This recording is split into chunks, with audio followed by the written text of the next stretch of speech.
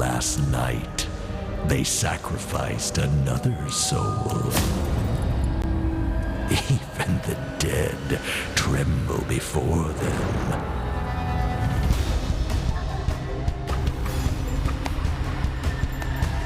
Eerie manifestations of ghostly tales.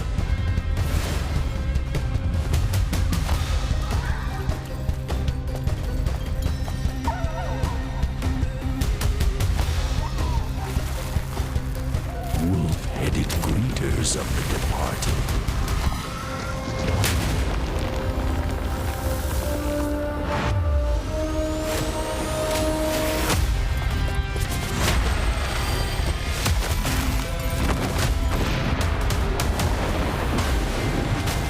Underworld rulers with dark wings of the abyss.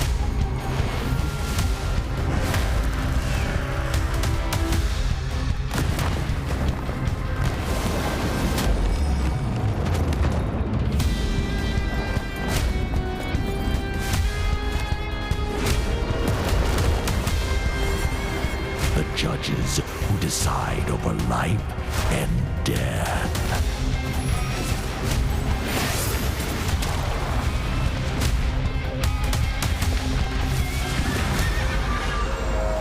Hellish fiends, their scythes reaping crimson paths.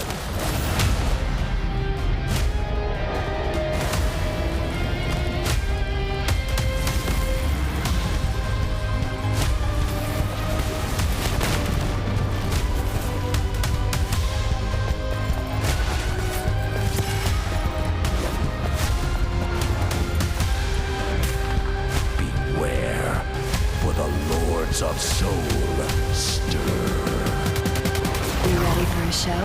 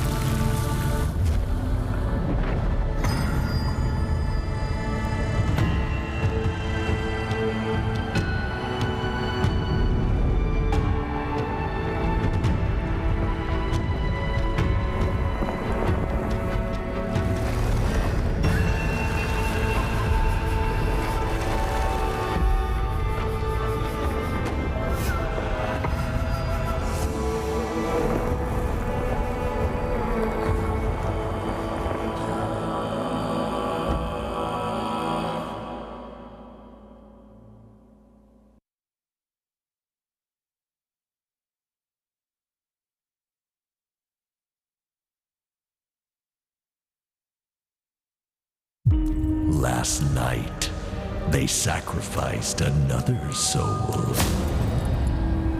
Even the dead tremble before them.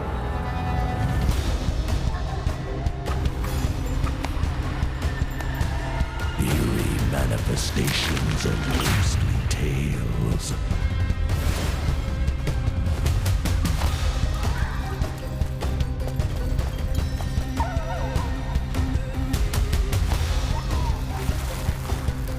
Wolf-headed greeters of the departed.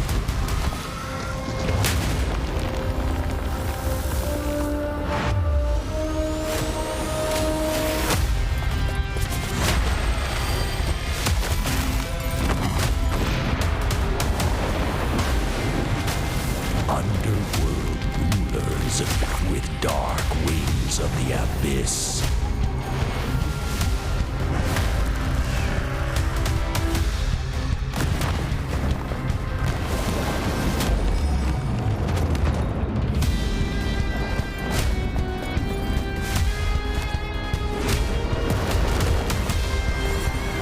The judges who decide over life and death.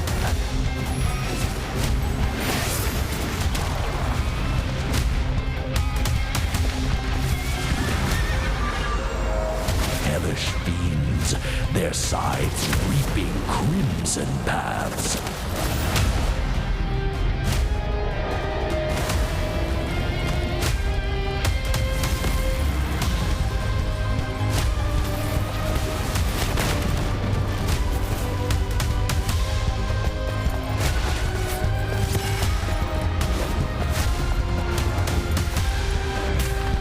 Beware, for the Lords of Soul stir. You ready for a show?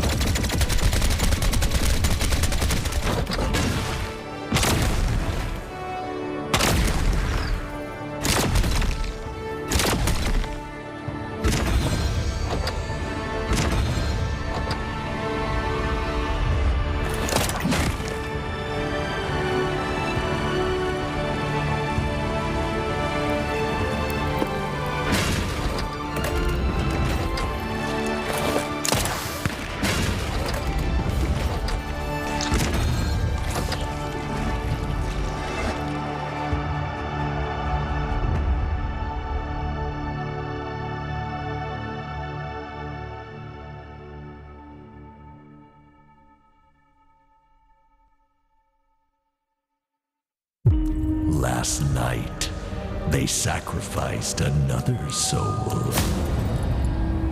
Even the dead tremble before them.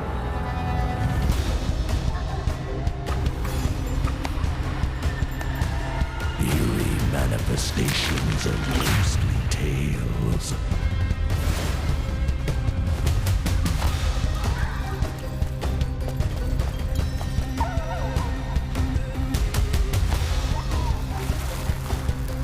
Wolf-headed greeters of the departed.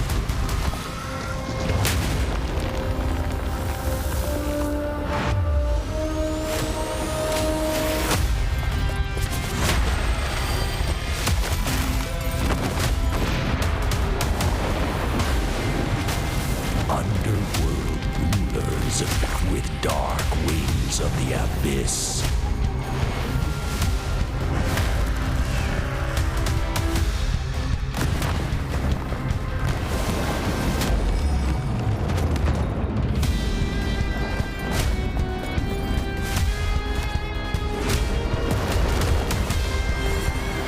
The judges who decide over life and death.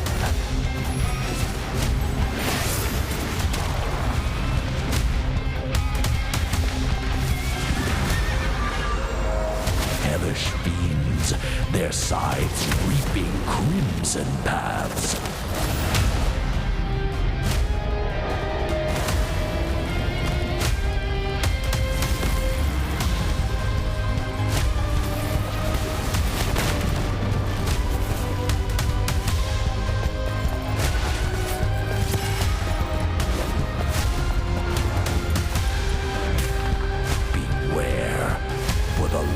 Of soul stir. You ready for a show?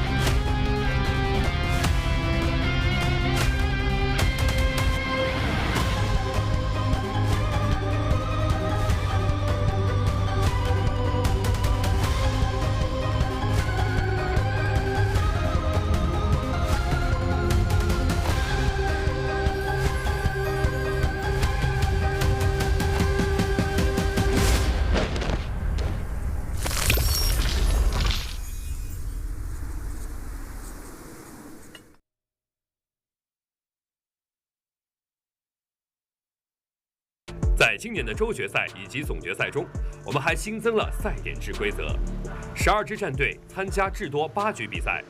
当某支战队分数达到赛点分数时，该战队将进入赛点。进入赛点后，该战队如在接下来的比赛中获得一次单局积分第一，即可夺得本次决赛的冠军。而其他没有夺冠的战队，则会根据比赛中的总积分排名决定名次。当比赛进行至第8局结束仍未决出冠军时，按照8局后的总积分排名决定冠军与后续名次。同时 ，BP 规则在此时也有相应的变化，前3局为一个赛段，后5局为一个赛段。前3局依然按照3个选手池轮流选取，而后5局则采用末尾首选制进行选择。单排赛英雄使用次数限制不变，选手在1天中同一英雄角色选手最多使用2场，8场比赛中至少使用7名不同角色进行比赛。而在3排赛中，前3局英雄分为0分，后5局英雄分为9分。有关2024永劫无间这联赛的更多信息，请移步永劫无间赛事中心官网，关注我们的抖音、微博、哔哩哔哩官方频道，永劫无间赛事官方，获取最新资讯。新的赛制将会带来怎样的变化呢？让我们拭目以待。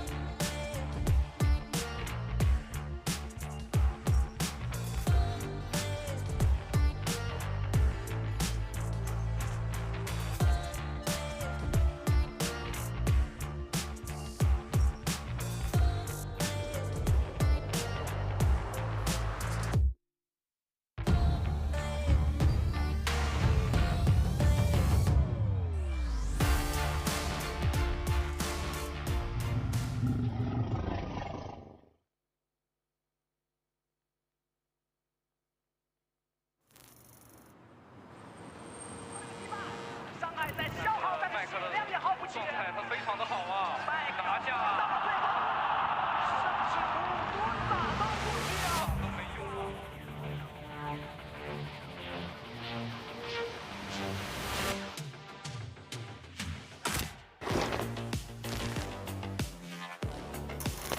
我觉得吧，打比赛靠脑子比较多。我觉得最大对手应该是蜘蛛和麦克吧。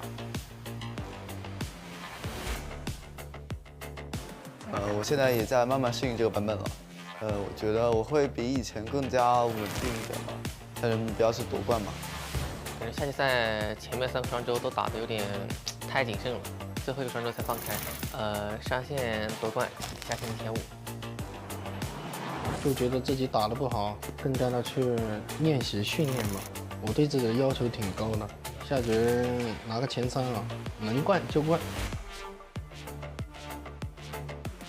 他们我挺开心的，我和他俩，我希望我俩能冠一个吧。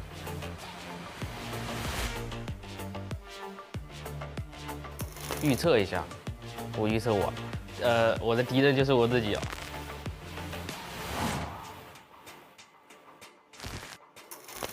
就是我拿出100%的状态来说的话，不说冠军嘛，就是开赛点是没问题的。觉得自己的状态相比上个赛季的话更理想了一点。我觉得要注意一点的还是那2位冠军吧。下决想的就是拿出自己最好的状态，不留遗憾。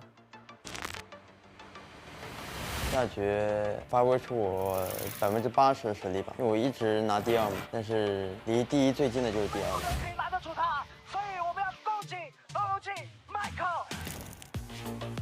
因为作为一个职业选手，对冠军不在意是不可能的。当时失利后肯定还是很不甘心的，但是没办法，运气太好了。夏季赛一直周冠也没有拿嘛，人都是在说我在藏什么的。既然这么说，那我就藏把大的嘛，就是把这个周决赛的一些冠军给补回来。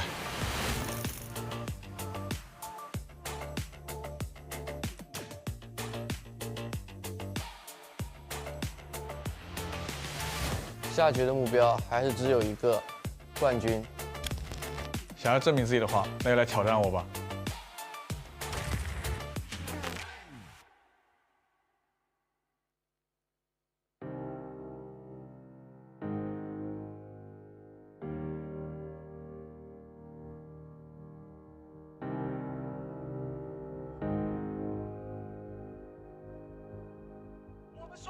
春季赛都在问楚真你去哪儿了。我想问你们现在抬头看一看，楚真他在哪儿？恭喜楚真！老兵不会退场，他们只会尽全力燃烧自己。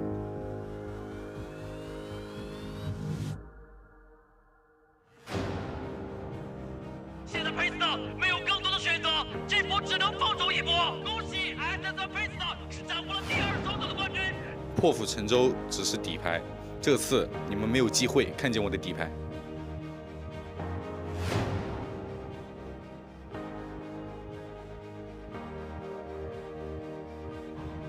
诸神黄昏他没有来，恭喜 Spider 斩获这次的周冠。没有人会是永远的冠军，但永远不要低估一颗冠军的心。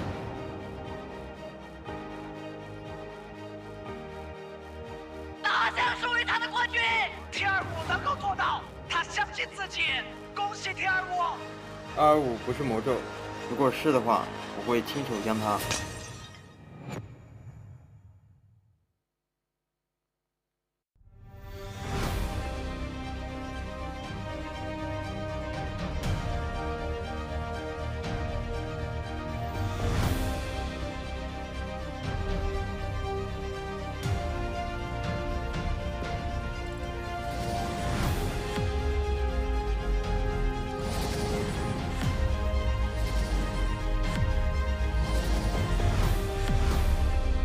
心怀鸿鹄之志，行必泰然处之。 Ladies and gentlemen, the moment you've all been waiting for. 4 bi-weeklies, 4 winners, 1 pre-final, and now we are here for the Summer Split Grand Finals of 2024. It is all built up to this moment as we converge on our final 8 games of this NBPL split season, bringing us closer and closer to the J Cup. We are here, ready to compete. These players are putting it all on the line, one final time to see who is going to be crowned champion. Oh my goodness, Seb. It's been a long year. We got some crazy narratives for this solo finals. C225, my man, is looking locked in. This is the first year. I was telling you, Seb, that for the first time, we don't have a sincere favorite. Now, everyone's still looking at Spider and Mike to take this. You still see their confidence. You still see the promo for these guys, but we have such interesting narratives. 225 finally breaking the curse. We got the up-and-coming stars. First star? Newcomers Wu Feng, Shen Yuan, even AIS coming back to form? This is probably the most exciting NBPL solo finals I have witnessed in 3 years. I cannot wait. Who is going to win it? Now, it's hard for me to predict who's going to win, but I can never, I'm a betting man, I can never go against Mike. 比赛可能就是一个版本它更新的比较快嘛，会有点压力吧，可能训练时间太少了。第4双周就是教练让我去练其他东西，然后运营这些东西，就是弥补自己的缺点。对于比赛更加专注。我感觉还是游戏经验的问题，就是比赛经验的问题吧。你要去把自己往舒适圈外面走，反正这种是比较关键的吧。我觉得还有点不舒服的，因为毕竟你是走出舒适圈嘛。挺开心的嘛，他过得好我就开心了。我也希望他好，我也希望他好，他好了我也会好的。他们一直说我可能会拿第5啊什么的，我觉得摆脱第5吧，应该先。Ladies and gentlemen, welcome back to the NARAKA BLADEPOINT Pro League. I'm your host, Caster Seb, and I'm joined alongside the Master of Analytics, my man, Nbpl.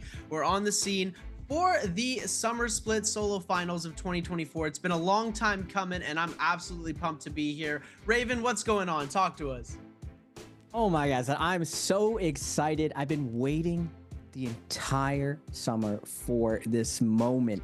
I mean, the bi-weekly finals, there's a lot of hype to it, but it all really leads to this. The pre-finals, still 6 rounds. I really love the new match point system that we're going to be witnessing today. I wish it was that way just every single time, because the level of hype it brings is just so much better. And for the first time in all of my time in NARAKA, I would have to say that solos just feels a little bit more exciting than trios to me. Yeah, solos is definitely it's a very different beast. You know, we do have the trios, which is a lot more chaos, but the fights that you get to see in solos, the pure skill in these 1v1s, especially in our realm of Yangs, especially when we get to see these early game fights, the tech is mastered by every single one of these players. And ladies and gentlemen, something that you guys can master from your own homes is linking your NARAKA account to your Twitch account, so you guys can receive some of the lovely free gifts by just watching the stream. Twitch shops are enabled, ladies and gentlemen. Make sure you guys pick up your free stuff. Man, the solos, Seb, it's out of this world how good the players are this season. With the new patch, everything being toned down and tweaked, I would say we're in a really, really good position as far as NARAKA. No weapon really stands out. Fists are still really strong, Fan is really strong, but I would say in most instances, every weapon is usable. Every character is usable. Now going over the rules for today, this grand finals, Seb, it's gonna be like a lot of the weekly finals, except this is for all the marbles. We're going to be having those 8 rounds that we're accustomed to. You're going to only be able to play 2 characters, but we're going to a match point system, which I absolutely love, Seb, that instead of you just playing very, very slow, very, very safe, all these players go for everything. Off spawn is way more exciting. The mid game is more exciting. End game is more exciting, just because we took away placement points completely. No more placement multipliers, still placement points, but it's all about getting that first place and a ton of kills. And I would say one of the biggest changes that changed solos forever, I would say even changed trios forever, is just taking out everyone's name. We've seen so many players come to form because now they just focused on their own game. For a long time, Spider stood in Mike's shadow. He couldn't break playing under Mike, but now you see him ice cold doing super well. You see all of the middle of the pack rising up. Shen Yuan, AIS, Burst, Star, all of these guys come to form, and you see them consistently beat the top 3 players, Mike, Spider, and 225. We finally got to see 225 break the curse too. Years my man has just been placing second place. A championship round has always eluded him. So will he be able to continue that? That's definitely one of the Cinderella stories that would be super hype if 225 was able to take with us today. Yeah, seeing T225 win that bi-weekly 4, I had the pleasure of casting that alongside you as well, and it was an amazing day to watch. And if we get to see them come and get to see T225 come away with the entire bi-weekly finals, it would be something history in the making. Very, very exciting stuff that's going to be going on here, ladies and gentlemen, as we have these solo grand finals today. Trios are going to be tomorrow, and then tune in next week for our mainland qualifier. Then we've got a week break from NARAKA, which is a little bit odd since we've been so go. But on the 26th, the very first day of the J Cup group stage is going to be starting, and then we're going to be having our finals ensuing after that. But ladies and gentlemen, we're going to be focusing here on which teams are going to be playing and which players. It's going to be KLA's T225, WBG's Spider, OUG's Mike, EWG's Arano, DRG's Feng, ASC's XY, JL's AIS, JDG's Chizhong, FPX Verse, SS1 Paste, X1's Wufang, and TE's Star. These are the last 12 players in the NBPL Summer Split. We had our last chance qualifier. Everybody has had the chance to make their mark, and now these players are going to be going head-to-head for 8 games. Keep in mind, ladies and gentlemen, this is a finals format, so just like every other bi-weekly final that we've had, there is a match point. If you get over 26 points, the game after that, if you are the MVP, you will become the winner. So there is a chance we could finish this off after 4 games. Someone could get 26 points in 3 games and MVP the 4th, and it would be all over. Taking a look really quickly as well at our prize pool, the grand champion is going to be getting 140,000 RMB, with the second place going 80,000, a third place 50,000, fourth place 24,000, fifth place is going to be 15, sixth is going to be 12, seventh 11, 8 is going to be 10,000, 9, 9,000, 10th 8,000, 11 7.5, and then 7,000 for 12th place. And this is taking a look as well at some of our caster predictions for the CN side of our casters. And I feel like if they're showing us this, I think, Raven, we've got to make some predictions before the game starts.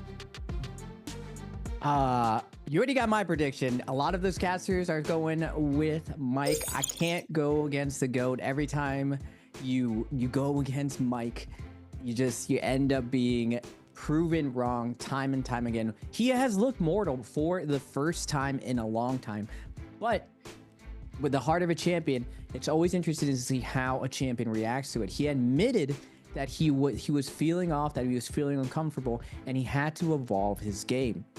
We saw something very similar happen to Spider when Mike came back to the league, another champion himself. It's always going to be Mike and Spider as the favored, but I gotta say, Seb, because of the names not being there, I feel like an upset can easily happen. Mike has been the most dominant solo player for the longest time, but in this current meta, he's not able to impose his will as much as he was before. Now, we saw even in an interview, he said he was gatekeeping. Everyone, even within the league, says that Mike is probably one of the biggest gatekeepers. Everyone else kind of shares information, kind of practices each other, will zero ban with each other, but Mike, they all say, is a little bit of a gatekeeper. So I gotta say, my man might have the edge going into this still. Yeah, there's definitely a chance that that Mike is going to be dropping on top, but it is still going to be everyone's game. We're not going to be 100% sure what is going to happen, and that's why we play the games, ladies and gentlemen. Taking a look at our hero recommendations here, XY is going to be in first place for the average points of 3.4 with his hero of choice, Liam Yu. And then second place, we're going to see Arano picking the hottie. And we are going to take a look here really quickly at some of the behind the scenes stuff that we're seeing going on at the NBPL arena right now. So we are going to be taking a look at that. They will be having a great time over there. All of the audience is going to be getting ready to celebrate and cheer on their teams. I believe they do have a crowd today watching them play.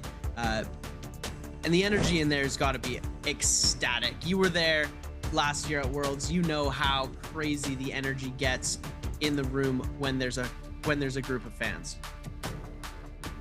Yeah, the arena is absolutely amazing. Now it's not as big as the one in Chengdu, but the backstage you see where all that augmented reality happens, it looks super awesome when you're there.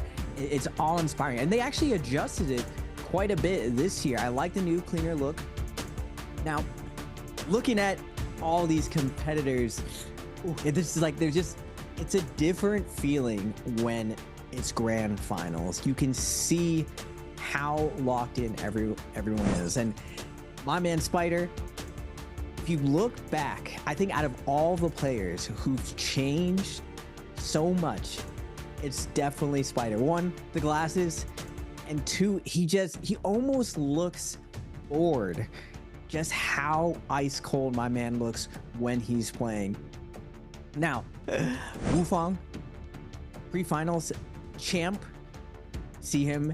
My man has been relentless, just constantly furious.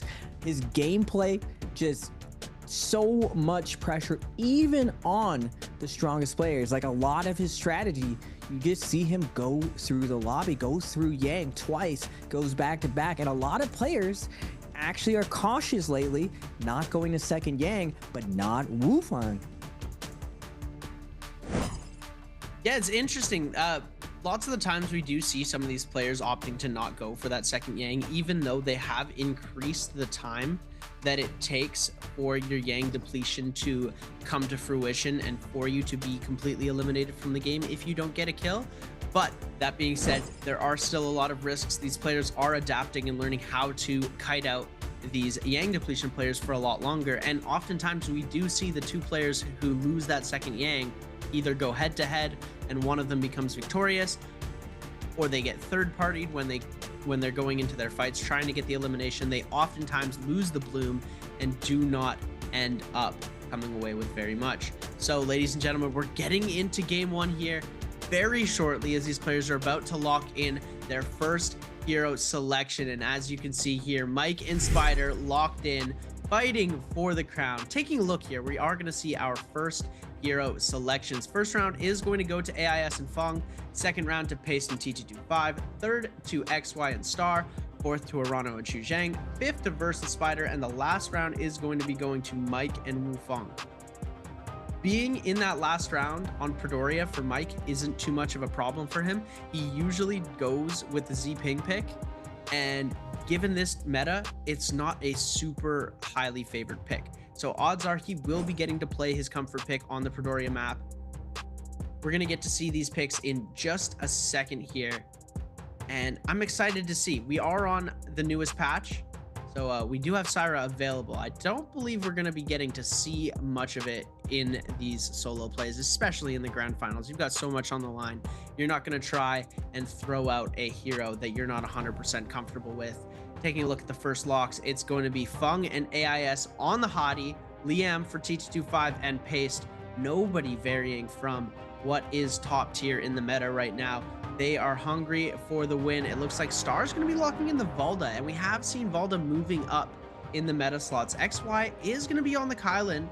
Given the amount of nerfs that Kylan has had, he is a little bit more of a dangerous hero today to play, but on that V1 variation of the ult, he could still pull something crazy out. We did see a Matari and another Valda coming out, banning Valda from our picks.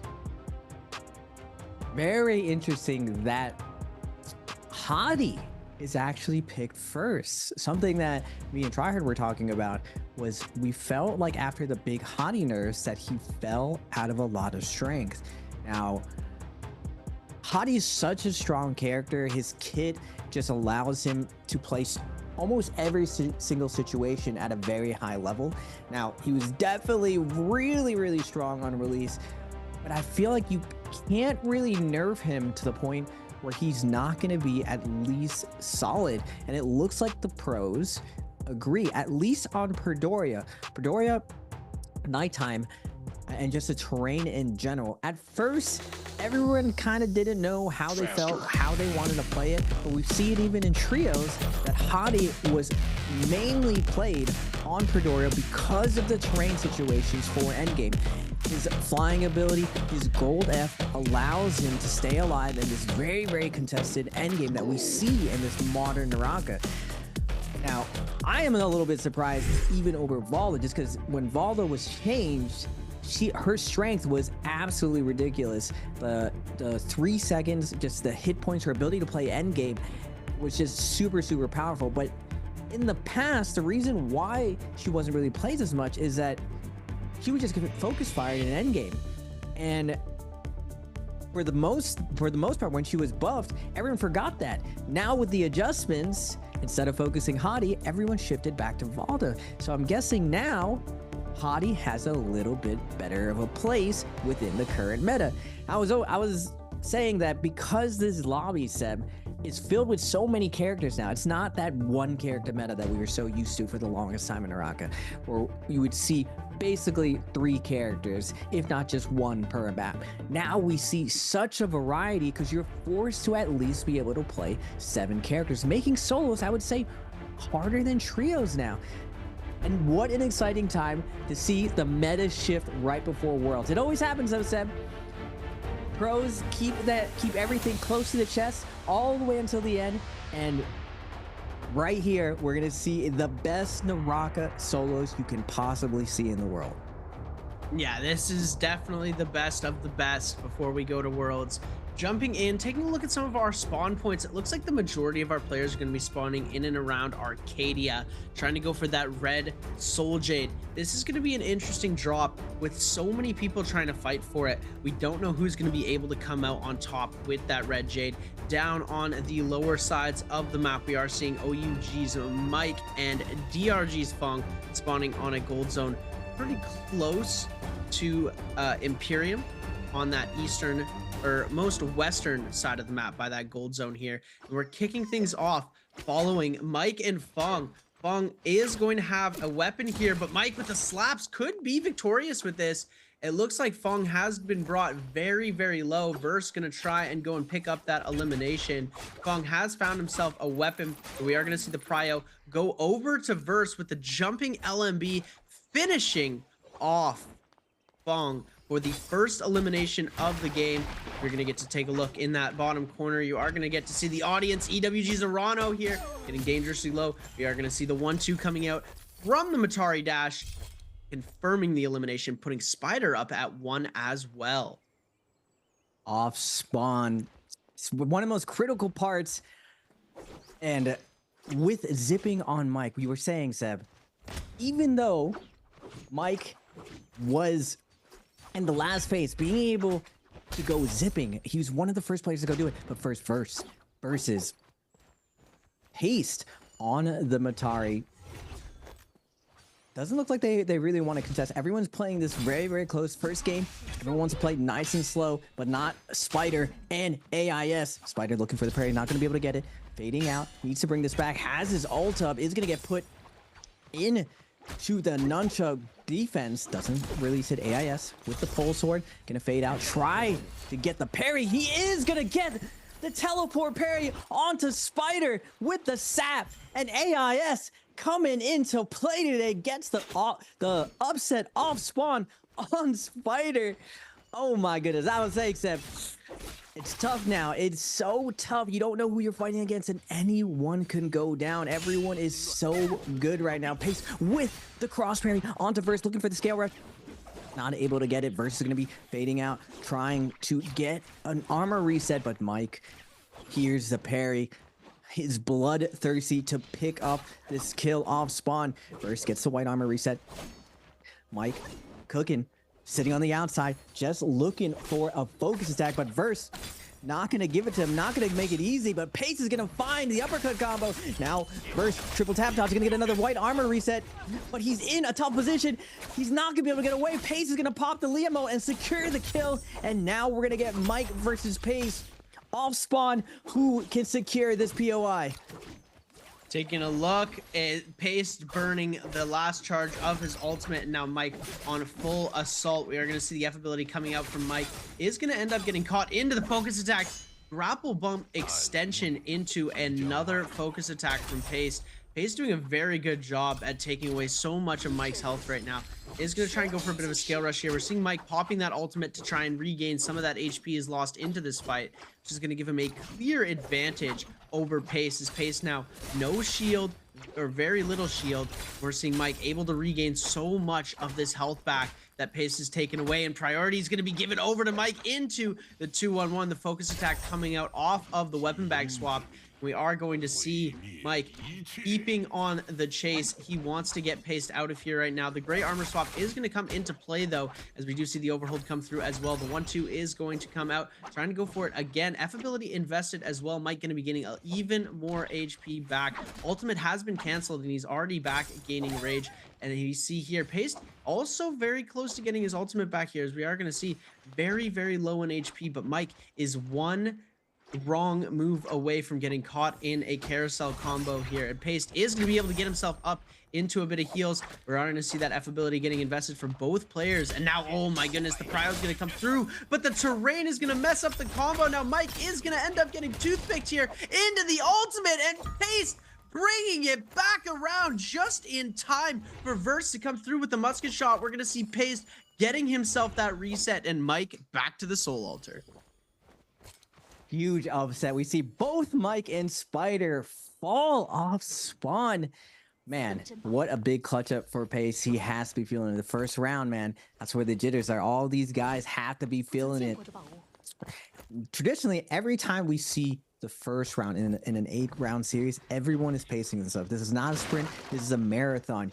You want to get your game going. You see everyone play very, very straightforward, trying to warm up. Now, usually we'll see half the lobby heat up while the other lobby kind of cool off. But I gotta say, Seb, your first round definitely sets up the momentum. Starting out good can never really hurt anyone. Now we're seeing 225 over to the north. I wonder who took the red jade over here. The red jade gives you that 1,000 hit points, mortal defiance. Going into the first realm of Yang gives you such a huge edge to get that first win, and the snowball that you get off that first Yang is so big. Allows you to stay in tempo, stay in form, and allows you to stay aggressive. It's very easy to let the game get away from you if you have a bad off spawn. Very hard to pull it back, to let yourself go. We heard even from the competitors that I believe it was Star saying that he felt like he didn't really open up to the 4th bi-weekly final. So hopefully you can see all of these guys show us their best game today. I've always been a big fan of Spider's Matari. Now everyone usually thinks of Fong when they think of the premier Matari, but I've seen Spider take his gameplay on his Matari. He's come super, super close from stealing away finals from Mike. But first, we're going to see one of the up-and-comers, one of the curse breakers, 225. He does have the ticket. Can he get in a realm of Yang? Can he start off the day strong and win the first one of the day? And it's looking like he has lost his Yang pass right here, getting knocked down from his F ability, and then other pressures coming through from Spider. That looks like AIS is going to be able to capture that Yang portal all for himself as Spider and T225 decide to converge on a different location. It looks like Spider is out for blood a little bit here. On the Matari, looks like he has lost T225. Going to end up just going for a bit of a different play here as ASC's XY has jumped into this cave area. He's unlocked the cave with the key. Has found Shuzhong in this area as well. Is going to try and get the elimination onto him. Following chase with the purple pole sword in hand, has been able to deal so much damage, forcing out the ultimate from Shuzhong. Shuzhong going to be forced to pop one of his F charges. XY just going to go for a bit of a heal. We do see Fong in the area as well. Could try and make something happen. It looks like X1 Wu Fong going to be fighting against TE Star in the first round. We do see purple armor and a purple set of nunchucks on the side of Wu Fong. On the Justina, I believe this is our lone Justina in the game. We do have the Valda coming up from TE Star. F already invested early here. So we're seeing DRG's Fung already completely eliminated as well. Huge, crazy plays coming out on the outside of the Yang. We are going to see now Wu Fong going to try and chase with the nunchuck. Star is going for a bit of a play on the pillars, but is going to get parried really quickly here. We are going to see him lose most of his armor, almost all of his HP. Ultimate's available for both of them. Star going to bring that ult out now here. We're going to see the toothpick coming through. Doesn't connect on the toothpick, but Wu Fong is going to get hit by that first spear. We're going to see the ultimate coming out now from the Justina. Bringing it back around. He did have Star frozen.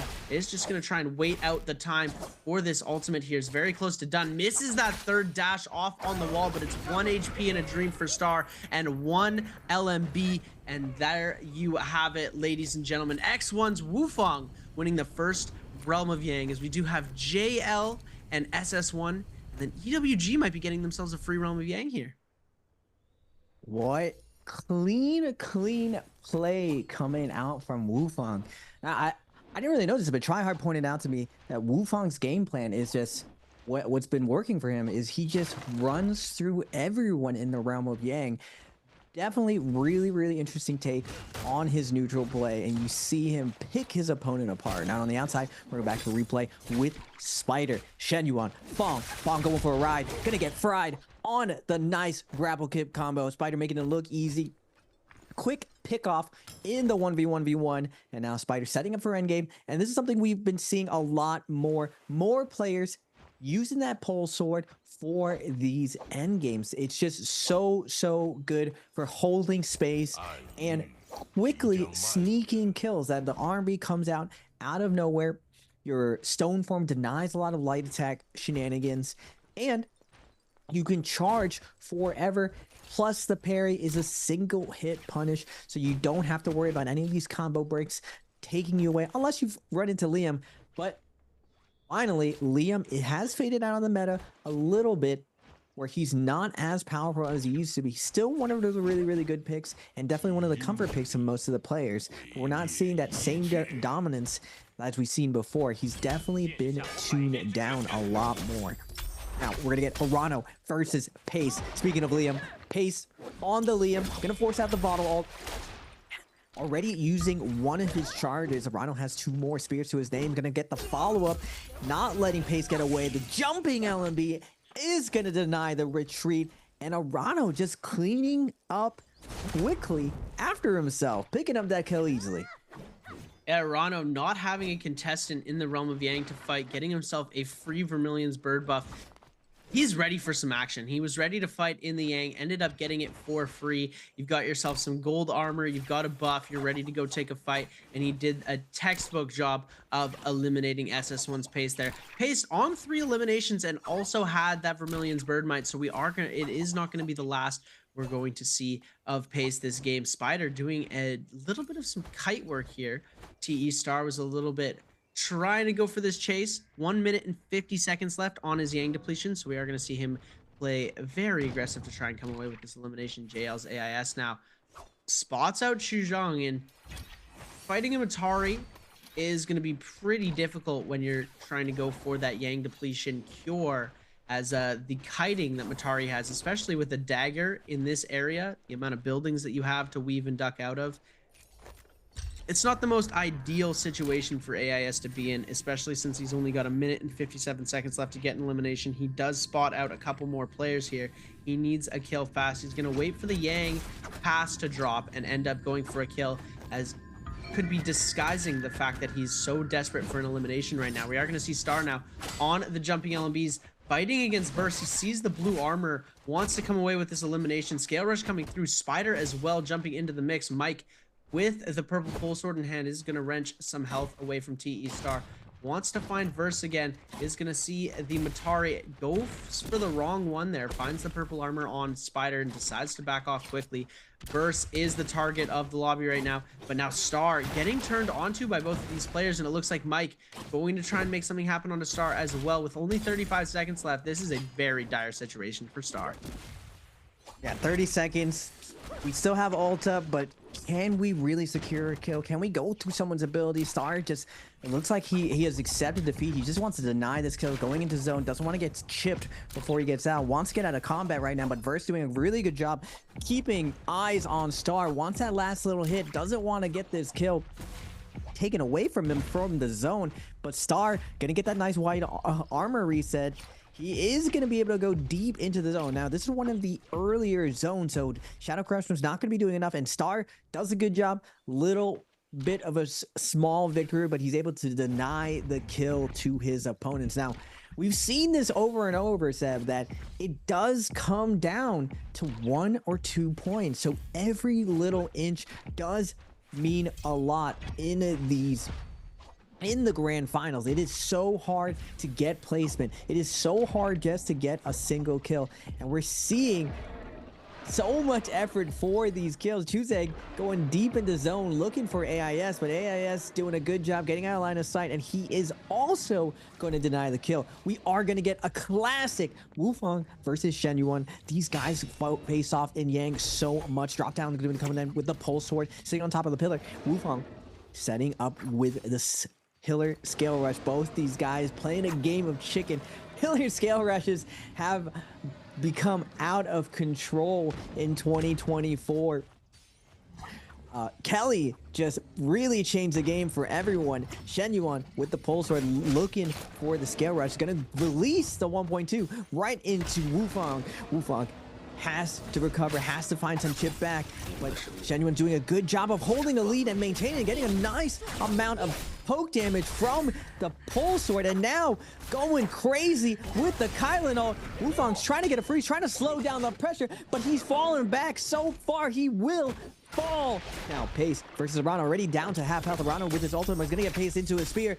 Arano with the focus attack, but the Liam ball and teleport flash is going to be able to take down Arano, but Arano fighting back. A lot of hit points going to be able to working with.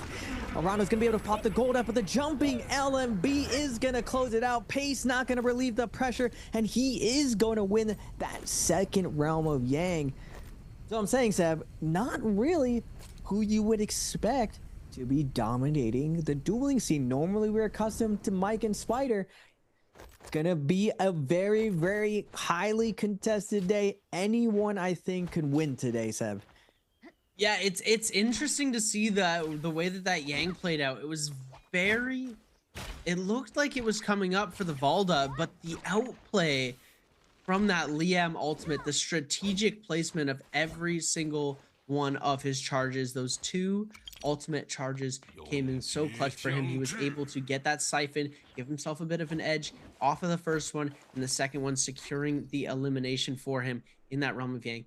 Beautiful textbook use of Liam. SS1 Paste is going to be picking himself up his 4th elimination, I believe, and ASE's XY his 2nd, I believe, as we are going to see Arano back to the soul altar here. 1 elimination and 4 minutes and 20 seconds left to collect himself a soul bloom. Shouldn't be too difficult, but given the vastness of this map, we do still have 9 players remaining into this game. So Wufong and Arano do have a decent shot at coming away with this. But like we have seen time and time again with AIS and Star earlier on in the first Realm of Yang, it is increasingly difficult to get these eliminations. The amount of kiting that you're able to do in Imperium, the amount of just how big the map is as a whole, it is very difficult to come away with any sort of elimination. Arano now trying to converge onto Imperium.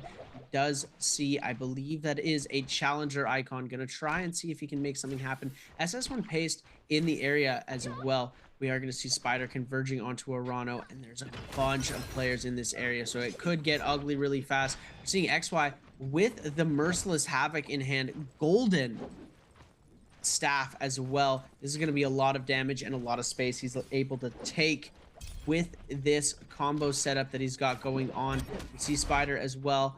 XY just getting fully aggressive as well, ready to take any fight that comes his way.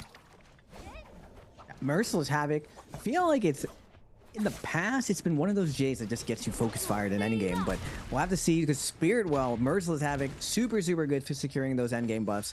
We still have Yang depletion to deal with though. Wufong 2 minutes 30 seconds needs to secure his Yang depletion. It looks like Spider knows, been here before, recognizes that one of these players possibly going to be on Yang depletion, doesn't want to get focus fire in the lobby, and he is on Matari, one of the best characters to get kiting right now, has the dagger out, going to be instant scale rushing everywhere. We just see everyone in the lobby looking for Spider right now. He does a good job of still extending this, just going in a big circle, using the wall well, scale rushing over and over. Now he is going to be going on the outside trying to go get into a bush, but Wufong is going to find Verse lacking. Verse going for a ride right now. Is going to get his armor stripped from him, and now Wufong looking to hold down. Verse is going to invest his ult. Triple dash is going to be coming out, and now Verse down to his last leg is going to pop his ultimate. He's going to be dashing away. Wufong doesn't want to get lobbied right now. He burned all of his ultimate to secure that kill. He does only have 1 minute and 30. Can he cure his Yang depletion, or will he be falling, Seb? It is difficult to tell. He just has lost his ultimate, so it's going to be very difficult for him to try and make this happen. But EWG Arano is going to try and fully invest himself into one of these fights very quickly. He needs to do the exact same thing, but come away with an elimination. Wufong wasn't able to come away with the kill. Verse still being the target, no ultimate available for him, so he could be in a lot of trouble if the rest of the lobby starts to converge. And everybody's here. And when I say everybody, I mean every single player in this 5-meter radius. Everyone decided to pull up in a matter of seconds. They saw one player start to go low. Everyone smelt the blood in the water. They're ready for this fight. Wufong, I believe he saw Verse take to the skies. He is going to opt to go down to the bottom side. See if he can spot out another player. 27% on his ultimate. He won't get it back in the next 30 seconds. It could be time for him to try and call it and go to the zone. We're going to see him see if he can catch a straggler on a third party, but it looks to be unsuccessful for him here as he's going to make his way into the zone without being spotted by any of his opponents, so he does not give up this kill here. We're going to see him onto these outskirts, holding to the outside. Nobody has noticed him, and Arano is going to be in the same boat here, as we do see Paste jumping in, getting super aggressive in this closer to the end game. Don't know if he knows 100% that that is the player that is on Yang depletion. We do know that there is only one Valda left in the lobby, so with basic deduction, he could make a assumption that this would be our last Yang depletion player, and he has done a lot of chip damage. Within the next 5 seconds, he could be awarded this elimination.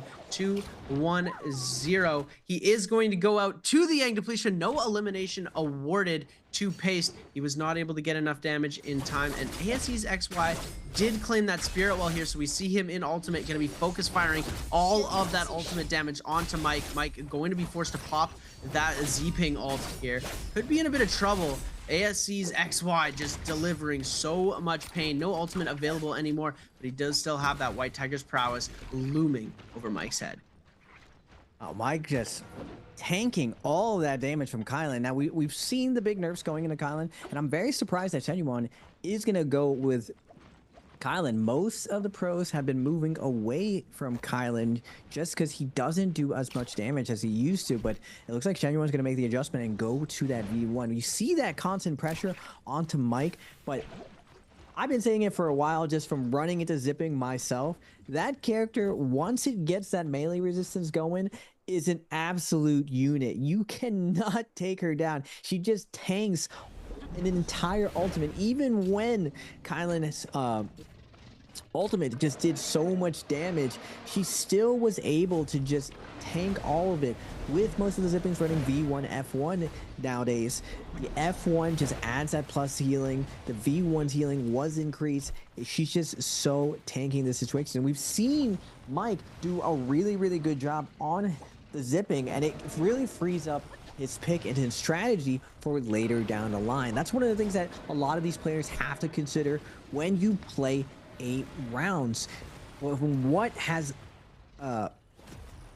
the pros have been deciding and have been accustomed to is you play 7 different characters and you save that double pick for the last round, just so you guarantee your comfort pick in order to win, because there is no guarantee of which characters that may be banned. So we'll have to see how it plays out, but the zipping pick on Mike, he's done really, really well in the past. But the problem is, Seb, everyone knows in the lobby who is on zipping. It's always Mike. So a lot of these guys definitely have it out for Mike. 225's sick of getting second place. Spider wants to take down his rival, so he's putting a pretty big flag in the ground that this is me. Will he establish himself today as that scary fighter that everyone used to fear? Or will they just target him and make sure that he's not able to win this endgame? Now, Valda is slightly better than zipping for these heal-offs, but we're going to get this nice, heavy building endgame. It's really anyone's game in this situation. So much movement available to all these guys. Anyone can really take this situation. We'll have to see who ends up overextending and ends up getting poked out and caught off guard. But I'm going to have to say that Shenyuan's looking really, really good with the Merciless, but it's tough. We've seen a lot more ties than normal, Seb. Normally, in these end games, it's really, really decisive, but everyone has taken their heal-off situation to the absolute maximum. So we're seeing a lot more ties that no one's getting this multiplier. We've even seen, I would say, some characters and some players making sure that it does go to a tie and no one who's having a pop-off game gets a crazy, crazy big lead. Everyone's points ends up being relatively the same. We'll have to see who's going to win this, but we have Spider, Mike, 225, the top 3 players everyone kind of looks at. Who do you think is going to take this first game, Seb? Looking based on pure heroes, we've got 3 Mataris left in the lobby. We've got 1 Liam, 2 Liams, 1 Kylan, and 1 Zip. Z-Pings, it's going to be the most favorable for the heal off. So I think the Z-Ping will get focused very fast, meaning that Mike is probably going to be one of the first of these players to go out, given that T225 has Paste as a buffer when it gets into this closing circle, and Spider has 2. Verse and Chuzhang both on the Matari to help and assist, not necessarily helping, but preventing these other heroes from taking the majority in the lobby is something that we've seen happen a lot. We see happen time and time again.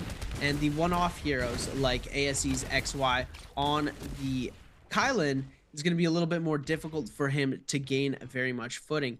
The immortality proc could be vital for him with this final circle coming out, but it really depends on who's going to start to get focused. We've only got 2 minutes left in the game. Circle 6 is almost finished, closing onto Circle 7 as we speak. Spider going to be the first one to take a bit of damage, going for a bit of a heal here. These Z-Pings, or these Mataris, not dealing any damage to each other right away, but we are going to see huge Cloud Weaver going to come out from Pace.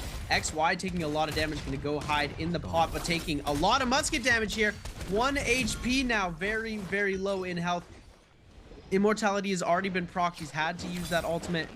We are going to see T225 just come away, jump LMB, and steal the kill away. We are going to see him come and claim that bloom as well. Trying to take Mike out here. Mike, ultimate early as well. We're seeing the ultimates come out from these one-off heroes pretty fast.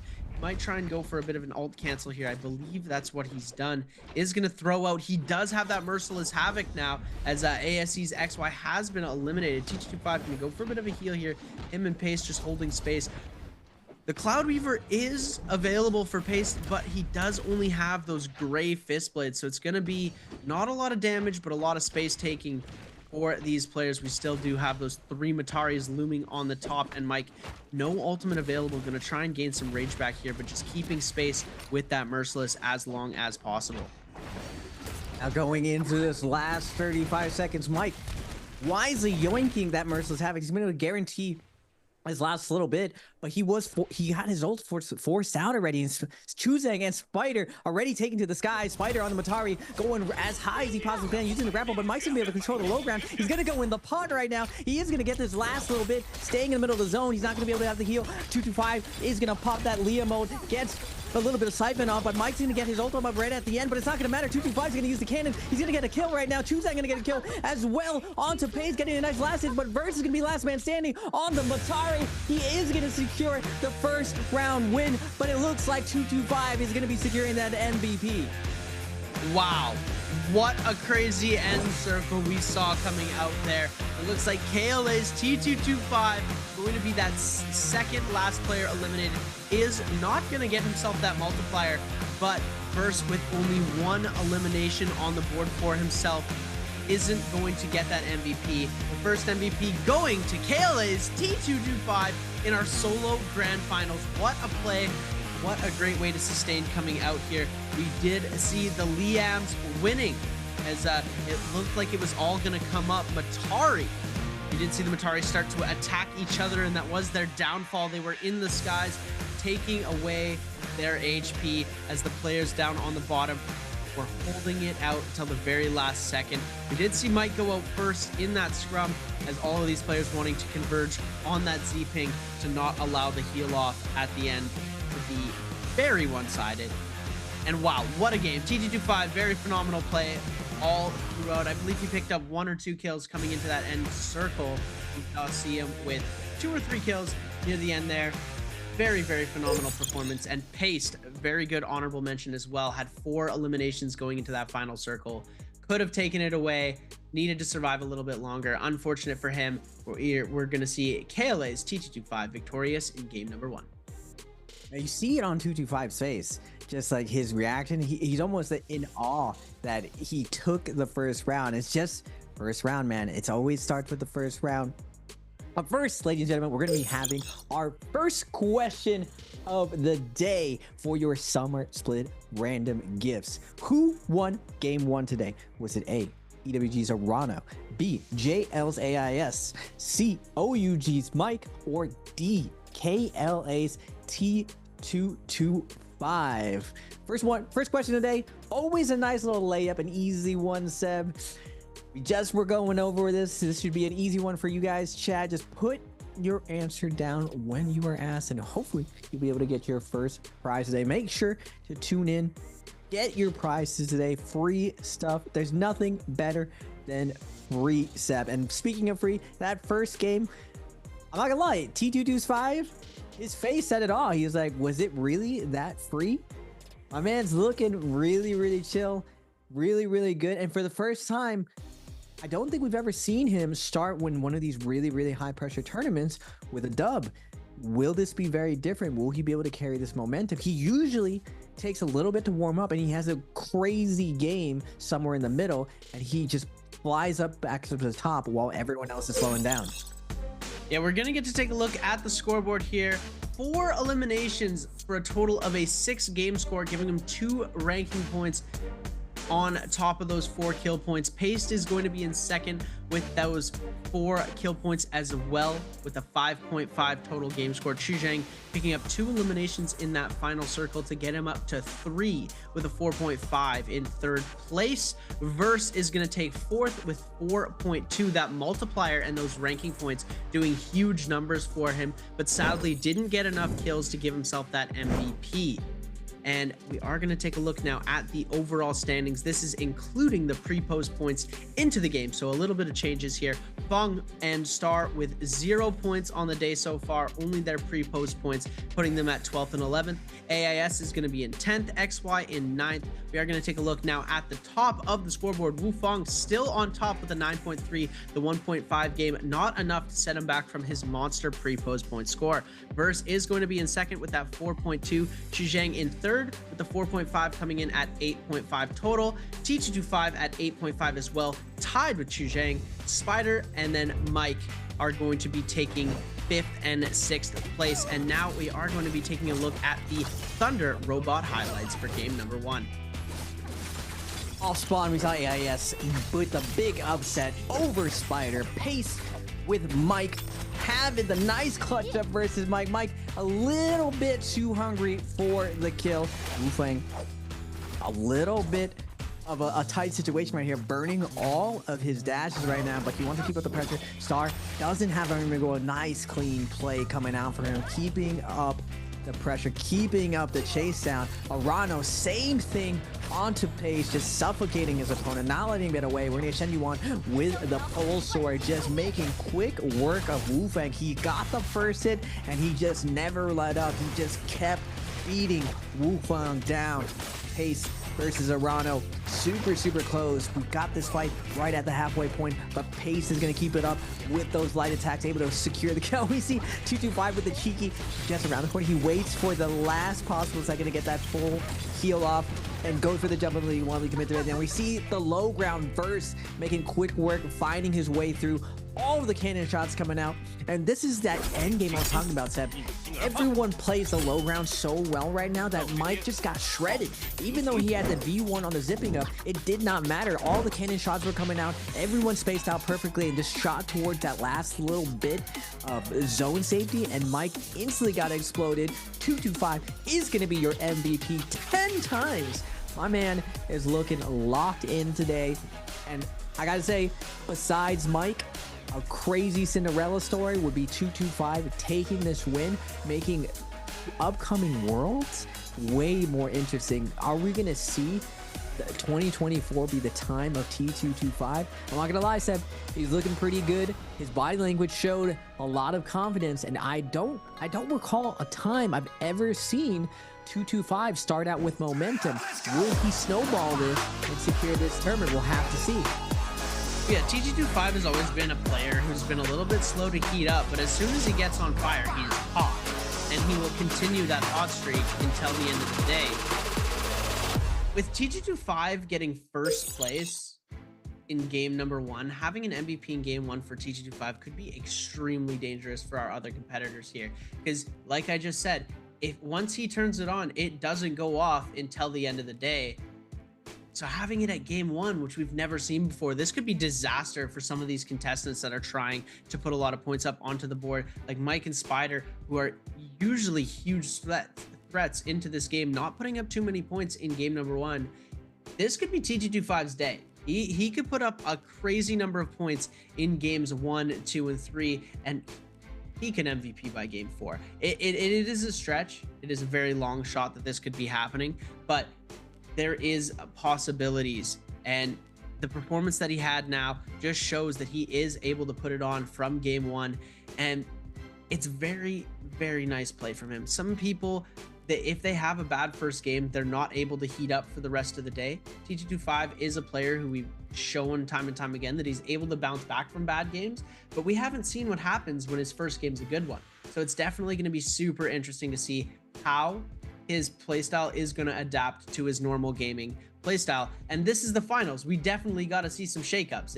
It's definitely an interesting one. The amount of damage output from him, the amount of eliminations he got, 4 kills, it's a very good number. We usually see a few more eliminations from our MVP player, especially if they don't get that first place finish. So, you know, he's sitting at a pretty comfortable spot right now, but he's still not first on that overall standing because of the pre-post points.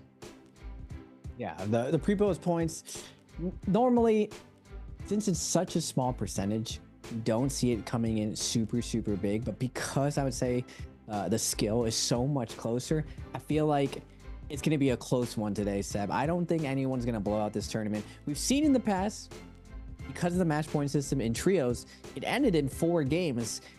And when the match point system first came out, Mike would end scrims in this format in 4 games. So it actually turned out where everyone had to evolve their game to the point to make sure that the target selection was on point, that everyone really, really scouts out who is on which character for each round when it comes to these details. And especially going into this, I'm sure all these competitors looked at their pre-post points and wanted to make sure that no one pulled away too far where everyone was in threat.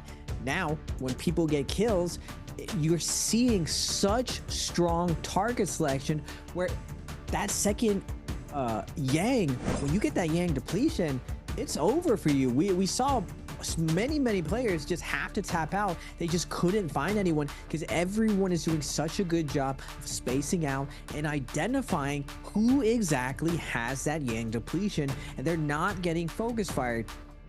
Everyone is now holding that dagger in their pocket or fan to make sure that they have that instant scale rush on lock. At minimum, blue blades or longsword, but definitely at least a fan or dagger just for that movement ability. And for the first time, that was probably one of the most stacked endgames we've seen this entire year. Everyone is playing this tight to the heart, leading into Worlds. There's a lot of prestige of winning this one.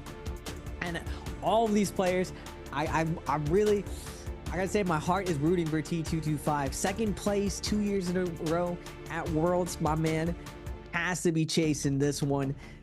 It has to be so much more meaningful for him. Looking at Mike, we saw his confidence a little bit rattled, but my man does not look rattled at all today. He's looking pretty locked in as well. I actually saw some emotion from Spider when the camera panned to him. Normally my man has been ice cold this entire year, but the first time I saw a little bit of disappointment of that endgame. We saw him play it really well. He did make the high ground route to try to win that heal off situation, but he didn't come out with as much as he would like to that first game. Yeah, and it's definitely the position that you don't want to be in, especially since Mike had to burn that ultimate pretty early into that.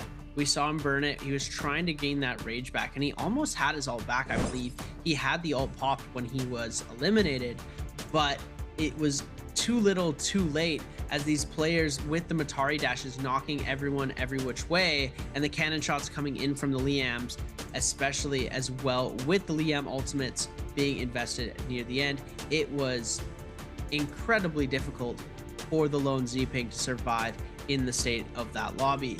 But going into game number 2, we are going to be jumping over to the Holoroth map. This is going to be a bit of a shakeup here. We're going to see different players getting to pick first. I believe our last place selection are going to be bumped up to getting their pick of the litter for their heroes. And this does put Mike in a very good position, because Mike, having that last round selection and still getting to play the hero that he always plays on a specific map is definitely a huge mental boost. You don't have to play a hero that you don't want to play when you play your first game. You're comfortable, you're doing well. Even though he didn't have the outcome he wanted, he's still going to be able to push forward in these next couple of games with a higher pick in the tree. He's going to be closer to first pick from now on, and it's going to be a lot easier from him from here on out. Someone who I am a little bit worried about their mental getting affected by this game, though, is Spider, as he was in a decent position for a very good win, but all of the Mataris turning on each other in that end circle, and Verse coming out the only Matari to pick up an elimination and become victorious, other than Xuzhang, it was very difficult for Spider to be able to recover from that. But like I said, ladies and gentlemen, first round selection now going to Mike and Wufong. Verse and Spider picking up the second round selection. Third round going to be going to Arano and Xuzhang. XY and Star picking up the fourth round, and fifth round going to Paste and T225. The last round selection is going to be given to AIS and Fong. Fong, someone who we saw near the end of this bi-weekly split show his true colors and came out to play. He wasn't trolling anymore. He wasn't messing around. He wasn't here to have a good time. He was here to win. He was playing out of his mind, but it looks like he's fallen back into his rut of not being able to play to his full potential. I believe it's a confidence issue. I'm not 100% sure, but it's something that he needs to work on if he wants to put some points up in this solo finals. We are going to see now the hero pick from Spider, Liam coming out, and I need to get me some of those trading cards, man. They look very, very well done. Taking a look at our third round selection, Xuzhang and Arano. Xuzhang going to be opting for the Valda. Hotties and Liams have already been bound out from round one. Third round, Arano going to be going for the Akos pick. Interesting play. We have seen a decent amount of Akos through this NBPL split. Star going to be going for the Z-Ping. Z-Ping being that one-off character that a few of these players are picking. We saw Mike in game one. Looks like Star is hopping on the Z-Ping train. And fourth round, no Mataris. We're going to see XY going for the Tessa pick. And now T225 and Paste have the option. We are going to see the Valda coming out from T225. Paste yet to make a selection. He had a huge 4 elimination game in game number one. He wants to continue that and follow it up with another big game, hopefully get himself an MVP in game number 2. So he's going to go for the Matari to try and make that happen. In the last round selection, only 3 heroes banned out, so there's a good shot. AIS going to be going for the Z-Ping. Interesting play here. And Fong, last shot to take his pick here. He's got 9 seconds left. We are going to see him come out with a Z. We're going to have a 3-zip lobby. That's insane, Raven. Wow. Old meta coming through. Z-Ping used to be the most dominant character on Hollow Earth with Feria. When Hottie came around, he took the dominant play, and now we're seeing Hottie fall out of meta but come back for finals. It's very clear that the pros are thinking for Predoria or Hollow Earth, Hottie is actually a really, really good pick.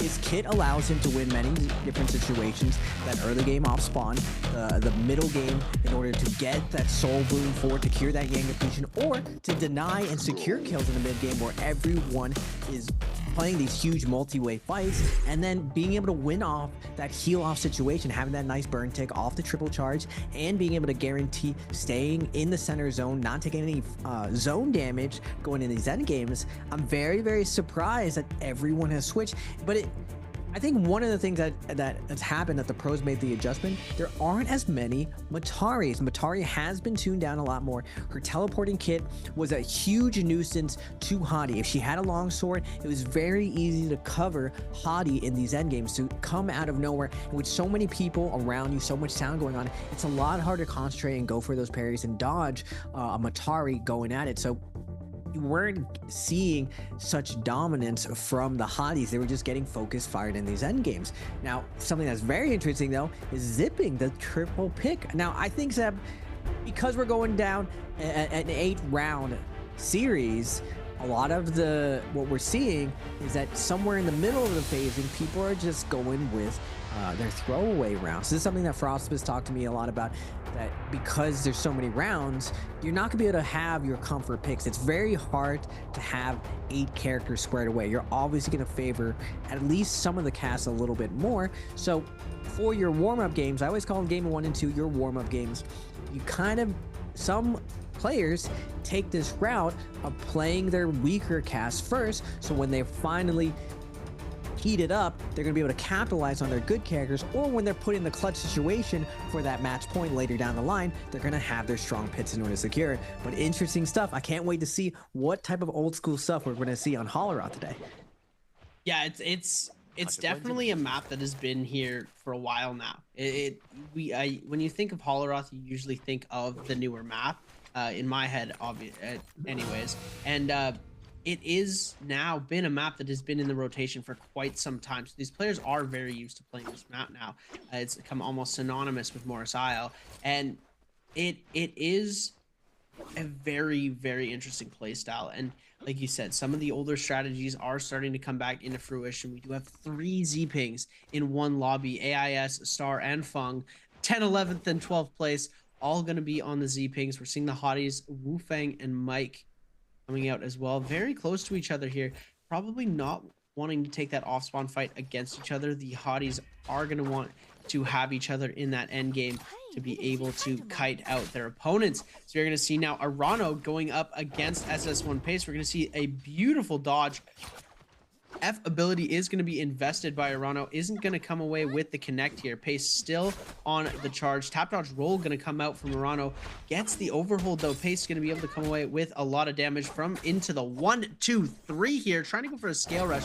We're going to see him try and go for the weapon swap combo. Arano going to get that uppercut into a jumping LMB, into a scale rush connect, into another uppercut, into another jumping LMB. Arano taking Pace out quickly, making light work of the situation. And now we're flipping over to Mike, fighting against FPX Verse on the side here. We are going to see him very, very low in HP. We have a third party coming in as well. It looks like Wufang going to be joining into the mix. Verse able to find himself an armor swap. The commotion from Wufang and Mike trying to give chase has allowed him to gain a little bit of breathing room here. He does now have that beautiful blue armor to help him out here. Mike only on the gray armor, had to invest the ultimate, is going to find himself a gray armor swap though. Now we're seeing Verse trying to go for an overhold here, is going to be able to get priority on to Wufang. Verse able to try to make something happen. It looks like he is just going to end up backing off here, switching over to the staff, between the staff and the nunchucks to change his movement around. It looks like Mike going to try and make something happen. The 1-2 is going to come out, able to connect. Verse very, very low in HP, needs to find himself a bit of a reset here. We're going to see the blue armor swap not coming out here. It looks like that might have been a used up blue armor. The heal is going to come out. Verse is looking very good right now, but Wufang still giving chase. We're going to see a huge charge attack coming through. The F going to be invested to negate most of the damage. Verse going to try and make something happen. F ability invested from Mike. Mike on the backside now going for a bit of a heal. 1-2 coming out from Verse with the nunchucks, trying to give chase onto Mike. Mike finding himself an armor swap. Gonna go for a huge parry here. Wufang able to get priority into the uppercut, into the jumping LMB. 1-2 as we're going to see now Wufang getting parried. Mike going to be able to follow that up with a huge dagger charged RMB. You're going to see Wufang now trying to go for a charge, is not going to connect with anything here. The 1-2 coming out into a huge parry into the weapon swap 1.0. F ability invested from Wufang. Wufang going to try and kite this out now. All he has is a gray fan now. We don't see him with the huge weapon advantage. Mike and Wufang both taking to the skies now, going at it. Mike with a huge advantage. He's got that purple weapon, giving him the purple variation of his ultimate. If they go damage for damage, Mike is going to be able to come out victorious, but it's all a matter of who hits first, both flying and holding the space between them. We're going to see Wufang is going to end up just backing off here. Both ultimates are going to go down, and Wufang going to try and kite this out here. Seeing him try and go for a parry. Looks like the 1-2 is going to connect. 1-2 back the way of Mike. Going to be able to jump through a jump, and then a jumping RMB is going to connect as well. Mike forced to pop that F ability, and Wufang very aggressive into this fight here. Mike taking a lot of damage, is going to find himself an armor swap though. The scale rush into the 1-2, going into another one catch, forcing out the F from Wufang. Wufang very little HP, tried to go for a gray armor swap, but there wasn't enough armor on to the armor that he picked up. Was not fully replenished here. Somebody had already swapped out of it. It looks like Wufang in a lot of danger. Oh my goodness, the double jump RMB catching the double hold cancel from Mike. That is wild coming out from Wufang. Now Mike still has a chance to close this out. Wufang doing a good job of kiting out Mike's pressure, and this is no easy task, kiting Mike right now. And now both of these guys are in phase 1.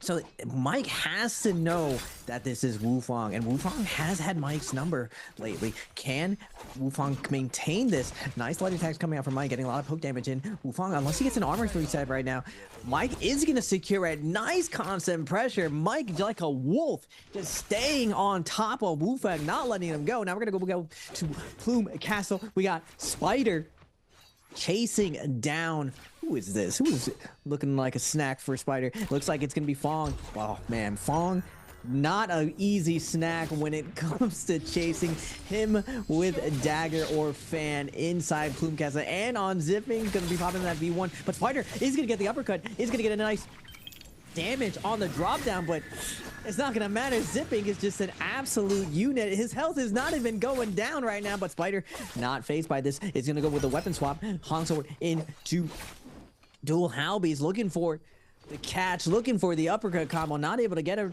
Fong doing a good job of cutting this out, but Spider's gonna go with the white armor reset. He has to be careful right now. Multiple players descending here. Verse on the outside. It looks like Fong gonna take to the top. It's pretty tough to hold down Fong. This is what he is known for, just top of Plume Castle. He plays out these middle games very, very well, doesn't take any risks, and he's not really that easy of a kill. Now, going back to the replay, Arano versus Pace over in the north. Arano on the Akros pick, gonna get that F2 out. Nice juggle coming in now. Pace in the wake-up situation, gonna tap dodge roll, gets the stagger. Wait a minute, does he turn this around? Big focus attack is gonna be coming out. Clank's gonna come out, but Arano, instant light, closes it out. Had me on the edge of my seat for a second. Was he gonna drop the ball? But Arano doesn't. He dunks it down, ends up securing that kill, and we're gonna see whether or not he can capitalize with his Akos versus Verse in the second realm of Yang. Ladies and gentlemen, keep in mind as well, that was Pace's second life. He had already gotten eliminated earlier. SS1 Pace went from a 4-kill game to getting eliminated before First Yang had dropped completely out of this game. Now is going to have to try and make up a lot of ground. Arano now in the realm of Yang, investing that F ability right away to try and see if he can get a combo started off, burn that F ability of his opponent right away. And it looks like Verse going to try and make something happen with these cannon shots, as well as Arano. Back-to-back cannon fire coming from both of these players, or pistol fire coming from Verse, cannon fire coming from Arano, holding the space with that purple Hong Sword in hand. Dual halberds on the side of Verse here. We're going to see the scale rush coming through. F ability invested again from Arano. The amount of time spent kiting, he was able to recharge his F ability. We are going to see the ultimate now invested from both of these players. Looks like Arano going to try and make something happen with the Tiger Scale Rush, going for a jump down. We are going to see the ultimate invested now. Verse is going to get a huge grapple extension into the focus attack on to Arano here. Tiger Pounce is going to connect, giving him a little bit of siphon into the jump. We are going to see the claws coming out. Arano going to get caught again, and that's going to be it for him here. Getting caught in that second Liam bubble, and it is going to be it for him. The double uppercut from KLA's T225 into the meter dump onto TE Star. Looks like ultimate has already been burnt as well. 1-1-2 coming out, and now it's just one more spear, and TE Star has just been absolutely decimated by KLA's T225. It looks like Chizhang has also won his respective realm of Yang. T225 with an absolutely amazing creative play coming out there. It always cracks me up, Seth, to hear the clucks from the non-clucks. It's just getting that the double upgrade into the spear, the nice combo extension coming out from 225. And that's all I'm saying, Seth. I've never seen a 225 with momentum after the first round. This might be his tournament. He's already in first place at 10.5. Chuzang as well, locking in, dominating the field as well with the double Valda pick. It's going to be tough for all of these guys going into this endgame if the Valdas are this scaled up. Will they get focus fired by the rest of the lobby? We'll have to see how that plays out. But on the outside, we got Star, Chuzang, multiple zippings in the lobby. This is such a classic sight of Holoroth. Seeing all of the zippies coming out, kiting over and over. Double charge is going to be released. Star is going to get parried by Chuzang. Chuzang is going to pick up the weapon, reset, go for the uppercut coming, put Star in a ride. V1's going to be invested by Star. Tap dodge roll is going to be moving into the buildings and then get the scale rush coming out. But everyone is going to see the zipping getting chunked down by Chuzang. Chuzang going to load up the gold dual blades with the weapon swap, doing a ton of damage. Is going to make a mistake, accidentally Actually, he doesn't make a mistake. He throws a parry due to the flank. We just don't see the flank from this camera angle. Star doing a good job of kiting for now. His health is going up from the V1, but his V1 has faded right now. Burst, nice fan. Liftoff with the win. Genuine's gonna be jumping in. Jumping in will be trying to get that stagger off, but Star still making his way out of it, conserving his stamina, trying to get out of here, but he's gonna get put into the corner. Scale Rush is gonna be coming out. Liam and ult is gonna be invested. Can Star get away? Everyone's coming in. Volta Bubble's gonna be coming down, but Star doing his best to get out of here. Everyone's gonna be start hitting each other as well, but Star will fall to Chuzang. He started with the kill and he ends with the kill himself. Now Genuine is gonna be looting up. Grab a little bit of loot out of there, but Chuzang is looking in form, up to 3 kills. Very impressive start for Chuzang this game. We didn't see too much of him last game. He was able to pick up 2 eliminations near the end, getting himself a decent standing, but now has put himself on the top of the board. We did see in the kill feed as well, Kaylee C225 was eliminated on his Vermilion's life, fighting against OUG's Mike. Mike was able to come away with a nice elimination, setting him up for 2 kills, as well as XY getting himself that Soul Bloom in the fight where we saw TE Star get eliminated, which now cures his Yang depletion and keeps him safe for the time being. We are seeing EWG's Arano, the next player who needs to cure himself of that Yang depletion. Arano going to be facing off against X1's Wufang. Huge parry going to come out, able to take the swap onto those purple dual halberds. He's now going to be able to do the weapon swap combo that all of these players have been performing, going from the halberds, switching over to the hung sword, and then running it back over to the halberds for the follow-up damage. Gives you an extended amount of combo damage that we don't get to see from only using one weapon. EWG's Arano now in a bad spot, getting hit with the Haughty ult. Now he's going to be captured by the Tessa Charm, gonna get frozen up here, and Verse coming away with the elimination. And AIS going to be able to come in, try and snag some stuff out. We do see the F2 being run from AIS, which is an interesting play. We don't usually see the F2 coming out on the Z-Pings. It gives you a anti-stagger buff for a little bit, a less healing than the F1. So as this is why it's typically not chosen over the F2, but this could be his differentiating factor with the other Z-Pings in the lobby. It could give him an edge up on to his competition. We'll see how it works out for him in the future. He doesn't have an elimination yet on the board, but there is still a lot of game to be played. 9 players left. Realm of Yang looming in the distance. 3 seconds left till these players are going to make their way into the Yang. Mike looking like he's going to want to go for a bit of a snipe here. Spider as well, thinking the same thing. Mike and Spider, Realm of Yang here, anybody? That would be a very interesting fight we get to see right off the bat. It looks like someone's gone in. We're going to see who it is in a second. T225 first in to the Yang as ASE's XY goes for the Spirit Well. This is something I took note of which players like going in first, because a lot of people don't think of. At first, if you wait to go into Realm of Yang last, you generally are going in for someone who is trying to avoid, who's just trying to snipe. And so there's a chance that you get a weaker opponent for it. So a lot of the times, the strongest player ends up going in last.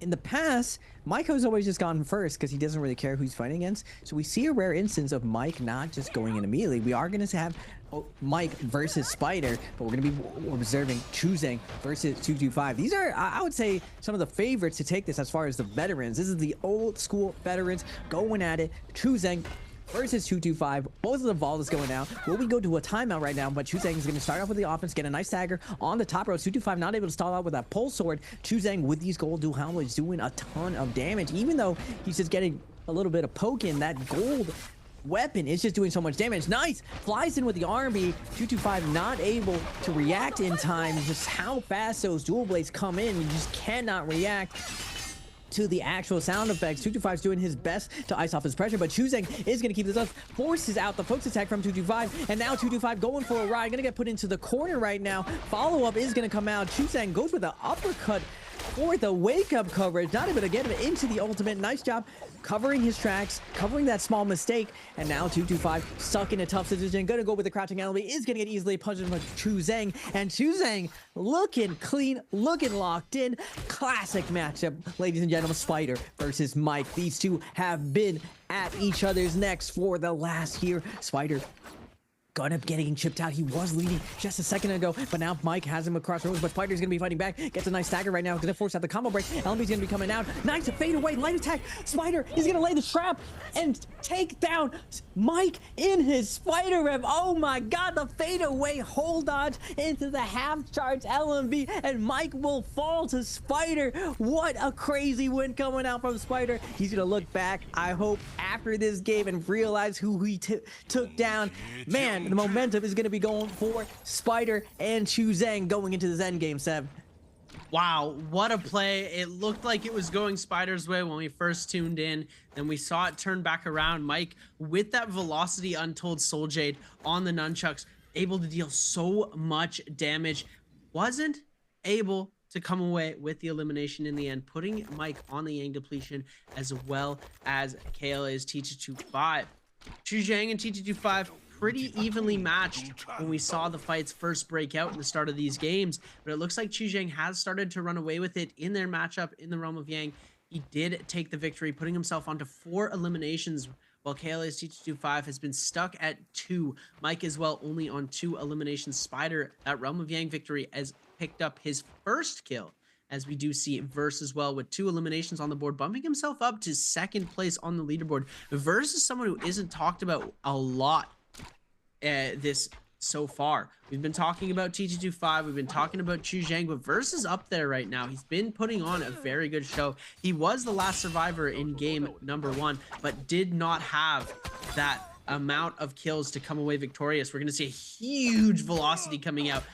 Huge damage coming through. The overhold on to Mike is going to connect. The nunchuck battle, blue nunchucks versus purple nunchucks, but T225 in not the greatest spot right now. Wants to get a bit of a pot off before re-engaging into this fight against Mike. Mike very, very high on the health advantage right now, but we do have ultimates available if the situation does get more dire.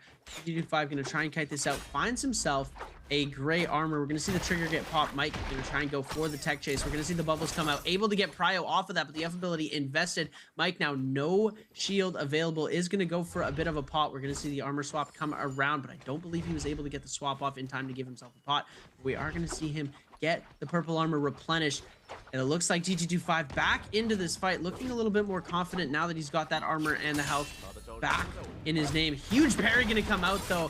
Mike able to deal huge damage. F ability going to be invested, forcing the ult out from T225 right now. Spear is going to come out, but Mike going to invest that ultimate to avoid attack from the spear. The punish is going to come through as T225 going to try and send another spear out. I believe he's got 1 left. We're going to see him send it Mike's way. Misses the spear. Does have that health advantage for a little bit. We're going to see the ultimate getting canceled as well. Mike going to get hit by Chu Zhang. We're going to see those golden dual halberds just dealing so much damage. Mike could be in a lot of trouble now. The whole lobby deciding to third party this fight. The Yang depletion players not getting an easy fight to the death, where they were able to have 1 victorious. It looks like Mike is going to be able to lose focus of most of these players right now, and T225 still very, very low in HP. Mike needs this bloom. If he doesn't get the bloom with T225, it's going to be very difficult for him to be able to come away with an elimination onto another player this fast. He's got 2 minutes left, so he does have the time.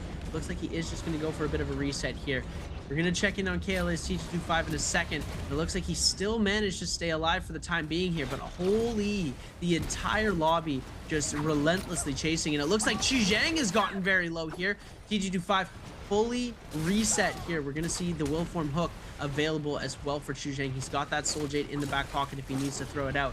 And he has found himself a little nook where he's been able to take a bit of a reset. And now Mike, still the target of the lobby.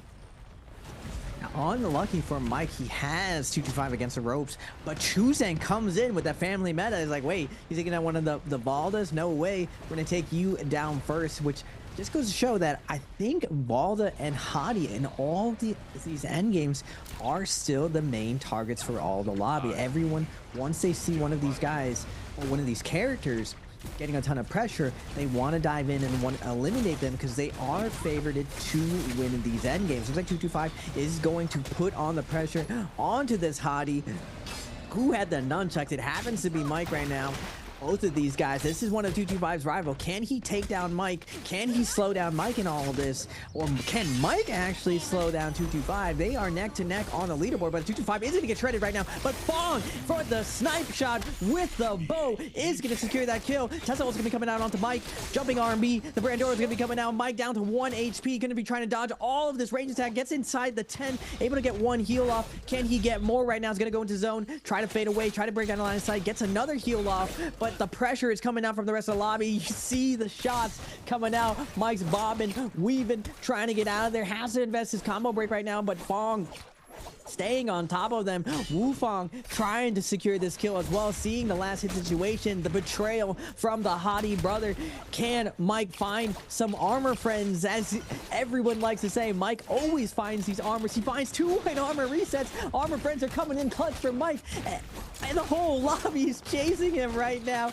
Look, the jumping musket shots, the cannon shots. Mike is fading away everything. He is going to be able to get to the safe tents, the fences. He's bombing, weaving, looking for some more armor friends, but can he find another one?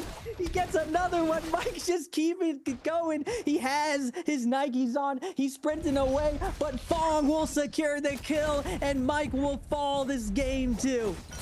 Wow, what an effort from Mike. You've got to give him his applause there. He was able to traverse the entire map, get 3 armor swaps, and break the ankles of every single player before finally getting brought down. DRG's Fong, one of the players who is extremely good at kiting out, is even better at chasing. We see his full skill coming out there, as that's his 2nd elimination of the game. We now have Chuzhang and Verse, Wufang, Spider, XY, Fong, and AIS still alive in this game. It looks like Fong gonna go for a bit of a reset here. Took a bit of damage going for that elimination. We are gonna see the Z-Pings grouping up on the other side here. It looks like they've lost one of them. Spider gonna get hit by the Bane. Going for a reset here. He does have that white Tigers, so he's going to be gaining a bit of health and shield over time if he does end up losing some. 2 Najade gonna be coming out from JL's AIS, and Chuzhang looking to contest the Z-Ping space here, as AIS not fully back on the ult as well. Chuzhang does not have full ultimate. We're going to take a look at his glyph board as well. We see most of it invested on the stamina side, a little bit on the rage, and then we've got the 1 blue skill selected, the base blue skill. He's got a good all-around ability, or sorry, purple. We don't see any blue, just a little bit of purple, as Chuzhang very, very set up here. Gold armor, gold dual halberds. He's got a very good shot to come away with the MVP. He's already got 4 eliminations under his belt. So if everything goes his way, I believe he is the lone Valda in this lobby right now. So not having another Valda could be very difficult for him. We did see T225 get eliminated earlier into this game, as he was trying to cure his Yang depletion in that fight with Mike. Now everybody converging onto each other. It looks like they are going to be trying to go for the Valda right now. These Liams wanting to take that Valda out early. Oh, the charge attack coming through from the pull sword, going to be dealing some huge damage. But it looks like Chuzhang is going to be given the respect. He is going to get himself a bit of a reset. A lucky break for Chuzhang. No one else wants to poke at Chuzhang. The gold armor, everyone knows he is one of the most stacked in the lobby. Now we're seeing the likes of Spider and Verse, both of the Liams, trying to poke out some of these tankier characters right now, but Spider is going to pay for challenging Chuzhang. Chuzhang's gonna go right to Spider, going for the juggler, but Spider did have that armor reset on deck, and now Verse waiting on the outside. Liam is gonna pop his ultimate. Chuzhang's gonna be forcing out his V2 on the Valda. He has a little bit of health right now. Going in for a couple heals. Doesn't look like Spider and Verse want to continue the pressure. They're going to wait out this ultimate. They don't want to risk getting speared, getting focus fired on the outside. So Shen Yuan, Fong, AIS waiting for their opportunity. We got 2 Zippings as well. Multiple tanky characters going into this. I got to say, Seb, the Liams are not looking like the favorites right now. We got double Zipping, we got a Valda out here. We got a Hottie. And we have a rogue Shen Yuan on the Tessa. We got that wild card ready to throw out that Tessa at a moment's notice. 7 people alive. We're going to another stacked endgame again. More than half the lobby is alive going into this last leg. We got a nice little open area, a little bit of trees for some counterplay. We got a couple tents. I imagine we're gonna still have that nice ultimate high constant grapple cancels at the top, and we're gonna have a low ground of the Liam is dominating, plus the spear from Chuzeng. Now, both of these characters did get their what's it called? Their ultimates baited out right now. Wufang going for the greedy play right now, looking for that gold armor swap. He is going to get hit with a cannon shot, revealing his health. He is going to go into this 10, try to buy some time, but the last 2 minutes are upon us. The zone is closing in. Everyone's getting forced into the middle. Doesn't look like we have much counterplay right now. We just got a small little bit of 10, but it's just open ground right now. The cannon shots are going to be reigning supreme right now. Chuzeng immediately going on the aggro, going to be jumping one of the zippings, trying to get someone else focused before he can't. He noticed someone's in this little bit of 10, realizes this spot is pretty good. He's going to go all in right now, invest his combo break right now, but Wufang's going to hold his ground. Chuzeng with the double hold release, with the single charge release. Both of these guys mashing it out right now. Tetsuo's going to be coming in from Genuine, but Chuzeng is going to claim the spot inside this building right now, trying to chill, hide away from everyone. But Spider is going to notice someone's in the building. Is he going to vibe check, see the health of Chuzeng, look for this kill right now? He goes for this careless, opts to play this a little bit safer, and Chuzeng with the play is going to take and get that nice reset. Can he hold on and get to his Voldemort and secure this win, Seb? And it's looking very difficult for him here. He's going to try and go for that wolf form hook to see if he can get any siphon off. But DRG's Fong with the fan. Blue fan in hand, going to come away with a lot of damage, able to eliminate the top player in the lobby right now, which was Chuzeng. We're going to see the fan focus come out onto Spider as well. Into a 1-2. We are going to see the crouching one coming out on to the side of Fong. Now Spider getting dangerously low in HP, gonna pop that ultimate to try and get some siphon back. Was able to get a bit of health off of the legs of DRG's Fong. Fong gonna kite out onto the outside of the circle here. Ultimate completely burned now for Spider. This is a difficult space to be in as the circle's closing in. Completely open playing field for everywhere. Nowhere to go, no one to hide, and there's 2 zips left in the lobby. The heal off is gonna be intense as we do see both zips popping their ultimate now, and all they need to do is not eliminate each other, as it looks like they are gonna start attacking each other down on the bottom.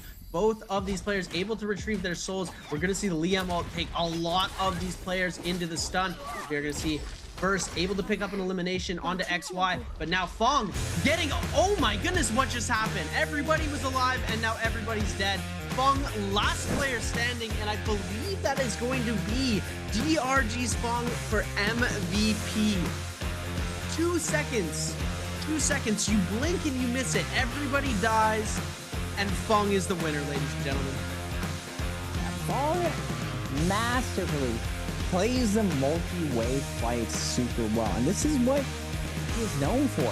On the outside, he's just lurking, waiting to sneak up, get that assassination play going, come in with that third party when you least expect it. He's known for his entire play, and that gameplay goes very, very well with zipping. Fong, one of the veterans, he's played Holoroth a gazillion times. He's very accustomed to that playstyle, running with that fan and dagger.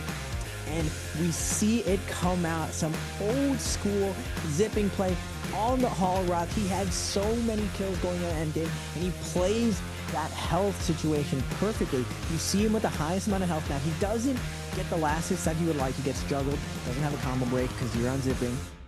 But still, he found so many nice multi-way pickoffs going into that endgame, so it doesn't matter. Fong is able to secure many, many kills going into that last little bit that we didn't even see it happen. That's how sneaky his play was.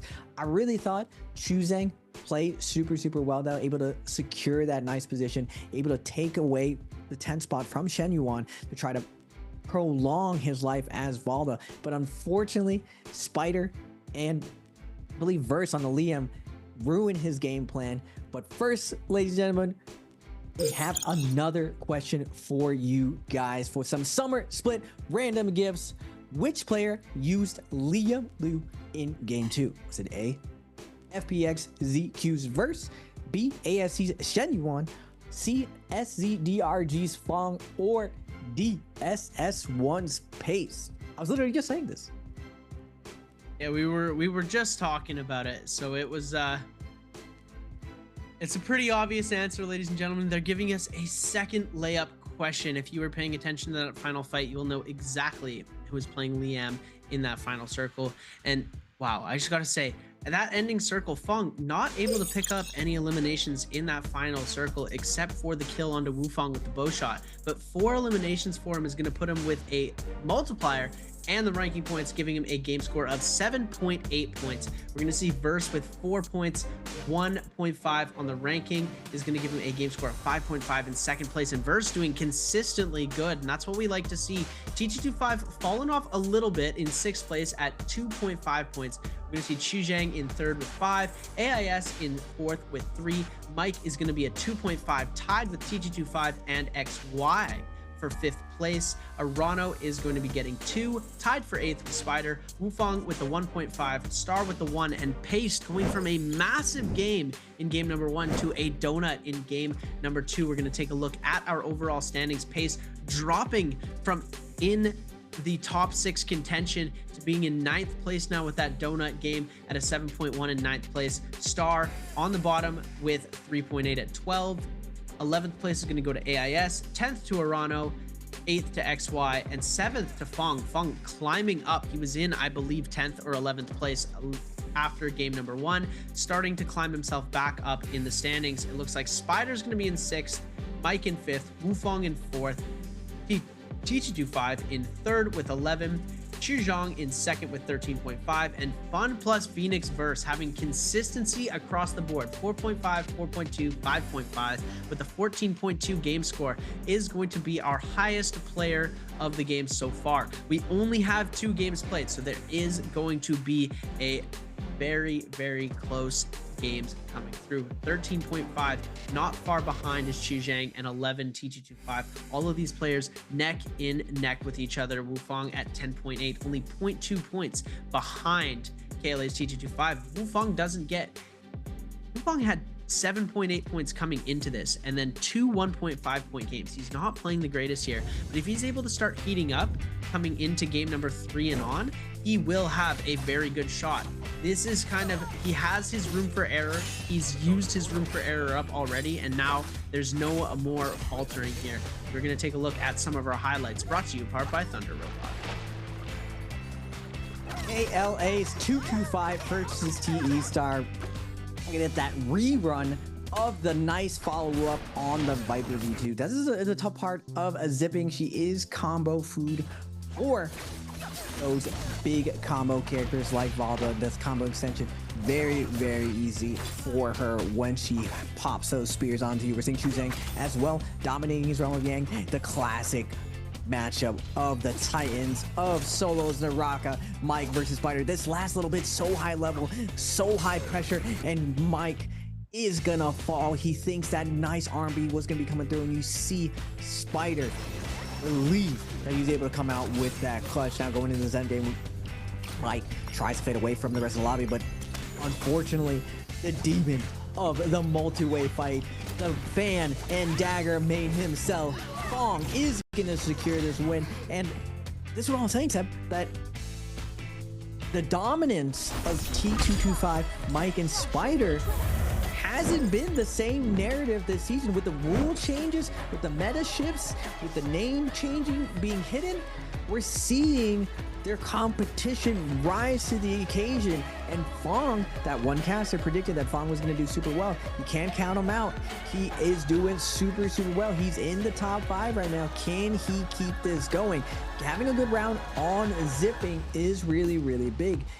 You didn't have to go into really Realm of Yang to get those big wins. You can play the outside, you can play the stashes, you can play the spirit well, and but you have to play the multi-way fight super well. One of the big skills that I would say have changed in NARAKA is movement. There's a new ceiling for movement, getting away and chasing people down. If you don't have every single weapon locked in, if you don't have the chase down neutral really, really dialed in, you're really not going to secure a kill in these multi-way fights. It is so hectic with amount of people running pistol for that guaranteed chip damage, running cannon so you can't run and hide around a corner, get that heal off. So making space, finding heals and finding armor resets is really, really difficult.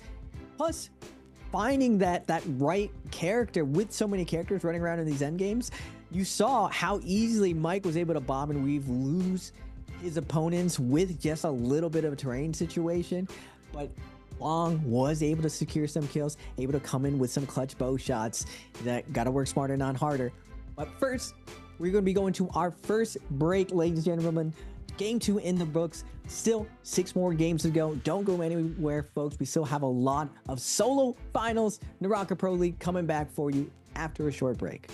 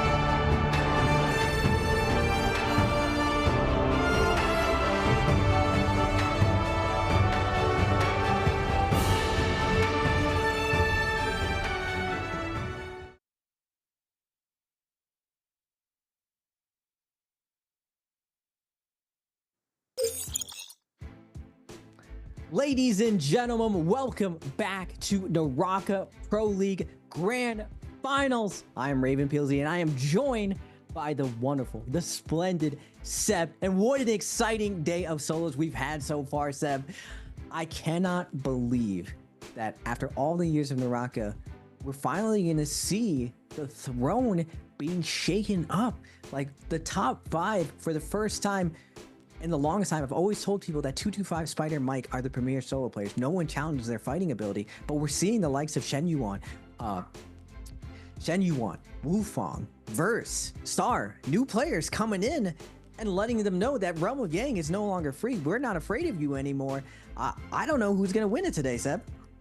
Yeah, I came into this day saying, oh, Mike and Spider are probably gonna win. I'm hoping we get to see Wufang do something crazy, come out with a whole bunch of points, and end up taking it away. But wow, we are ending up seeing the plays starting to go to these different players. The player who's been playing the most consistently throughout these games has been FPX Verse, who is on the top of our leaderboard as we are speaking. It can all change in these next coming games, but he has had the most consistent play so far. These extra pre-post points have been a huge help to some of these players in making sure they don't fall too low in the scoreboards with the likes of Wufang.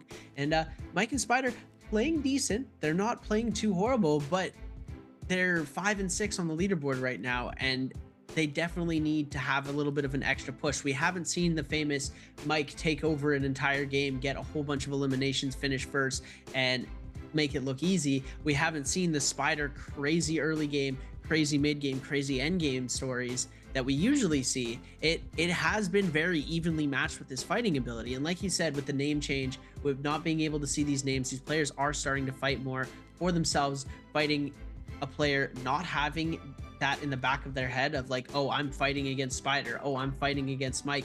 This is not going to go well for me. They have this, oh, I'm fighting an Nbpl player, I'm going to come away with the victory and get this kill. The change to the mental is definitely a huge part of what has gone into this game, especially in the finals here, and you can see it come out. There's a lot more players alive when we're going into this late game. We're starting off with 9, usually going into that final circle with 7 or 6, and then that final circle is closing out with 4 or 5 players. So it is a lot more density of these players when it comes to the final circle, because everybody's playing on this another level. It's a game 7 energy that's come out in game number 2, and hopefully we'll get to see that game 7 energy in game 3. Yeah, I cannot stress how big the name changes. The mental is so different. Like being a competitor, being a coach of a lot of really strong players in multiple games. One of the biggest enemies of being a competitor is your own self. Like the amount, how critical you have to be of your own gameplay. in order to compete at the level, it's so much. Your inner dialogue is so much, and it's very easy to get intimidated by your opponents. Momentum is so key, and I would say resolve is one of the biggest indications of being successful in a competitive game. But with the name change, it takes away a lot of the mental edge I feel like Mike and Spider had over their competition. Frost has even told me in scrims when he was playing, he felt like people would shy away from fighting these two. Now we're seeing no one shy away. In fact, we're seeing the likes of Mike and Spider actually being hunted. For a long time, we saw a lot of family meta going on, meaning like if you're the same character, you don't really want to take the same fight. And for sure, after game one, the phases are set, your groups are set, you kind of know who is your duo for the day, who is the other person in your phase, and you see Mike and Wufang go at it immediately. For the first time, I'd say there's so much rivalry within the league. Everyone is giving each other a lot more respect or disrespect that they're challenging in so many situations that they wouldn't before. Oh my god. And this is something I noticed too, Seth. In every other tournament, in every other weekly grand finals or weekly finals, group play, I always saw Spider almost look like aloof and bored. But now we're seeing him a lot more animated, a lot more emotions coming out of him. Now, nothing new from Wufang here. He's always looked super locked in. You can see, you can almost feel that aura of seriousness. I think he hits out with a big yawn, a little bit tired from the prep work. Wufang, though, I gotta say, out of all of the players, he has a ton of momentum coming from the pre-finals win, but can you keep it up?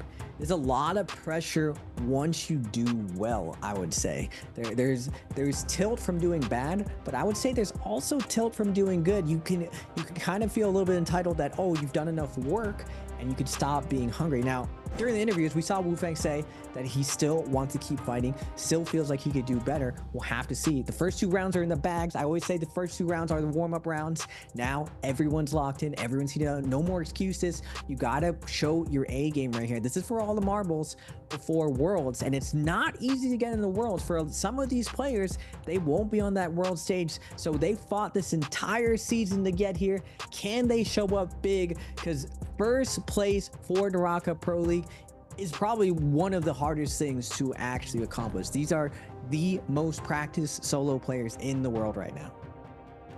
Well, yeah, they have the most time and hours logged into this game. If you go look at their NARAKA accounts and check how many hours they have in the regular game itself, and as well on these dedicated servers playing in the NBPL tournaments, the amount of practice time that these players have got in analyzing, playing, practicing, grinding out every single little detail, anything that goes wrong with their game, they have to be able to switch it and iron it out. And this is what we're starting to see, is all of these players are catching up to the top players. We usually see someone run away with it, and now we're not seeing it happen anymore. And taking a look as well, we're seeing the 3rd game straight with Zping. Zping making a huge climb back into the meta, which I'm absolutely loving here. We are going to also see 2 Temis coming out, Mike and Wufang on the Temi. We're seeing a Justina pick from Verse, one of the players who's played very well and is on the top of the leaderboard right now. Let's see how he'll be able to cook on the Justina. We've seen some players do some absolutely atrocious things when it comes to the Justina TOD combos that we have seen sometimes in the realm of Yang. Those last stand 1 HP fights with the Justina ultimate are always ones to watch. So as we're jumping in to game number 6, ladies and gentlemen, these players are getting locked in, getting ready to go. Game number 3. My mistake, ladies and gentlemen. We're not on 6 yet. Solos grand finals. It's all on the line here. Taking a look at what ultimates and abilities these players are going to be using. It's going to be F2V1 for the Justina. Justina is one of the heroes that we often see a switch in the abilities. AIS also on the Justina going to be rocking F2V2. So the ultimates are switched around. Fung, a player who when he plays Justina likes to play on the F1 ability that gives you shield back but isn't a combo break. We are also seeing the F1 ability for our Temis with the V3 accompanying. Pretty standard across the board as well for the rest of the players. It's going to be F2 V2 for the hotties, F1 V1 for the Liams, F1V, V1 for the Kylan, TG25 opting to go for the Kylan, and our Valda are going to be playing on F2, V2. Interesting that AIS is going to go with V2 on Justina versus V1. Versus really known for his Justina in the league, it makes sense why he's running the V1. The big difference between running V1 versus V2 on Justina is V1 you mainly play neutral, you mainly play counterplay, like you play very reactionary. You can punish so many different animations by watching your opponent, seeing if he's willing to throw out a bad move and wait menacingly. V2 though allows you to pressure, but it also forces your opponent on the defensive a little bit, where they're just trying to tap dodge that. But I would say V2 element of surprise is probably going to be there just because it's not as much in the meta right now. When Chayo was more prevalent, you saw V2 everywhere. So a lot of the times when someone ran against a Justino, they were more willing to tap dodge. Because V1 is there, a lot of people will hold and just dodge the inevitable dash through afterwards, because they can deny the actual stagger. We'll have to see how that pays off, but I imagine AIS is going to come in with a nice third-party V2 freeze. But we're going to get ASE's Shenyuan versus Star off spawn. Star going to be releasing that LMB one charge. Shenyuan is going to get grapple staggered before he can get away from here, but he's going to get a nice white armor reset. Star now in a tough situation, going to clank out. Shenyuan with a fadeaway parry, not going to get the punish right now. Gets back-to-back parries on the Star, and now Star is gonna be the focus fire of Mike. Star with no more weapon in his hands, throwing some hands out, trying to get a slap up, but Shenyuan coming in hot. He's got to worry about Mike on the backside, but Mike's gonna steal the first kill, and the soul boom, and the kill. He's gonna get a nice two-piece off spawn, and Mike's gonna be starting it off very strong on his Nbpl for this game 3. What a crazy play from Mike. He came and said, I'll take that, and I'll take you as well. Coming away with 2 eliminations starting this game like we've seen Mike in the past. Absolute menace in the battlefield here, as we are seeing him go for another fight already here. F ability going to be invested. We do see Prio getting given over to AIS. We are going to see him try and go for the uppercut into a extension. Going for the 3 RMBs there. A little bit of an interesting play. Tap dodge roll going to come up from Mike into another armor swap. We're going to see that F ability already coming back online, trying to get another freeze off on another wisp off on to AIS. We know his F is burned, so we're going to see him come through with a huge combo off of the parry and then the 1-2 jump. We do see him pop his ultimate as well. I don't know if that was a misclick there, but oh, it looks like we do have a third party coming through. We're going to see him go for the reset, and he catches again. We could see the 4-piece off spawn for Mike. This could be a crazy elimination coming through here. We are going to see him go with a huge parry. Mike, absolute insanity here. Going to catch the wisp into the full combo, into the overhead extension. Gold focus. Chuzhang very low in HP right now, and 4 eliminations. We're not even 6 minutes into the game, and he's got 4 kills on the belt. OUG's Mike, this is that old Mike that we've wanted to see. We said we haven't seen it all season. Mike just came out with a 4-piece in game number 3. Oh my goodness, an all-you-can-eat buffet for Mike off spawn. A nice 4-piece family meal for him.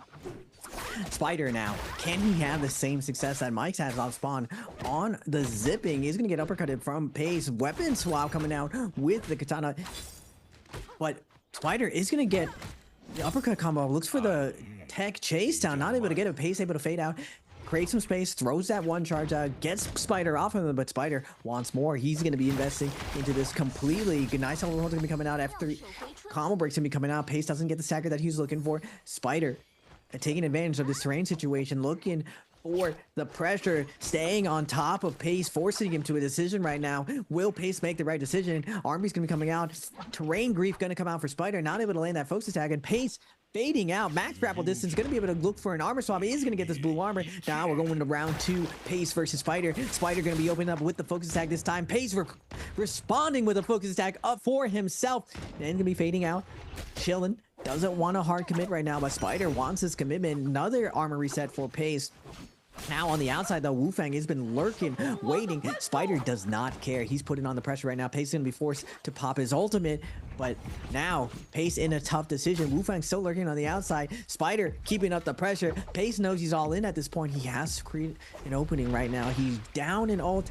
He needs to get at least a kill in this situation to salvage this. Spider recognizing this though, doesn't want to get all in from Pace, wants to tag in Wu Fang, but now Wu Fang, an outside bystander, is going to have to put on the pressure if he wants to get this kill. Looks like Spider is going to disengage. Both Pace and Spider doesn't want to give the free kill to Wu Fang, sensing the danger, and both players are just going to disengage. Quick disengage coming through, allowing Spider to find himself a purple hung sword for his back pocket here, just in case he needs to pull off some crazy combos. OUG's Mike, purple staff, blue armor in hand. He's got all the gold he could possibly need. He's going to try and do a little bit more looting here. 4 eliminations on the board. He doesn't need to get aggressive with the rest of this life here. He does have an opportunity to get himself eliminated and join back into this game, but the safe play right now, he doesn't need any more eliminations in this early game. He's going to try and go for his smooth transition into the mid game, get himself maybe into a realm of gang, although he doesn't need the eliminations. The buff would be nice, the gold weapon could be helpful for him, but we're not sure exactly the play here, and it looks like he is going to be close to a Yang portal. He's going to end up hanging around there really quickly. Spider finds Wu Fang, gonna go for a 1 into the jump LMB. Gonna see him try and go for a parry here. Dagger versus Hung Sword. And it looks like Wu Fang gonna go for an uppercut into another grapple bunt, into a third uppercut. Tries to go for the jump LMB. Afterwards, isn't gonna be able to connect the big parry that came out. Huge punish damage with Spider. Gonna be able to gain most of this back here. Prio is gonna be given over to Wu Fang, able to get a second uppercut into the grapple bump, into a third uppercut, into the focus attack. Oh my goodness, what a crazy play coming through. We're gonna see the huge focus coming out as well from Spider, but we are gonna see the ultimate getting invested from Wu Fang. Wu Fang 1 HP in a dream, as we're gonna see Spider getting eliminated. X1's Wu Fang from the 1 HP perspective, able to take Spider out. Oh my goodness, it was a close one. The ultimate invested, saving his life near the very end there, able to play the spacing extremely well and keep himself in this game.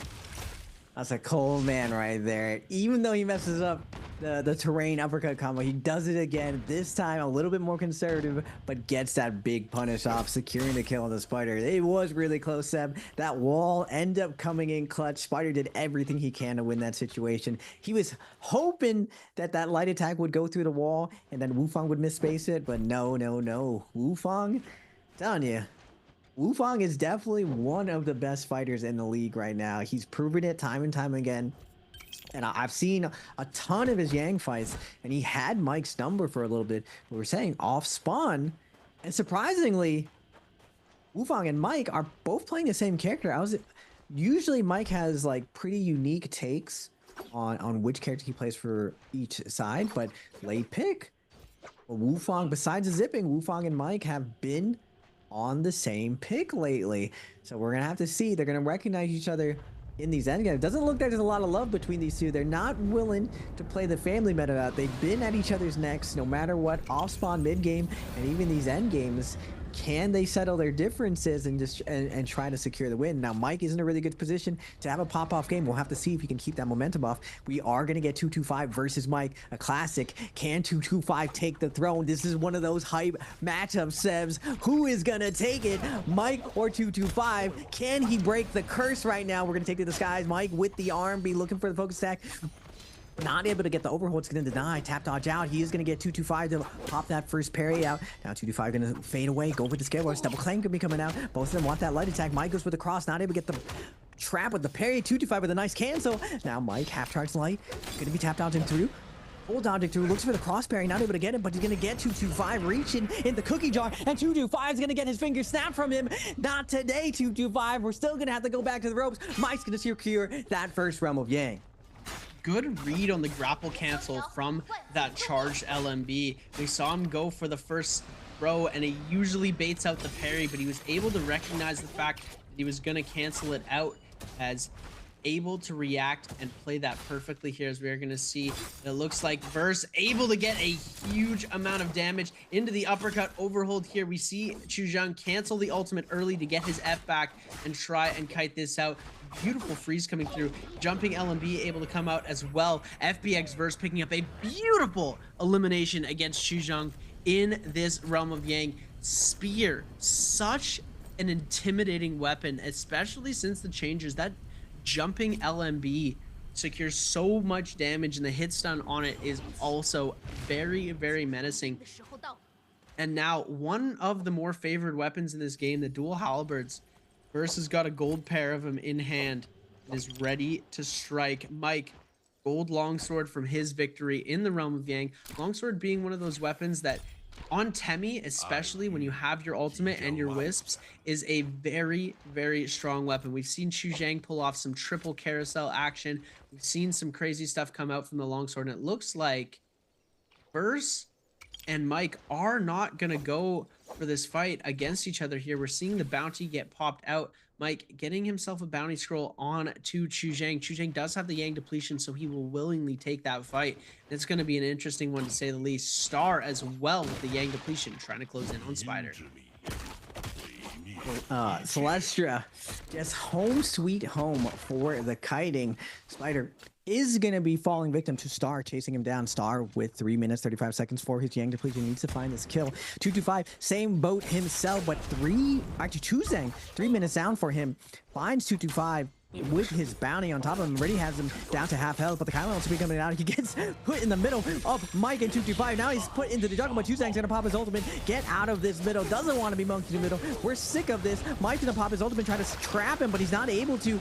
Another player is gonna be diving in. Who is this? It's Fong. He's gonna get put in the uppercut combo. Combo extensions gonna be coming out. Mike with the focus attack, gonna put Fong in the reset. Does he get enough damage for the kill? Fong not able to pop. Ultimate is gonna fall. Mike's gonna grab that soul blue, but drop down's coming out of nowhere. First showing up to the party on the Justina. Nice job trapping Mike with the LMB and gets the uppercut. Now Mike gonna clank out, trying to get out of the situation, but it's gonna fall. Doesn't matter, the Vermilion's buff. Now Verse gonna be slurping up some of this juice, coming out with his Vermilion's buff. Now Chuzheng, 2 minutes 15 seconds, is gonna find Verse. Doesn't have his ultimate, has to fight a Verse Justina. One dash to be coming out. We're starting out strong.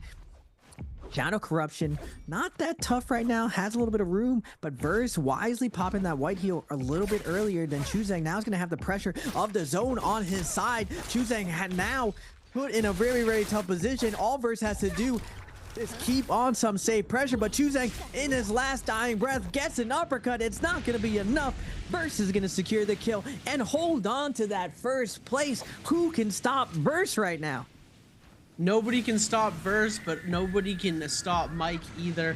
Verse in a bit of trouble. He does have 20 seconds left on his life, and it looks like he might let Mike get this elimination here. 7 kills for Mike right now. Absolute insanity. Mike gonna go and do a little bit of looting in the zone. We did see 40 seconds left on that Vermilion's bird buff. It was better for Verse to just take the L, get eliminated there. Could have gotten himself eliminated by the zone and went back into this game, not giving Mike that extra elimination. But at this point, all that matters is he's still back into this game here, as we are going to see Paste with the Yang Pass. Star trying to contest this, has taken off all of the shield of Paste. Scale rushes are going to be coming into play, as Star going to try and make something happen. Oh my goodness, grapple damage follow-up connect on to his jumping LMB. Beautiful play coming through here, as you're going to see T-Star investing the ultimate as well, hoping to make a play for this Realm of Yang. You're going to see the Yang has been opened up. Star is going to want to go jump in here pretty quickly, but it looks like all of the Yang spots have been filled. Oh, Star is still on Yang depletion. 45 seconds left. Needs to come up with some sort of elimination, and he's run into the one player who has enough kills in this game already. You can go home now, Mike. You've already got 7 eliminations. We're going to see the uppercut combo start to come out. F ability invested. Star just throwing blue after blue right now. If anybody jumps into this fight, they have the potential to pick up this elimination.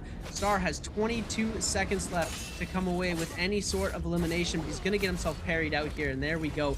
8 kills before endgame. Mike is going absolutely crazy right now. Verse with 4 eliminations on the board is going to be in the realm of Yank here. Oh my goodness, we see Sky Pillar into jabbing. Huge mix-up play coming through from Verse to be able to throw AIS off of balance. Having all of those Soul Jades going to make it very tough for AIS to deal with that. Switching over to the Gold Dual Halberds has in his back pocket as well. We're going to see the pistol shots come out from both of these players. Verse just doing a great job of peppering on the pressure. AIS very, very low in HP. Both of them still with their ultimates available. We're going to see the V1 Justina versus the V2.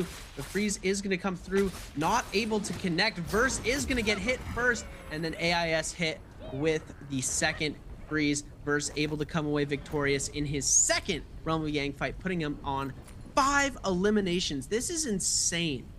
Verse is going crazy right now. Versus Justina is absolutely nuts. He's definitely one of the strongest Justinas within the league. He's a little bit of a specialist, I would say, on Justina. What Mike's going for the record right now. Both of these guys are having an absolutely insane game. Will they be denied though for that first place? We'll have to see how this Yang depletion is going to go. But this is the first time we've seen the lobby thinned out a lot more, and it's due to the back of just how crazy and how out of their minds Mike and Verse are playing. And this is what I'm saying, Sam. The first 2 games, warm-up games, we got the 3rd game going. All gloves are taking off. We got the fist throwing out. Everyone is going crazy right now. Shen Yuan, 5 minutes for this Yang depletion. Can he find the cure for this Yang depletion? Now we saw game 1. A lot of the players end up having to ice off, just take it in the zone, not give up the kill. But will he go a lot more aggressive, throw caution to the wind? We have to play a little bit stronger. Look at the kills. All of the kills stacked up to Verse and Mike. These two are pulling away from the crowd. The lobby needs to slow these guys down if they hope to stay competitive. We might be seeing a game 4 match point in solos if Verse and Mike are able to keep up this tempo. AIS with the pulsar gonna be chasing down Arano. Arano pulling out the dagger, trying to make his way to a spot, the scale rush. But this is the tough part of dagger. It's not very good out in the open for kiting. You need walls to scale rushes off, or else longsword and dual blades, dual halbies are way faster. They can close the distance on flat ground super well. Even the likes of staff and spear, it's very, very hard to get away on flat ground. But now that Arano's made his way to the buildings, he ice offs the pressure, cuts noise a little bit. He's able to get a nice some space and gets back to full health. Now AIS in a tough position. 3 minutes, time is ticking. Pole sword, not a very ideal weapon to chase down. I really don't know how Kelly's able to pull it off, but chasing some like a dagger or dual blades or longsword with pole sword, it's pretty tough, especially in these like heavily vertical areas with a lot of buildings, a lot of scale rush opportunity. You're really looking for some type of ambush play. You see Shen Yuan setting up for the scale rush, and you're seeing Pace joining in the party. Now 5 players are joining this Yang depletion chase down. Arano again being hounded by this Yang depletion, this desperation. Arano just has to kite this out, has to play the Yang depletion against themselves. He can time them out. He knows the exact amount of time that these players have in order to get this cure. Can he survive though? Everyone is here now. All 8 players showing up to the party, and Arano will fall to AIS. AIS popping that Justina ult. Now Pace joining in the party. The V2 coming out. Both charges already out. And now, like I was saying, Seb, I knew AIS was going to get a nice third party finish off, but he doesn't grab that Yang or that Soul Bloom to cure his Yang depletion. Tough break for him. Yeah, XY was able to pick up the Soul Bloom. That was our other player on Yang depletion, so he is going to be able to survive into this game, but it seems like he's the target of the lobby. He has used that ultimate to be able to keep himself into this game, but now he's found himself ran into by the likes of Paste who's got some very crazy loot coming off. I see a Stormstride Jade as well, making its way into this game. XY is going to get killed. WBG Spider picking up his first elimination of the match, and I don't know who got that Soul Bloom, but everybody crowding into the corner, and it looks like AIS was not able to get the bloom and cure his Yang depletion. He's going to get a bit of loot from this body, though, picking himself up a decent amount of weapons and loot. He's at 30% on the ultimate, so I believe he needs to get a kill very fast. A minute left here. It is very possible here, as we're going to see Mike did not invest the ultimate. It was Wukong who had the ult invested. Temi ultimate going to be coming in, trying to save him here, as we're going to see him go into the zone to try and avoid the enemy combatants who are jumping in to this fight. Everybody focusing onto Wu Fang. They know his ult's down, they know he's low in HP, and now everyone wanting to jump into this fight. AIS, the one who needs it the most. Spider gonna pick up the elimination, and it looks like AIS was able to get the bloom, cure his depletion with seconds to spare. What an insane play here. That looks like the Justinas are gonna be teaming up now. They were enemies in the Yang, but the Yang depletion has been cured. AIS back on track to having a decent placement into this game. He's got 1 elimination under the belt. Spider jumping up to 2 kills. He was able to pick up 2 third-party eliminations in that sequence. He picked up the kill into XY, and then he picks up the kill onto Wu Fang. Mike still in the lead with 8 eliminations on the board. Verse still on top of the overall scoreboard with 5 eliminations this game. Pace with 1, AIS with 1. Everybody else is dead. There's only 5 players left. This lobby, this game has been a lot more aggressive than what we've been used to seeing from game 1 and game 2. So this end game is sure to be a lot crazier. We've got 1 Zip, we've got two Justinas, 1 Z-Ping, 1 Temi, and 1 Valda. SS1 Pace going to be our lone Valda for the game. There's good chance that it's going to go to our Justinas, but given that Mike has so many eliminations, it's almost guaranteed the MVP going to him. It's going to be tough. Verse makes a calculated play, as you pointed out, Seb. The Justinas were battling it out a little bit inside Yang, but on the outside, Verse knows a good way of securing this is pairing up with the same character. Nice cross pair going to be coming out onto Pace. With the blue buff, Verse is going to be investing in him, but the blue buff is not as big of an advantage. It's just 20% damage reduction plus the ESP, and it looks like he's taking a ton of pressure from Pace. Pace not going to be fading out, not going to just go out like that. He is going to fight his way out of the situation, forcing out the ultimate from Verse, but the V1, the power of V1 is being able to save those dashes. You see that 40% ultimate being saved out by Verse, and now Pace keeping up the pressure, going to go with the spear, not able to get it, but jumping up is going to leave him vulnerable. He's going to get caught on his drop down, and Verse now returning the favor, putting on the pressure. Mike going to be going out, putting on the pressure onto Pace. Pace with a fadeaway parry from max range. He isn't going to get the parry punish though. Slight mistake coming out from Pace. Now the zone pressuring him in. First, force the combo breakout. In a tough situation right now. Is he going to want to keep up the pressure? He is risking a lot right now. One of them is wrong here. They could get focus fired by the lobby, but Verse does not care. He wants to take advantage of this buff situation. Pace though, gonna create some space, look for the heal, goes with the 1 charge, but Verse with the cross parry, gonna catch those nunchucks, reaching right now, going and juggled in the air, but AIS with the cannon shot is gonna find the kill steal. AIS just letting Verse know, like, look, we're Justinas, bro. Okay, we're chilling. That's a little bit of a tax of being paired up. The other character may pick up the kill, but Verse okay with it, gonna keep it going, gonna keep leveraging his blue buff, keeping up the pressure. And again, Seb, we have another ult up with 4 people left. We're at 5 minutes. We're not even close to the end game right now, and we only have 4 people already left. And the W key has been held down this entire game.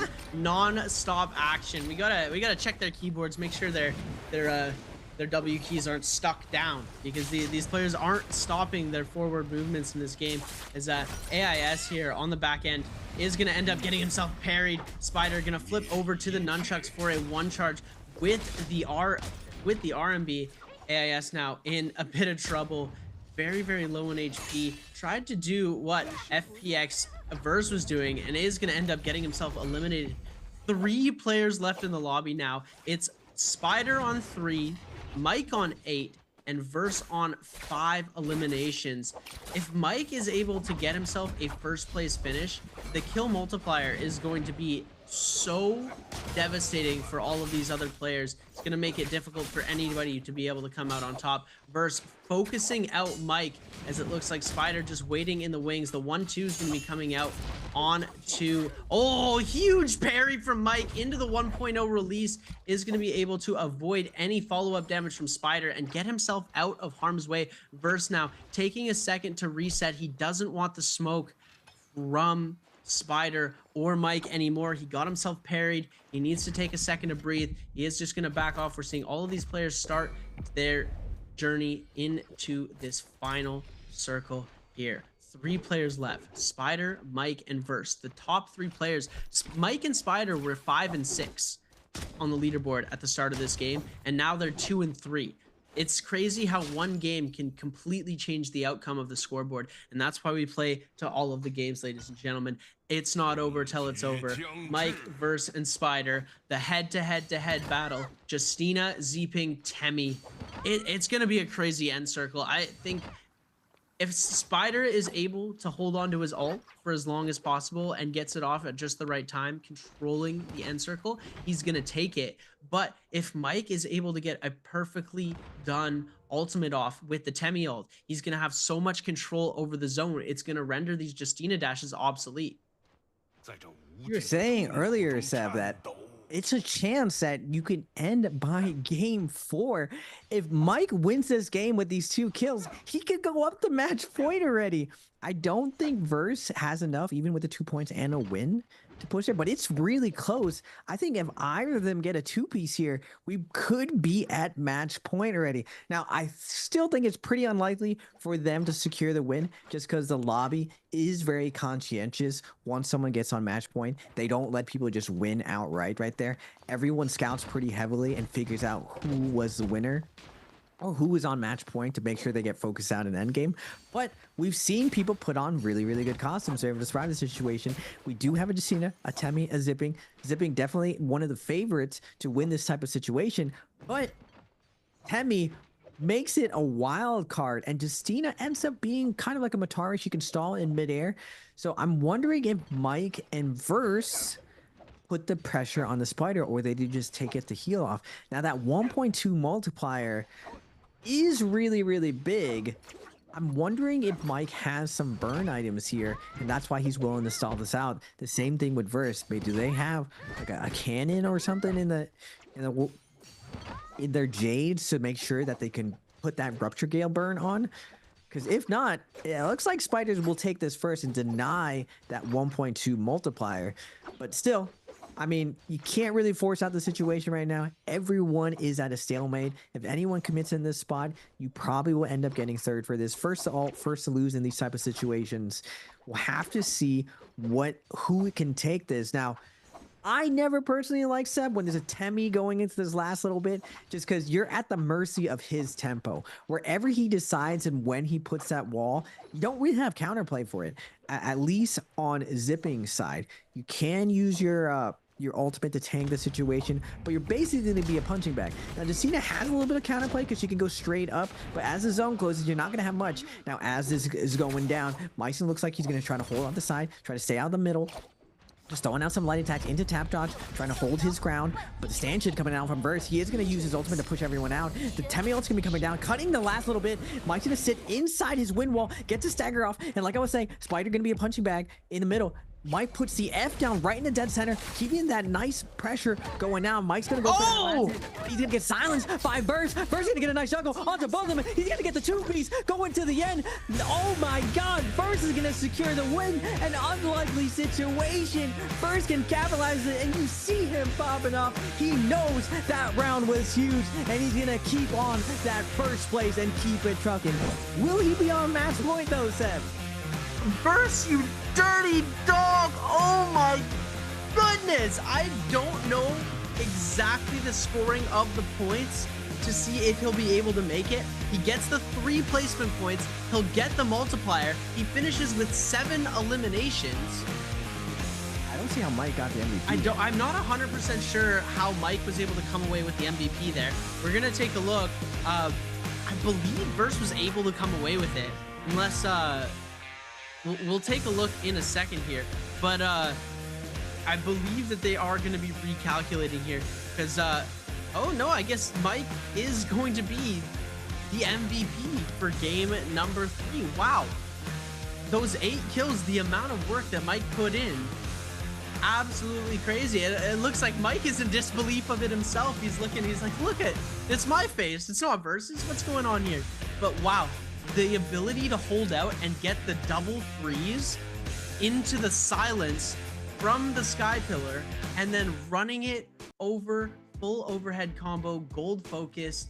Nobody has F, nobody has ult. You're in the storm, you're taking a lot of damage. You have the most amount of HP because these other 2 players have been going at it. It looked like Mike was going to be able to do it for a while. He caught Spider in the Wisp, sending him back into the zone, but the zone tick was so strong, dealing so much damage to Mike. Verse was left to his own devices for a little bit. They left him unchecked. He popped ult and said, freeze both of y'all, and you guys are going to be gone. 7 eliminations. First place finish. We're gonna have to take a look at this scoreboard in a second to see who got the MVP. I'm not 100% convinced it was Mike because that was, wow, just what a crazy play.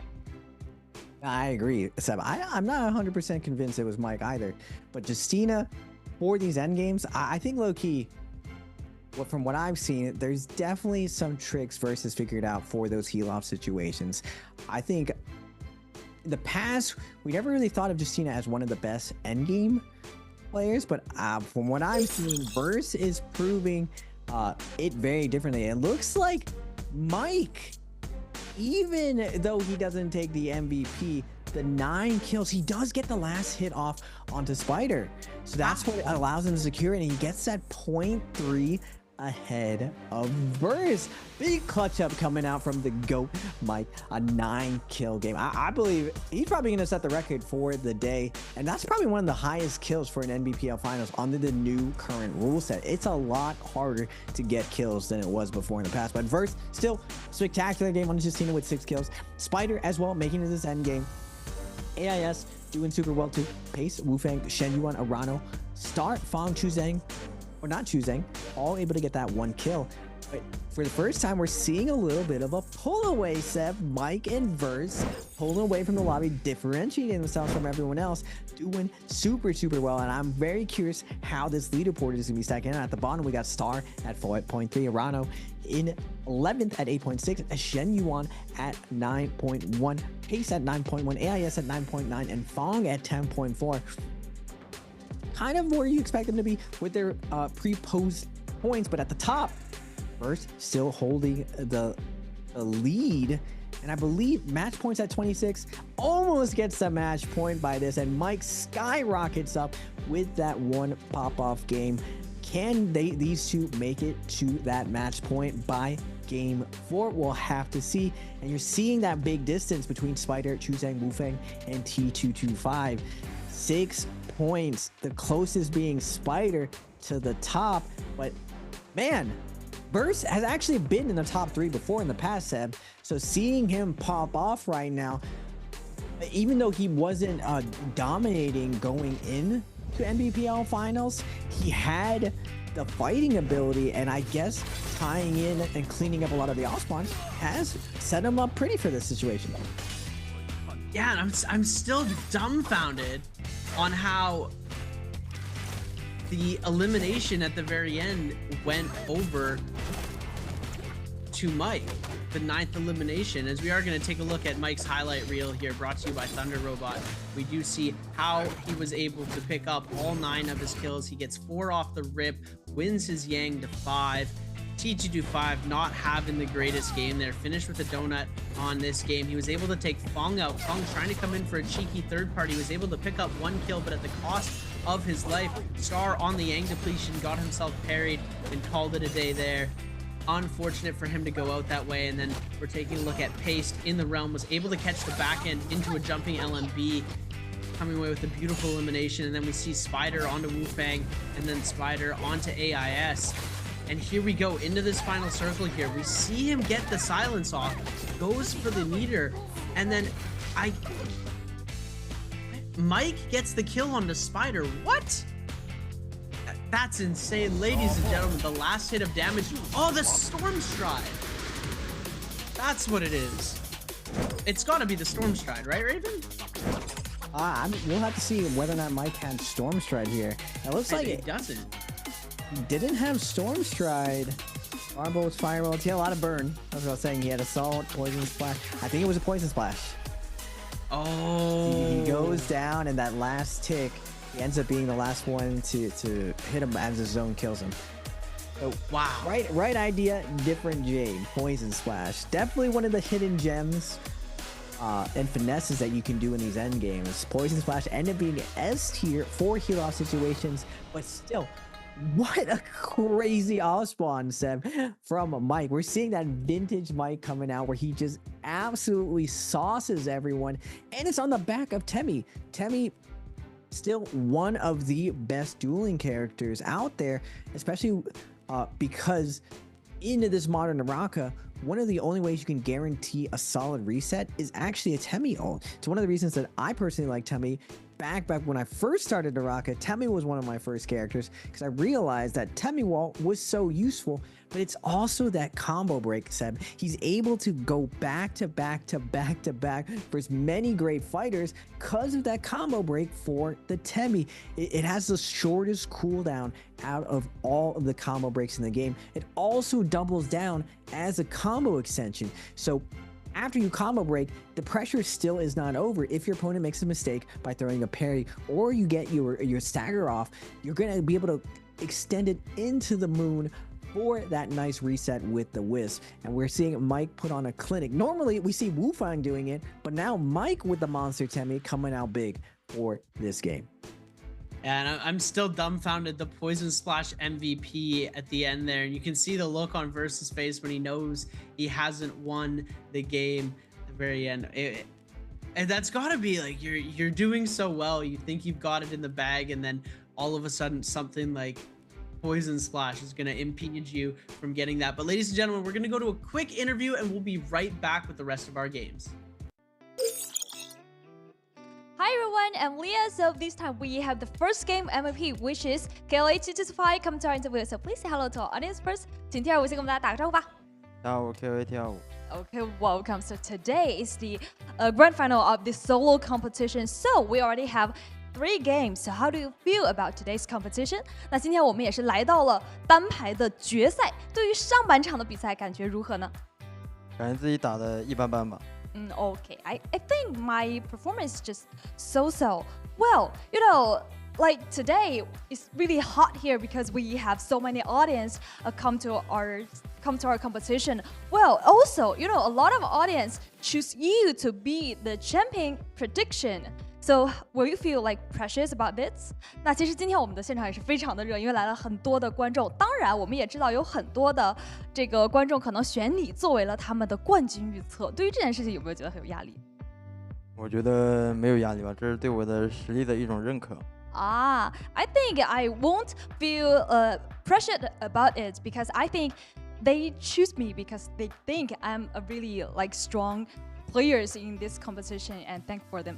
Okay, let's move on to our answer for treasure, please. So this time our question is, which hero did KLA225 use in the game 3? A. Kylie, B. Liam, C. Hadi, D. Akos. 那我们这次的问题是 T25 在第3把用了哪一个英雄呢？ A 是张起灵 ，B 是刘恋 ，C 是哈迪 ，D 是胡维。So please 看他们猜，是给我们倒计时一下。3, 2, 1.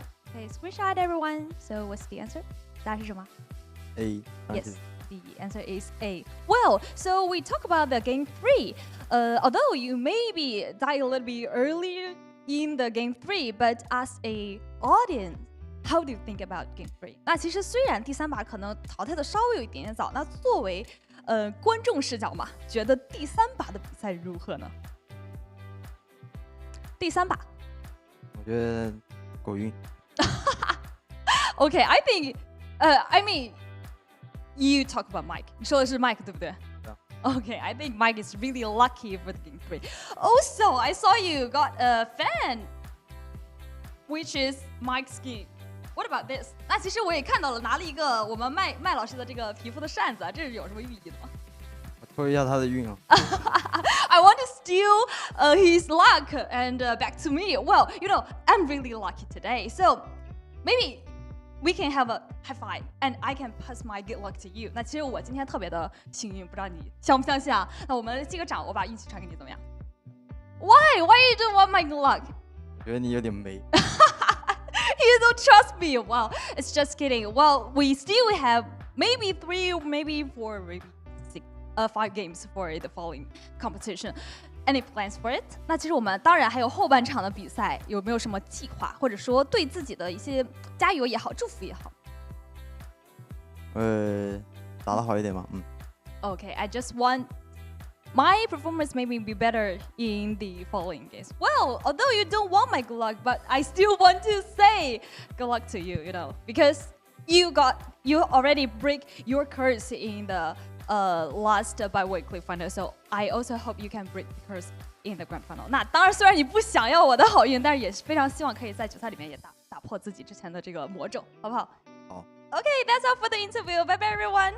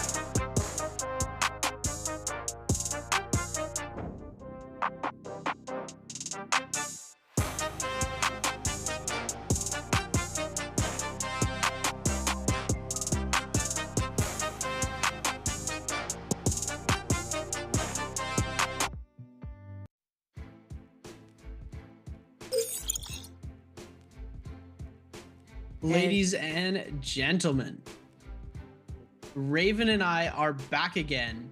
Game number 4 is about to get underway. Master Analyst, Master Screamer in the game. Raven's the analyst, I'm the screamer. And we're going to be jumping into game number 4 of our Summer Split Finals for the solos here in just a moment. But wow, we had an incredible game 3, and we've got some pretty crazy opportunities for some of these players. Raven, why don't you walk us through some of what these possibilities could be happening with these next couple of games? Well, we're pretty close to match point, Seb. Only a couple points up from Verse, and Verse is screaming with momentum right now. He is absolutely on fire. Now, right on his back as well, Mike on fire as well, and right on his heel is Spider. Now, it's a pretty big difference between these 3 players though, and the rest of the lobby. Normally, we've seen everyone kind of be very, very neck to neck. We've seen mainly 5 or 6 players going into that match point, but I don't know if Verse and Mike are going to be able to hold it. Like I was saying before, I don't think anything has necessarily changed of how competitive this lobby is. Everyone's really heated up right now. Mike, we're the only thing that I'd have to say though, Mike with momentum is a scary force. We were talking about T225 a little bit earlier. We've never seen him with momentum before. Can he keep it up? But we saw the likes of Mike just evaporate him, walks through everyone. That vintage Mike just walking down the lobby. Now, even though Mike did super, super well, we cannot take away the spotlight from Verse coming up big and showing crazy consistency today. Now, in the rare instance, I didn't think the tournament would end any earlier just because of how close the lobby is, but if Verse and Mike have another really, really big game and get to match point, does the lobby adjust? And do they adjust and slow them down? I don't know, Seb. I feel like the freight train might be moving too fast for the rest of everyone to slow these 2 down. And even if they don't win their match point games, there's still so many points above the rest of the lobby that if it comes down to game 8, if they keep playing the way that they are, they're going to win by default anyways. And ladies and gentlemen, winning is also possible for you guys at home because you guys could win some free stuff. All you got to do, link your Twitch account to your NARAKA account and earn the free rewards. You're going to be watching for a few hours, link it up and get some free stuff. Make sure to redeem it. It's always good to have more things in your NARAKA inventory. Free stuff, always really, really nice stuff, especially when it comes to the Pro League. A lot of really cool gifts were given out this season. Now, looking at moving forward, the rest of the rounds, Pridoria's coming back up. Now, the first Pridoria, we saw a lot of conservatism. We saw this time everyone really opened up. There wasn't really an end game like we've seen the previous 3 games. Everyone came out swinging, and we saw the later phase characters, Atemi and Justina, do super well. Normally we're accustomed to seeing like 2 or 3 characters dominate the meta, but something that's changed right before going to Worlds, I would say that a lot of characters are viable right now. There isn't a huge edge for each character. NARAKA's been around for so long that a lot of these characters have been pushed to their absolute limits. And I've been saying for a while, something that's very, very new that's never existed is the variety of characters in a lobby. There's a lot of unique situations when you have all these abilities and ultimates mixing together for you to find some interesting plays. And we're seeing in that endgame, we thought normally you would see that spot right. You would see Zipping dominate that situation. She'd play the heal off really, really well, tank a lot of the damage, and just win based on using the zone against their opponents. But we see perfect play coming out from Mike, chopping up that end game up with the Temio, making that last circle super, super small, using that ult to chop it in half, and then using the F, putting it underground, making sure there's nowhere safe for anyone to hold inside the zone. unfortunate for both of them. We're seeing Justina stall out like Matari, and we see Verse come in with the clutch, finding that last hit. Now, surprise, surprise, we see the Poison Splash being the true MVP, getting that last hit. But this is what I was saying, Seb, like, these end games are so meticulous. Now, I love me some good strategy when it comes to these end games, and all these guys are being pushed to the absolute limit. Now, moving forward, I feel like we're still gonna go to this in Seb, but I could be wrong. Look at Verse, man. He is looking dialed in, and I can't, even though it was Verse is leading right now, we can never count out the GOAT. Mike is showing up big today. It looks like he's on form. Yeah, if we see another crazy game from Mike with 8+ kills, 4 kills in the early game, it's gonna be pretty much over before game number 6. Verse needs, I think, 2 points-ish to get up to match point. Mike needs 4. They don't need to have crazy games like they did last game. All they need to do is put an average number of points up onto the board to get them onto match point, and then go crazy in game number 5. And it's a real possibility of that happening. These other players that are in positions 3, 4, 5, and 6 are almost 10 points away from catching up with Mike and Verse. And this is a huge deficit that we haven't seen at all in the season. All of these points are usually so close. Usually we get to see battles to the very end with these players, but now these two have broken away from the pack, and if they're able to keep the consistency up, their momentum will take them completely away from the rest of these players.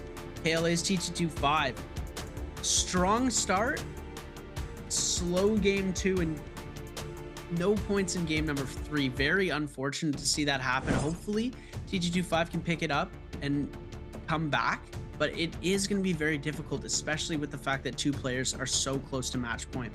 JL's AIS, someone who did pretty decent last game, but did end up getting out Justina'd in the Realm of Yang and got focused out pretty quickly when that final circle came to a close by the other players. Spider was able to pick up that elimination, giving himself 3 kills into that game.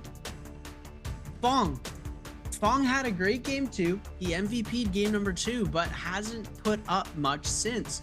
We didn't see anything from him in game 1. Game 2, he had a couple of eliminations, but ended up risking his life for a third party in the zone and fell to the likes of OUG's Mike.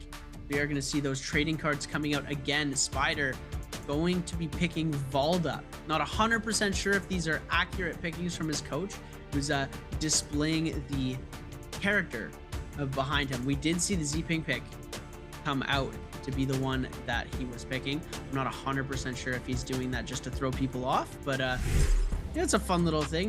We'll see if he picks the Valda. Getting to go onto our 3rd round selection this time will be with Spider and Verse. First round's going to go to Sean Yuan and Star. Arano and Xuzhang picking up the 2nd.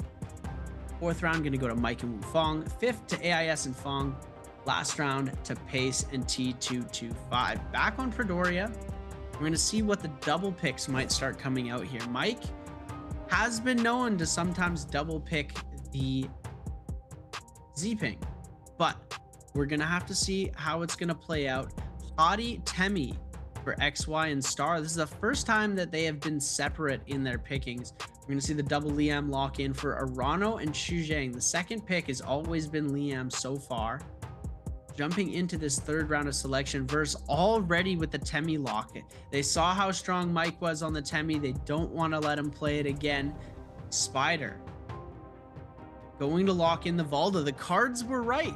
Looks like his coach is giving a little sneak peek to the strategy before we're jumping into these games. Spider gonna be very hard to deal with on that Valda. Mike and Wufong on the 4th round selection are going to be Wufong on the Valda, Mike on the Valda as well. Spider, Mike, and Wufong on the Valda. That's a dangerous trio to see in the end game, Raven. That's tough, Break. If those 3 make it to endgame, Valda is definitely taking this. For sure, those guys will cover each other to guarantee the heal-off situation for them. It just says Valda is an absolute menace in endgame. The problem is, though, everyone knows it, so she ends up getting picked off very easily. Her bubble doesn't really give her safety to get that heal off, and neither does her ult. It doesn't really create space. It's really good at tanking and dragging someone else through the mud, but you don't really have that ability like Hottie, like Justina, to be able to salvage ultimate. Zipping, all these characters can salvage their ultimate by pressing it and then just canceling it a little bit later once they feel they've created some safe distance. But interesting play by these three. I believe this is like an audible from them, noticing that Valda wasn't picked, and we've seen her somewhere in phase 4 and 5 where she's been being picked for these grand finals. Now on Perdoria, very open area, and if you're able to hold your ground, heal off situations do happen a lot right now. Curious to see whether or not the lobby plays fast again. Now they did see Mike go very big, so I feel like the lobby is going to respond to that. They're going to see that they're going to have a sense of urgency and a little bit of inspiration. All of these guys are capable of having a big round. Now a 9-kill game is pretty insane. We haven't seen that big of a kill round in a long time. So but if Mike can do it, I know all these guys are going to believe that they can do the same thing. So I think the lobby's going to still continue playing fast, especially on Perdoria. There's not kind of like Holorath where it feels like you can run away very well because of the POIs and a lot of building, a lot of good terrain situations. But when you leave the POIs, you're very exposed. So the zone pulls in a way where you get caught out. I can see the lobby getting thinned out very quickly. We'll have to see how these off spawns go again. Raven, something that we missed for a second there, but I noticed at the last second before the screen ran away. Arano is running Liam V2. Pokeball strategy? Something that we haven't seen in the NBPL for quite some time. We did get to see it in the EU scrims a lot, the EU qualifiers. We saw Taki with the fan doing some absolutely amazing plays coming out there. We saw a couple other players running it in the NA and EU scrims, but we haven't seen too much of it come to its full fruition of the combo in the NBPL. So I'm really excited to see how Arano is going to play with the V2. It was used in Immortal War a lot just because of the guaranteed big damage combo you could do off of it. But once people learn how to work around it, it kind of phased out within the Pro League. I'm curious. It's kind of like a trump card out of nowhere, a gimmick that I don't think anyone's going to be expecting. Ver's going to be coming out with a slap down onto Mike. Can Mike have that same pressure off spawn? We're getting them 1 and 2 off spawn. Verse throwing those slaps out. Mike trying to whip punch it, not able to get it, but he's going to catch the tap dodge away. First forced to come out with a combo break, but Mike's going to get the stagger with the longsword. Tough situation for Verse right now. Longsword, not one of those weapons you want to be fighting against when you don't have a weapon. It's just tech chase is too good. Toothpick 211 is going to be coming out, jumping LBs into the half charge Emily, covering everything, not letting Verse out, and Mike's going to keep that dominance off. Fong's going to get a nice parry onto Fong.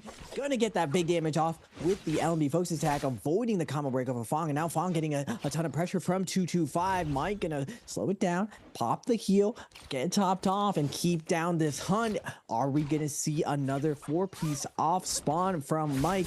Fong. No armor to the name. Drop down. Focus second to come out from 225. Waterfall fighting. I've been waiting for a fight on this spot, Seb, for a while. This spot, super scenic. Unfortunately, it's going to be the scenic route to Fong's death. No, wait, I spoke too soon. Tesla also going to be coming out. Mike and 225 are going to get pressured out. And Fong's going to make his way up to the top and we're going to get a heal. Look at that view, Seb.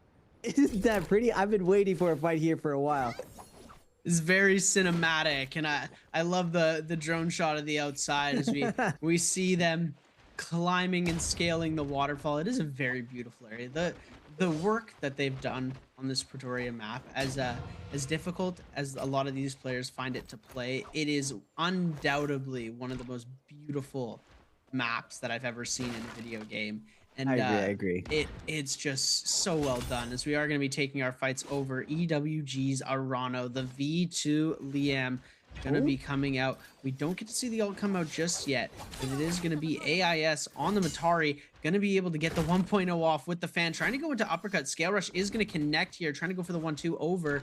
We are going to see the Scale Rush come out again, trying to keep the chase up. Arano finding himself an armor swap is going to be able to kite this out for a little bit longer. We do see purple dual halberds in hand, but the Scale Rush into the F is going to connect. F ability going to be invested as well for Arano. He's just trying to kite out enough time until his ultimate is going to be back online. AIS finding himself a blue armor swap, going to jump back into the fight.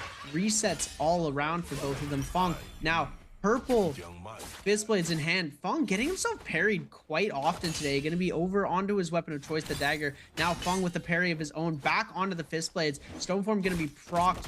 Isn't going to go for the parry. Doesn't fall for the bait. 2 jumping LMBs, 3 jumping LMBs. F ability invested to stop the barrage of jumping LMBs coming through. TJ25 does have ult available. 11 seconds left on cooldown. He's got to make sure he doesn't get caught into a combo here, as we are going to see the Tessa Charm come out as the ultimate is going to be coming through here. We are going to see now Tessa Charm is going to get proc. 1 HP in a dream now for TJ25. Is going to make himself back into the air. Finds himself 1 armor pot.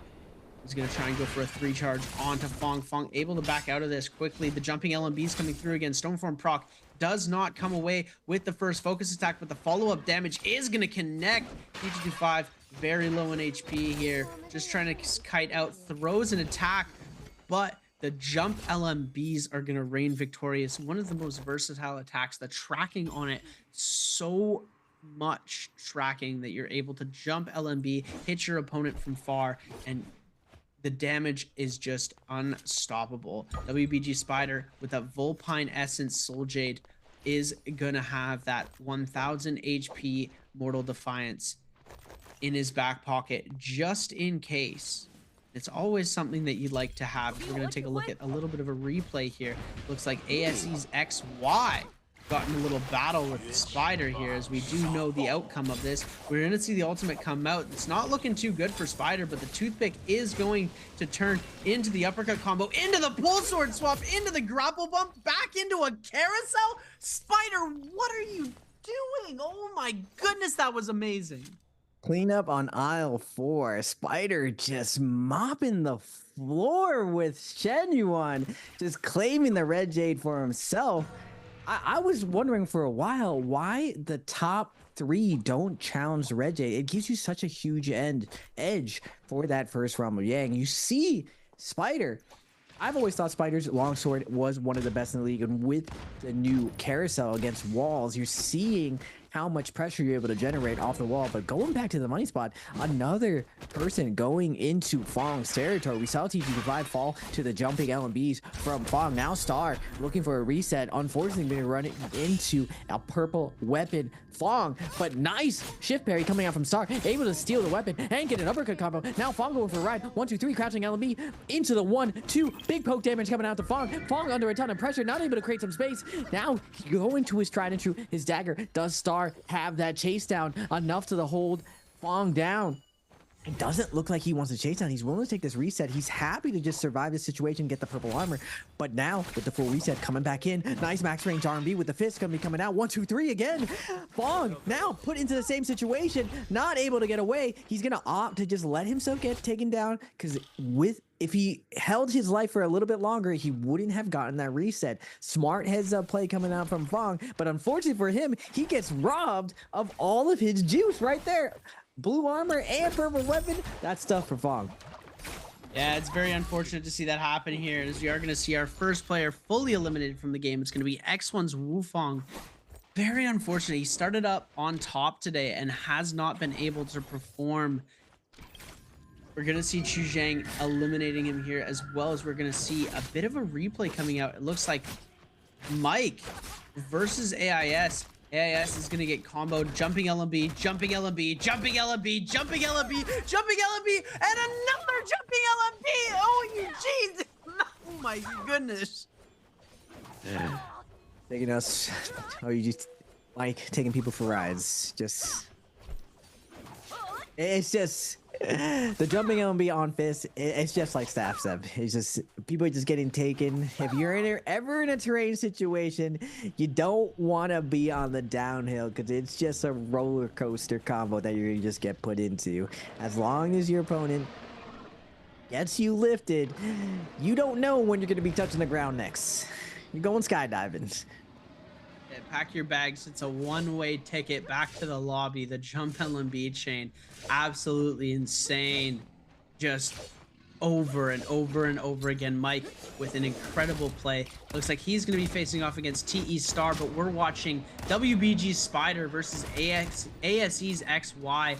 Pistol shots raining from both of them. Blue pistols in hand for the both of them. We're going to see the scale rush coming through into the focus attack, but the focus is going to come through from XY into the uppercut combo. F ability going to be invested for XY on the Temi. Scale rush going to come through. Spider's scale rush is going to be the one to make it through. We're going to see the ultimate coming out now. Charge coming through from XY. We're going to see this ult come out now. Was able to get the F off before the Wisp did too much damage. Wisp's getting thrown again. Spider going to burn through, trying to get himself away, but does end up getting caught into the attack. Again, gets caught back into the Wisp. Ultimate has gone down, but for both of them as well, Spider and XY's ult both going down simultaneously. He wasn't able to continue the combo, decided to back off and go for a bit of a reset. Spider now back on the playing field, is going to get a huge parry here, picking up those fist blades and going for the guaranteed damage without the F ability, not going for the full punish. You do see the pull sword in the back pocket as well that we saw him go and weapon swap to earlier. Jumping LMB going to come out, dealing a bit of chip damage. We're going to see him turn the ability so he doesn't get parried on the focus attack here. We're going to see him go for a one jump LMB. Beautiful tech coming through. Another jump LMB is going to connect. Goes back for another jumping LMB. As we see, oh my goodness, the pull sword swap into the scale rush is going to deal so much damage. Trying to get one last hit off. The clank is going to do it. And XY goes back to the soul altar. And Spider wins the Realm of Yang. Wait a second. Spider looking nice and fluid here, like water, shifting between the fist blades, the pole sword and the long sword. He's just flowing through the parry, just nice and comfortable. I thought he was gonna fish for that nice against the wall weapon swap combo, but he just takes the fist and just flat out wins neutral. My man has no shortcomings anymore. Now we're gonna get Mike popping in the ultimate versus Pace. Cannon shots are gonna be coming out. Mike, one of the balls in the lobby. He doesn't want to fall right now, but he wants to keep up the pressure, find another kill onto Pace. I believe he's already up to 3 kills right now. He does have the millions buff though. He can take this risk. Echo's gonna be coming out with Pace's F2. Oh my goodness. Ult's gonna be coming out. Cliffside is going for a ride. Big pounds coming out. Mike, bye-bye. Flying up. Verse with the drop down is going to catch him with a focus tag. And now Mike not able to get away. The pounce is just too much. He will fall. Not be able to find a kill, but Verse coming up big with the flank. Both these guys neck to neck. 24.4 on Verse. 23.5 on Mike. But Star going to get that kill again, though. Tough position for Star. You see him press. He wasn't able to get that soul bloom right now, but Pace and Verse going to be going at it right now. Tell me what's going to be invested by Verse. Helmy into the jump cancel, trying to create some space, but Verse is going to get that grapple kick. He's going to get the reset. Oh, he doesn't get the F reset. Nice job from Pace. Able to take advantage, put out those focus attacks, denies. But Shenyuan on the Temi. Double Temi going to be going down onto Pace. Not in the best situation. The Temi bros put in on the pain with the Wisp, and now Star going to be jumping in. He's going to get cannibalized by T225 with that Hong sword, and Verse is going to slow down, take a gander at the possible people coming in. But we're gonna get Spider to the north, put against the wall by, I believe, does Arano have the V2, Seb? Arano does have the V2. We are gonna see Arano now is gonna get a huge parry off, getting those golden fist blades away. Spider is gonna get his life back, as he did have Vermilion's Birdmite, but he will lose those gold fist blades, one of his superstar powers that he was going to be using to try and gain some footing into this game. We're now jumping in. Star back into the mix of this fight, and ASE's XY very, very low in HP. It looks like Arano and XY were both able to get some blooms, but XY is going to go down. AIS picking up the elimination. Star trying to come away with the soul bloom. Looks like he wasn't able to pick it up, and now Star, with only 40 seconds left, is going to try and make his way for an elimination. He's focusing all of his energy onto FBX Verse. Verse is trying to kite this out as fast as possible. Now the third party's jumping into these fights here. out of ultimate now. Star gonna try and continue to give chase with only 23 seconds left. This could be bad for him here. It looks like Arano gonna be able to get some chip damage in. Both of these players could go out right now, and it's whoever goes out first. This could be trouble. Pace is gonna get eliminated. Verse still in this game with 1 HP to spare. Can't go into the zone. He's gonna have to scale around, but everybody chasing him. And Teach225 picking up the elimination. No match point for Verse. And Mike with 3 eliminations, the closest to match point now. He needs 2 more points. So he's got to survive, or he's got to get a couple more eliminations. And it looks like he's ready to do it. Verse needed to have a game here where this was the game that counted the most, but he wasn't able to pick up the kill onto Pace. He wasn't able to pick up the kill onto XY. He couldn't get the kill onto Star. He was struggling the entire game to get eliminations while Mike has still been thriving, and now we're going to see it come to full fruition if Mike's able to get on match point. Oh my goodness, Mike is on fire right now. Can anyone stop the GOAT? We're gonna have to see. Oh my God. Yes. We got Mike versus Spider. This is gonna be big. There's one person who could possibly slow down Mike.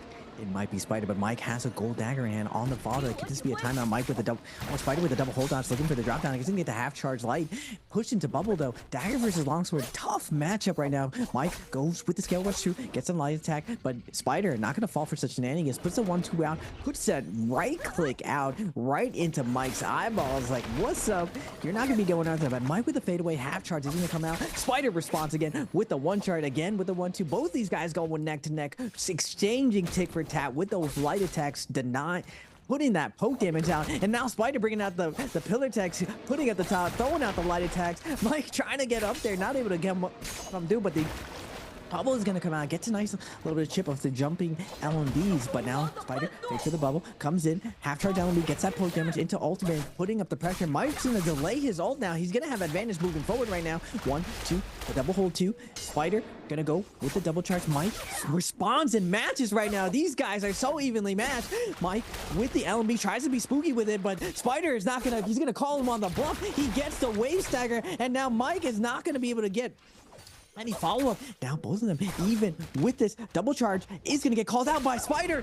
The double charge cancel into the double hold is going to get called out back to back. Spider is going to slow down Mike's roll, and now Spider with the momentum going into the second realm of Yang. Oh my goodness. The GOAT has been slowed down by the other GOAT, Sam. It's LeBron and Jordan right now.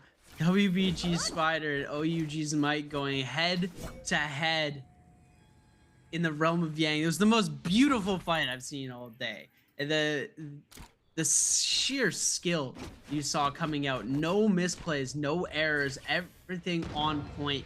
Spider able to come out victorious at the end there, putting Mike on the Yang depletion. This is actually huge, making it even more difficult for Mike to get himself a Soul Bloom and get back off of that Yang depletion, cure himself, and get a Soul Bloom. You see Arano as well has been cursed with the Yang depletion here, as Paste has won his Yang fight against him. Spider with the gold armor as well from that Yang. You see the gold armor, gold weapons, everybody is looking very clean right now.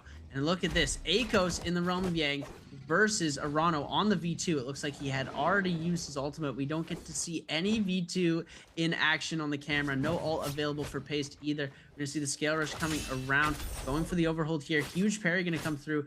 Not able to get the follow-up damage. Arano able to keep those weapons, getting him against the wall here, but Paste still relentless in the fight, goes for the 1 into the jumping LMB, into a second jumping LMB, getting Prio again, and oh my goodness, the untrue into an uppercut. What a classic. Hey, Hypernova.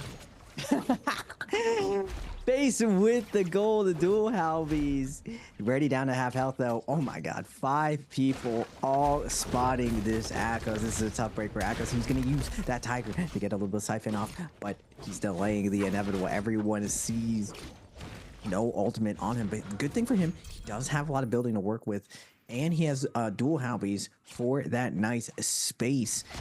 Spider showing up to the party. He has momentum up to 3 kills right now. Mike on the other Vaulter right now, up 3 kills himself.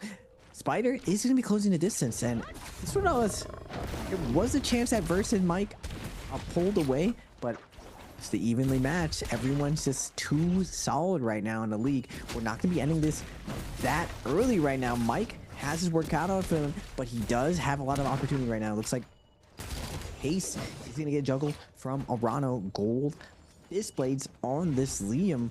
Everyone's playing it really, really safe, though, not letting their health get too low, but they have the likes of Spider with the Tiger buff looking to put on some pressure. Man, with this building, though, there's a lot of room to play around with. And once you have that, with all these players' mobility and their movement, you're able to get that nice reset off. And even, I'm surprised that the Echoes was able to live. Now, Mike is down to 2 minutes and 11 seconds. He has to play this correctly. It's kind of like with the Yang depletion, kind of like an Among Us situation where you're trying to pretend that you're not the one with Yang depletion, because the second the lobby realizes you're the one who has to force the issue, it's very easy to counterplay, to camp you out, to trap you a little bit easier. Mike biding his time. He's pulling this really, really close. So around 1:45 is when I start getting nervous, Seb. It's pretty hard to burn through a lot of cooldowns, but Mike is the GOAT. He always finds a way to find a win. V2! Oh my goodness, EWG Zorano getting the V2 catch off onto Pace, and everybody clamoring around. It looks like Mike got caught in the V2 as well. Arano was able to get the bloom, sending Mike to Narnia, throwing him every which way, and oh, we got to see it, ladies and gentlemen. I'm happy we got to see it in action. Mike still with 1:07. And you said you get scared at 1:45. I get scared when there's 3 minutes left. It's a scary feeling to be on Yang depletion. You know, you never know what's gonna happen. You never know if you're just not gonna run into a player or what's going to happen. Now Mike is desperately searching for somebody to eliminate, as Arano was able to get the bloom to the only kill that was very close to being available, and it looks like the kiting through the Bane, very dangerous movement here coming out from Arano, is going to be doing a great job of running away, but now Mike taking so much damage. The 1-2 going to come out onto Arano. He's able to kite this out so well. The amount of buildings and space that they have to move around, especially with that dagger in hand, Mike is in a lot of trouble. He's got 20 seconds left. It's going to be it for him. No match point for Mike. Ladies and gentlemen, what a blunder today has been with game number 4. We were almost sure of a game 5 victory earlier. Well, I was almost sure. And it doesn't happen here, ladies and gentlemen. Mike is going to go out to zone at 24 points, leaving us 2 points away versus 1.1 point away. They just needed... Verse needed one more elimination, and he needed to survive a little bit longer. Mike needed one more elimination and to survive a little bit longer. It's... wow.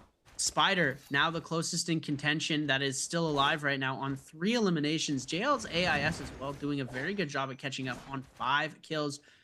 Pace, before he went out, 4-piece for himself. Decent for the early game, but wasn't able to hold on long enough. Did end up getting hit by the Liam V2, courtesy of EWG Zorano. Picked up his first elimination of the game, picking up that beautiful V2 elimination. And we are down to 6, Seb. And I was saying, I didn't think we were going to end it that early. It's just everyone is so locked in right now. And you see Spider, man, definitely, I think out of everyone in the league, he's probably the most improved this year. Like his evolution, his gameplay, Mike was talking about how he has explored being uncomfortable. I feel like out of all the players' playstyles, Spider's has changed the most. But will the playstyle matter if the Moonbane has something to say about it? AIS is going to see the multiple hits coming off, but the blue buff on the Spider, he doesn't want to force the issue onto the blue buff. Little did he know that Spider just took a massive amount of damage doesn't take the vibe check. A little bit of a blunder there. All he had to do was hit target lock, check the vibes right there, and he would have seen that Spider was a juicy target. Now, technically, Spider still has his ultimate up, and he could stall out, but he definitely could get him focus fired in that position.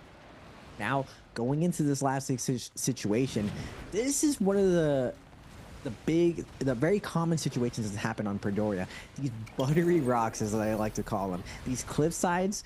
It looks like this would be like fun to kite on. You feel very safe, but it's actually atrocious to fight on. You end up like getting stuck on these weird sliding situations, like some skidding animations, and it feels awful to fight on. It's very, very hard to consistently stick onto in scale rush. So it ends up being, I always call these cliffside situations a scam, where you feel like you could play them very, very well, but you always get stuck. You always make some movement error and you flub this spot. So going into this last little bit, this is where the nuance of using ranged weapons and very, very cheeky, just safe scale rush attacks end up being key right here, because you don't want to overcommit in these spots. It's very, very hard to get a reset once you start getting lobbied in these spots.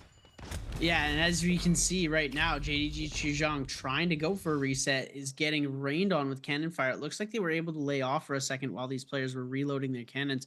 Looks like Spider gonna head into the zone, go for that gold armor that was on the outside, bring it back. Now he's got 2 gold armors that he can reset into. I believe Feng might have just taken the other armor, as yeah, the purple has been left there.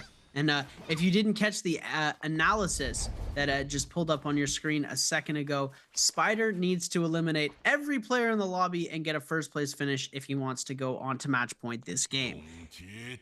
It's not impossible, but it is pretty difficult, especially being the fact that he is the lone Valda in the lobby.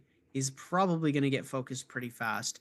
There are a lot of people who are out to get him right now. We've got 2 Liams, 1 Hottie, 1 Matari, and 1 Tessa still in the game. DRG's Feng with 2 eliminations on the Tessa here. Pretty decent game. You know, we need a little bit more explosiveness from Feng if we're going to see any sort of victory for this grand finals from him.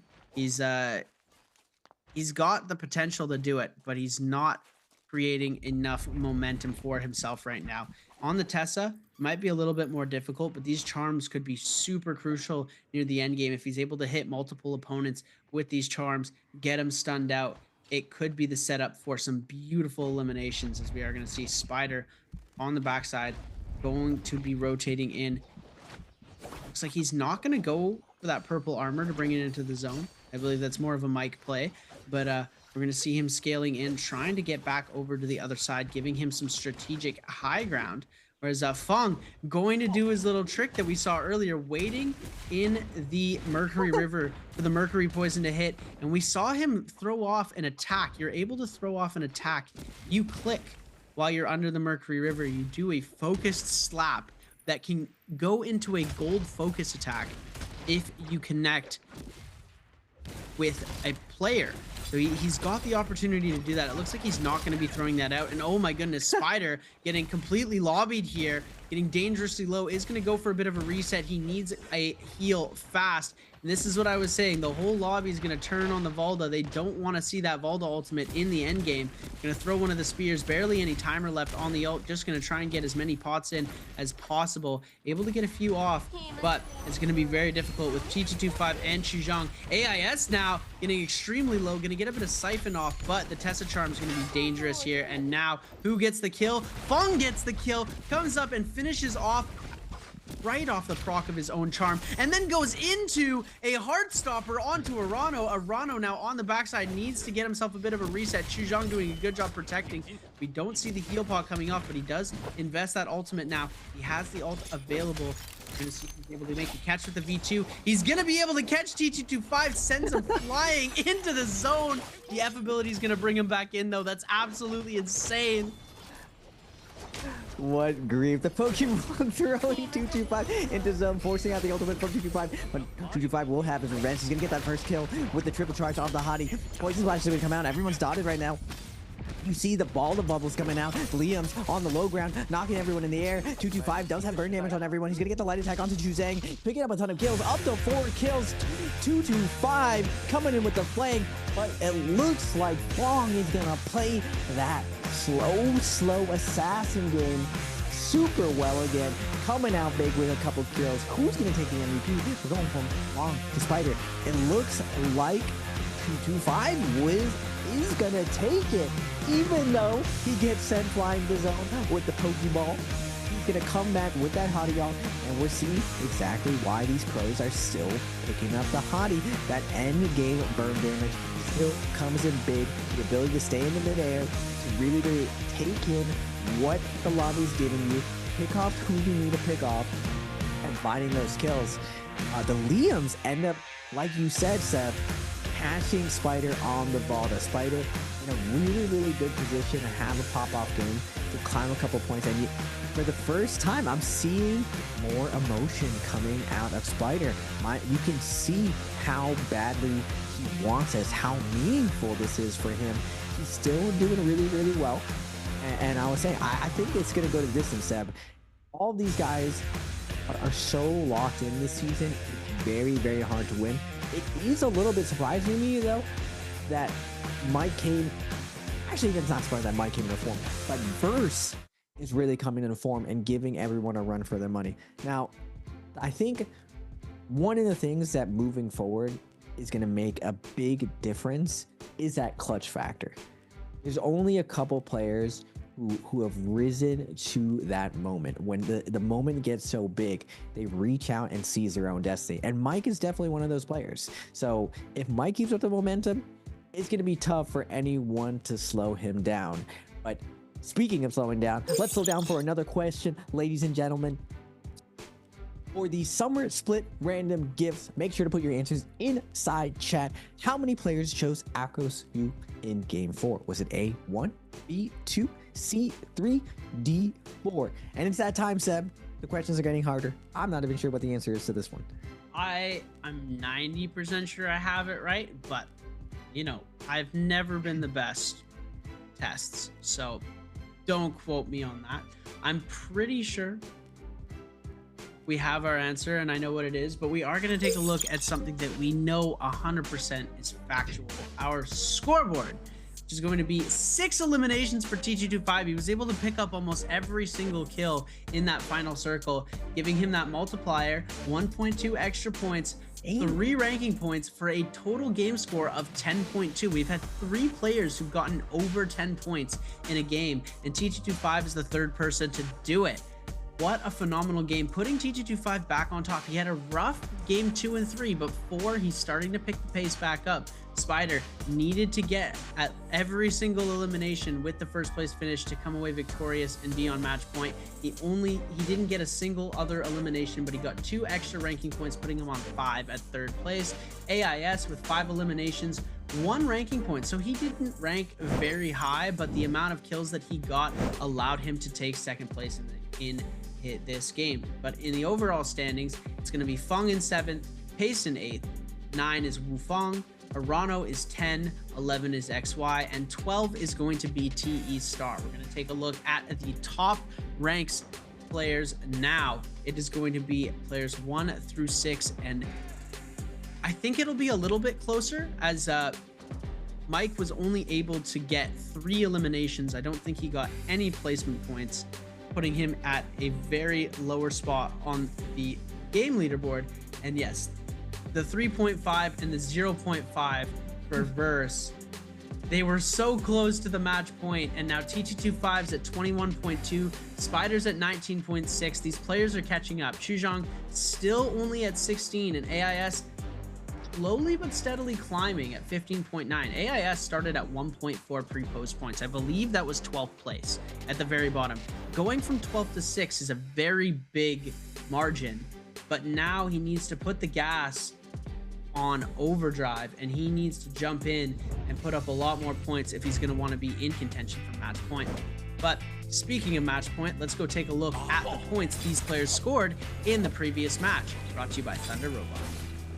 Born for You Gaming. We're gonna get Spider with the nice grapple kick into the weapons bomb, back-to-back weapons bomb. Shenmon's gonna be taken down. Spider or Mike with the carry downhill. How many are we gonna get? 3, 4, 5, 6. We're gonna get a 6-piece combo for AIS, a full meal plan for AIS. He's gonna get taken down now over into the realm of Yang. Mike looking unstoppable with his neutral.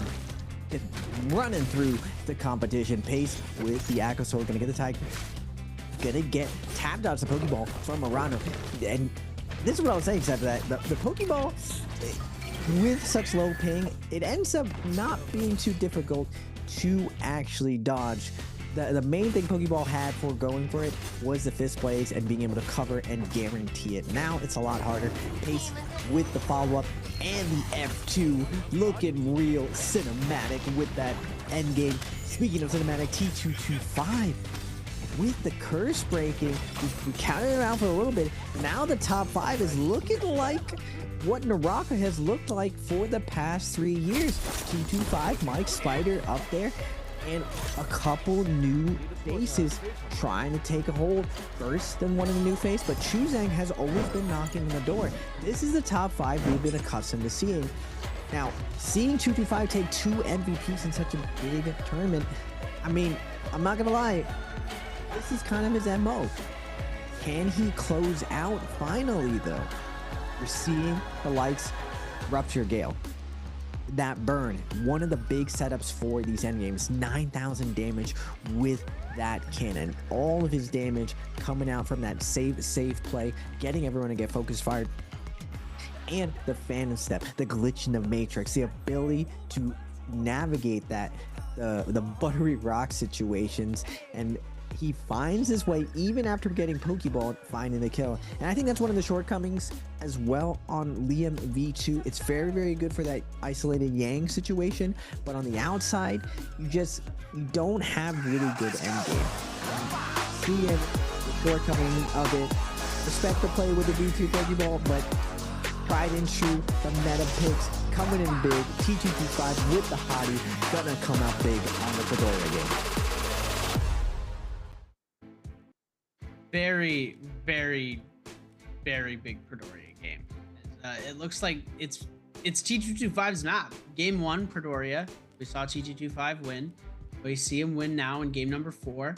There's no more Predoria games, so we're gonna have to see him adapt to the OG maps, Holoroth and Morris, that are gonna be coming back into our rotation. We've got next game Holoroth.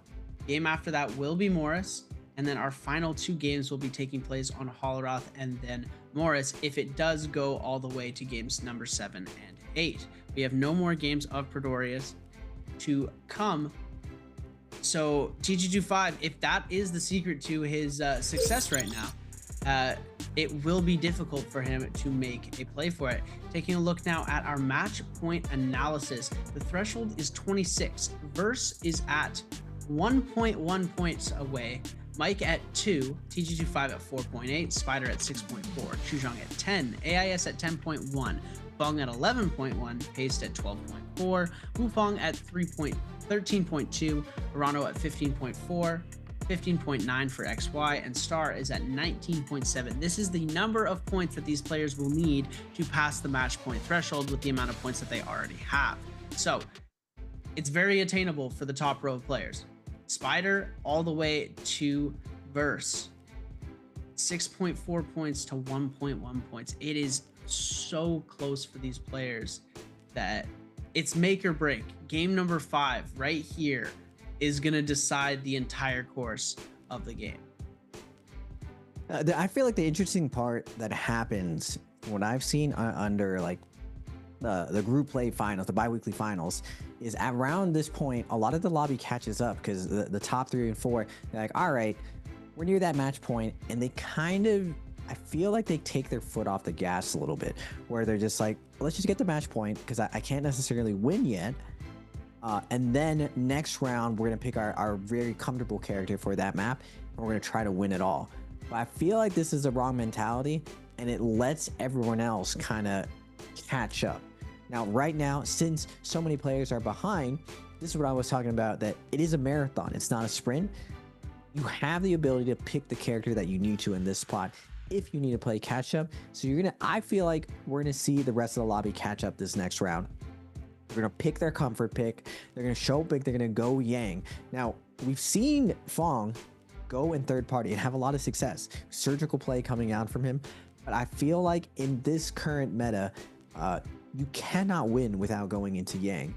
You need that gold weapon, that gold armor, that little bit of horsepower to leverage the Spirit Well endgame situation a little bit better, to have some of that purple jades in order to win the heal off situation. Like if you get that cannon jade for that burn damage, it puts you at a huge advantage. If you get poison splash, for example, it puts you in a really great situation. If you get any of these kills leading into endgame, you get so much money that you can invest in the jades. You can possibly get a really, really good jade for holding zone or getting putting pressure on the rest of the lobby. So sitting back and waiting for the fight to come to you, it's very, very hard, I would say, in this very, very competitive lobby, because people are not going to make mistakes. They're going to go all the way till that last little bit of zone, and if you didn't make an effort to set yourself up, you're not going to have as much as a player like Mike, as Verse, who are going for it 24/7. Same thing with Spider. You saw Mike and Spider start out the day very, very slow. They started out with third party, a little bit of a warm-up game, and they didn't have as great results. Immediately, they shift gears, and they've been aggressive the entire time. Same thing with Verse, and that seems to be the tried and true formula to win this whole thing. Yeah, and the way that these players play when they start to put up all the points and they get really aggressive, it's working. Like it's not like they're playing super aggressive and dying off spawn, saltying, and then dying again. They're playing aggressive, getting the eliminations, coming away with it, and progressing into the game and getting even more eliminations. It's something that's very difficult to pull off, especially with the magnitude of competitiveness in these lobbies. The amount of skill that goes into playing in an NBPL lobby is unfathomable to the average player, and being able to pick up 9 eliminations like Mike did, we'll say 8.5 just because of the poison splash, but it counts as an elimination. It's just a cheeky little kill that he got at the end there, but throughout the course of his game, he was able to pick up, before the final circle, 8 full eliminations by defeating players with pure skill, melee skill. And that is the beauty of the NARAKA game right here. Yeah, I couldn't say it better myself. In these lobbies, we're seeing the absolute most beautiful solo play you can possibly see. Before, a lot of the players weren't as complete as they are now. You saw Spider seamlessly weapon swap between longsword, pole sword to fist. Normally, Spider has been known for his neutral game, his aggression, his ability to force you to decisions.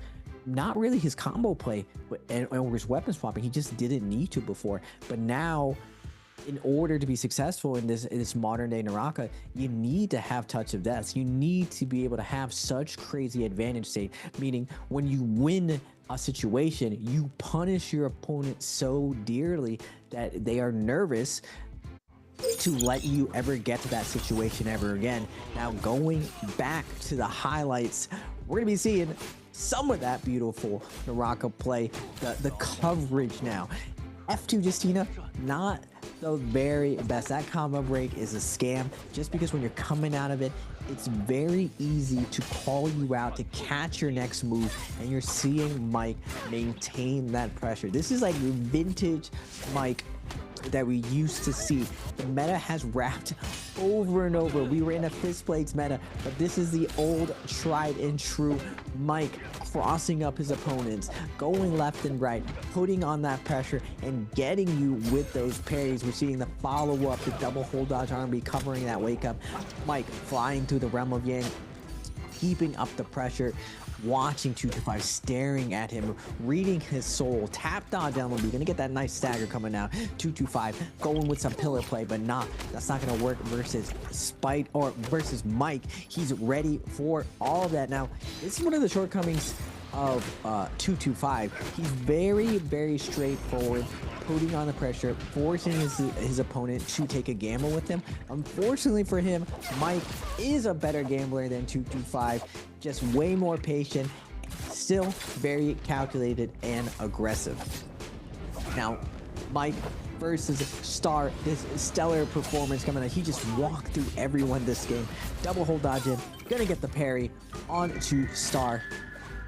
Now, Mike outside of Yang, we're seeing this excellent combo coming out of Mike.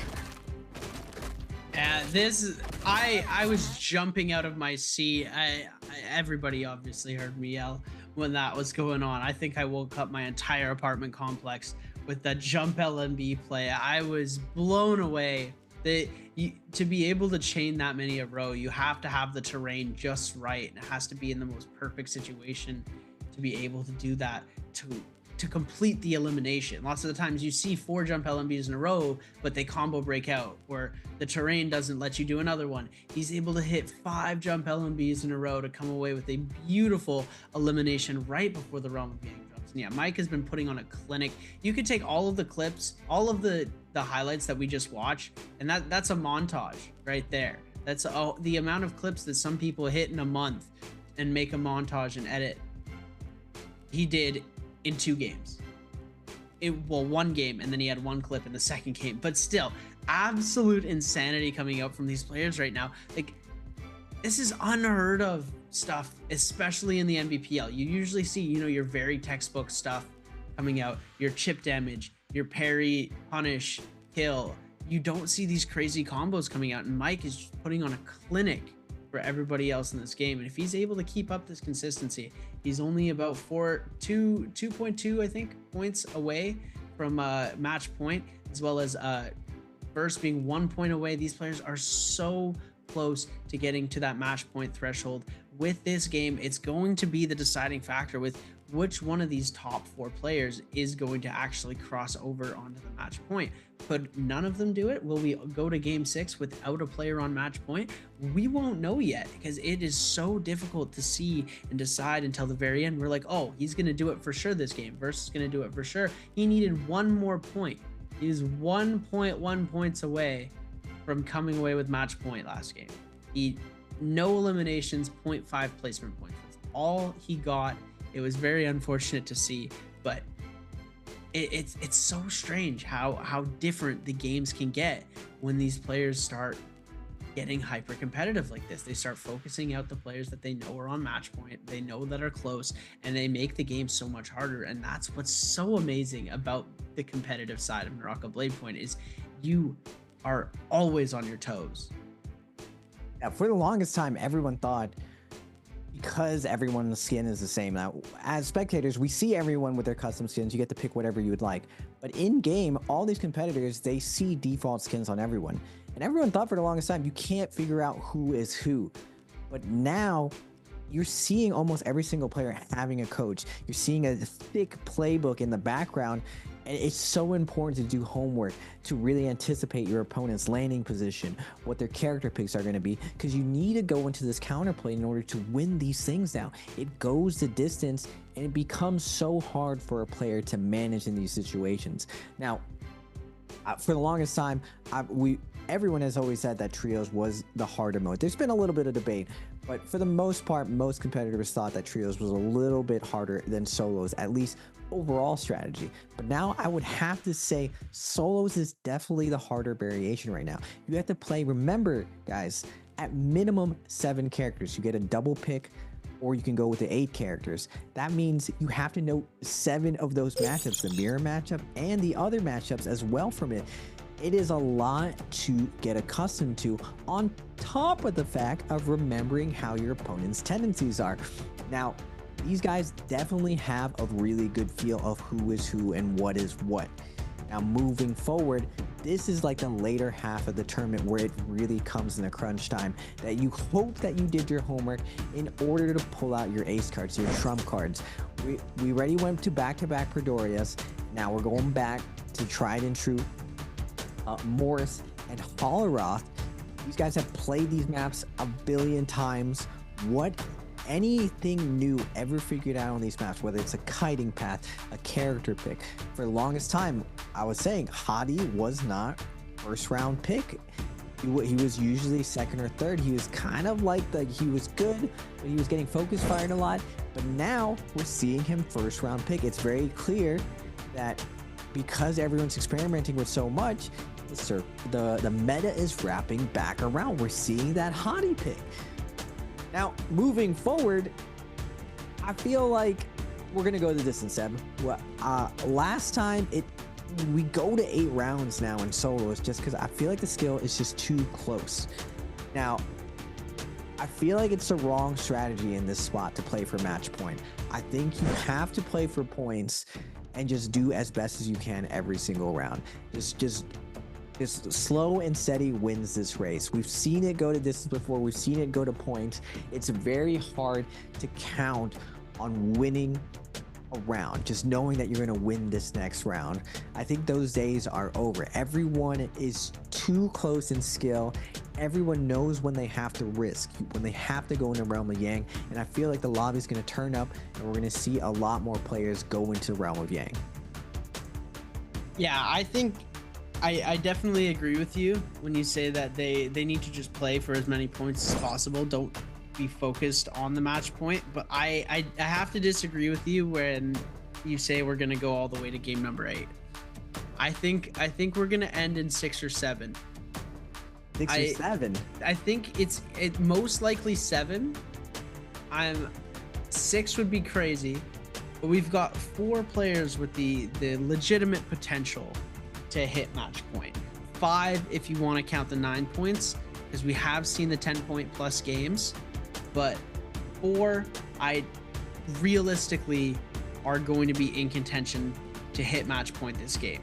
If all 4 of them hit the match point, which I believe could be possible if you divide the kills correctly, if all 4 of them go on match point, there's a very good chance we're done by game 6. So 5 gifted. If we go to match 8, ends in 6 or 7. I take the over. Let's do it. Let's do it. Let's do it. Let's do it. I think we go to distance. The skill's too close. We're gonna put the money where the mouth is. We're friendly. Let's see if Mike can end it, if Verse can end it, if Spider can end it. Can 225 bring it back? The curse is over. He's already gotten 2 MVPs. Can 225 keep up the momentum? My man is fragging, showing up. It looks like Mike has found his mojo. Verse is coming into form. But I mean, even though we don't talk about Verse a lot, I've seen him. He's been top 3 in a bunch of really, really big tournaments. So the horsepower of his dueling was never the problem. It was really just this overall gameplay, his character picking. He doesn't have as complete as a character pool as some of these other players, but when he has his comfort pick, he absolutely dominates. He's one of the few players that can win in Realm of Yang. It is not easy to win Realm of Yang in this lobby. Like, everyone just wants to be that guy inside Realm of Yang just dominating, and it's just those days are over. You have to pick and choose when you go. You have to have the right character with the right weapon versus another character. You want every edge you can. If not, it's a coin flip.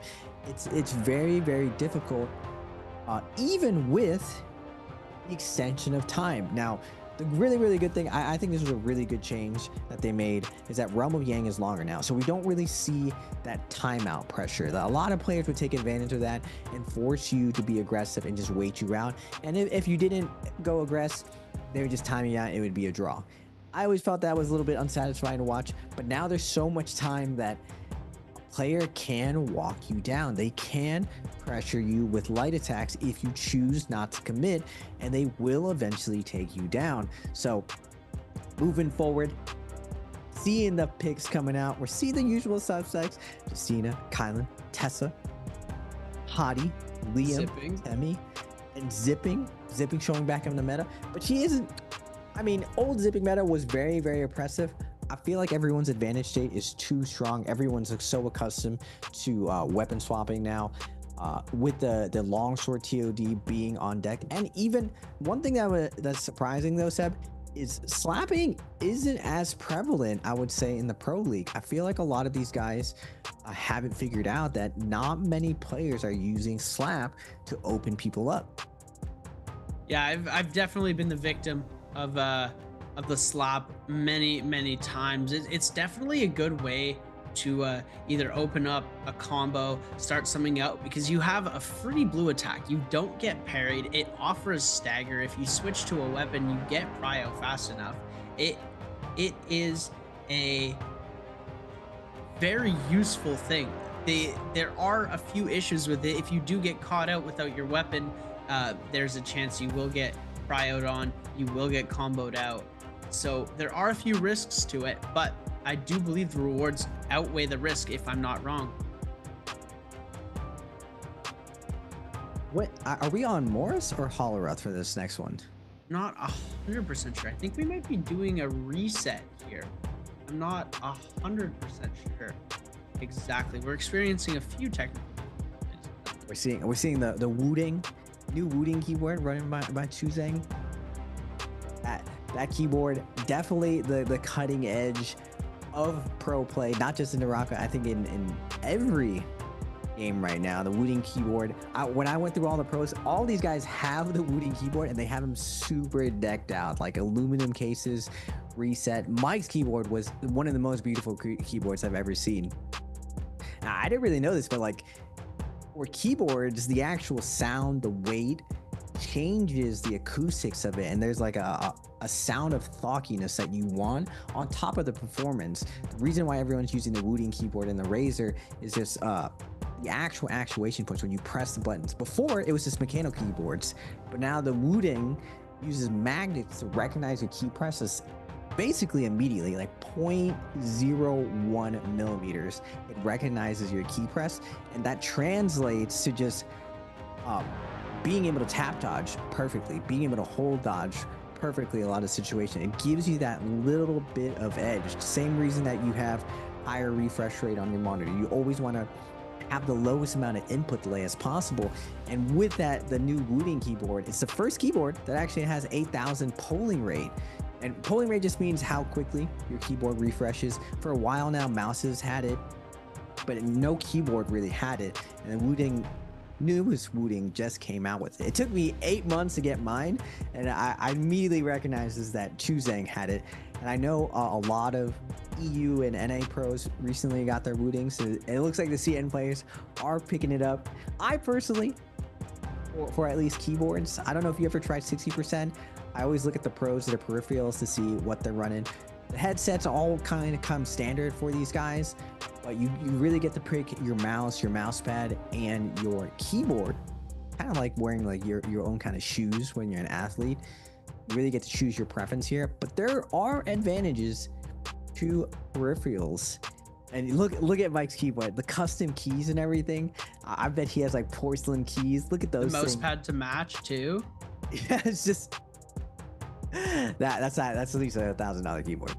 I've had the same keyboard that I got for Christmas when I was 13 years old, and it's never failed me. It's getting a little dusty, but I take good care of it. And I should probably upgrade my keyboard. I'm gonna need those 5 gifted from Raven first if I can afford myself a Wu-Ting keyboard. So ladies and gentlemen, we're having a few difficulties with our game. We're going to be resetting game 5. We're going to be jumping right back into that in just a second. But you got me and Raven to talk to for a little bit. We're going to go into a little bit of a rundown. This game has been highly anticipated, and they're just drawing the suspense out for longer. This is exactly what they're doing. We're getting all hyped up, getting ready, and they just want to keep us in suspense so that we have even more excitement for when this game 5 actually starts. Keeping up this, I mean, game 5, technically I always call game 5 championship round, but because we're going 8 rounds, I would say game 7 is a championship round. It's really the round before the last little bit. I would still say the weird part of having a long tech pause for this instance is all the players who have a ton of momentum versus Mike Spider. This is where you get iced off a little bit as a competitor. Like you want to get back in there, you want to start out swinging. So really mentally resetting and keeping yourself locked into this spot is really, really tough as a competitor, especially especially if you're on fire. Like, you don't want to slow down at all. But if you're one of the players who's been struggling, this gives you a moment to like sit back, really think about it, talk to your coach, figure out what you need to be doing better, and make a decision. A lot of the times when you're doing bad in a tournament, it's because you're being very, very indecisive and you don't have time to really like plot and think, just because of how fast everything feels like you're going. A lot of times between rounds, I would say NBPL goes by really, really fast as far as round to round. You don't have much time to really sit there and prep between rounds. And there's a lot of moving as well. What's really cool when you're actually at the event, each of these players have their own room. You see it in the beginning, that you have your own TV, your own room for all of your friends and family and your coach to watch you as you play. Because when the games start, everyone actually has to get off the stage. You actually can't bring your phone, anything metal or anything. You just go in, the coaches and the players, and you have like 2 or 3 minutes to sit down, set up, and then you go live again. Now, rarely do you see like tech problems. What's interesting on the stage is it's either really, really hot because there's so many computers together, or you're really, really cold. There's no in between because there are a couple vents around and you either just get full AC blowing on you, or it's just like under the desk, it's just an absolute sauna and it's just super, super heated from all the computers. I remember sitting at one of the computers at the top row, and I was feeling the nice breeze. I was hanging out. This was at the first Worlds. This was in Guangzhou. So this wasn't the Shanghai this wasn't the Shanghai stage. It was a completely different stage that they had. It was nice and breezy up at the top. And then I was watching a scrim. It was the first time I'd ever watched a scrim inside the stadium, inside the arena, and the screaming and yelling from all of these players, all of their comms. It was just so incredible to listen to, of all these players yelling at each other. I obviously couldn't really understand most of the stuff that was coming out of their mouths, but the atmosphere was crazy. And you go to the bottom level and it's just a sauna. It was so hot on that bottom level. I remember playing against it was one of the NARAKA staffs that came in, and it was the end of the day, and I challenged him to a 0-ban before I even knew what a 0-ban was. I just wanted to play on one of the computers, see what it was like to play as a pro player on the stage. I got smoked. It wasn't even funny. I wasn't even playing against a player. I was playing against one of the staff members who was helping out with the game. It was a good time. Being on location in China, the stuff you get to experience is so much of a difference than sitting at home at our computers, casting from the safety of our own home. Going out into the world and casting on location it's just a different experience. It's so much fun. Oh shit. The current stadium they're in, Shanghai, the city is one of the most epic cities I've ever seen. Definitely where Cyberpunk is definitely inspired. Just the most crazy lights at night. But the other arena in Chengdu, I think it's a little bit further north in China, but it was way colder in Chengdu. And it had the opposite effect. The arena was so cold that I felt like it came out that Mike actually had hot pads under his shirt. He had 3 just giant hot pads that he used to keep himself warm, while the rest of us had like 3 or 4 layers on. And it's just, that's what you have to compete under these conditions. Like, no matter what, you got to find a way to win in these spots. And that stadium was even more epic. It was way larger than the stadium they're in now. And that one that they're in right now in Shanghai, still a really, really big stadium. The bleachers, it's interesting to see that the full bleachers is full, actually. There's probably 3 or 4 rows up there, but not really a full size arena like Chengdu is. So these guys definitely, it's very, very different when you compete in these spots where the crowd is involved. Oh my God. It's something super interesting to hear the roar of the crowd as you're playing. Now, all these guys do have like noise canceling headsets on, so you can't really like signal or anything. It's one of the ways they keep competitive integrity, but it gets so loud when I believe at the last Worlds there was like 2,000 or 3,000 people. So it was super, super loud when the crowd got going. Now, hopefully we'll be getting going in a little bit But I gotta say, who do you think is actually gonna take this now, Seb? I still feel like Mike is the favorite. So I feel like Verse is gonna run out of gas, but I'm hoping T225 wins. It's all decided after this game 5. It really depends on how many players hit match point. If 3 to 4 players hit match point, I believe that will be done by game 6 or 7. If only 1 or 2 players hit it, I think it'll go all the way to the game 8. And I think that if 4 players hit it, it's going to be Mike or Spider. If we go the distance, I think it's going to be Verse or T225.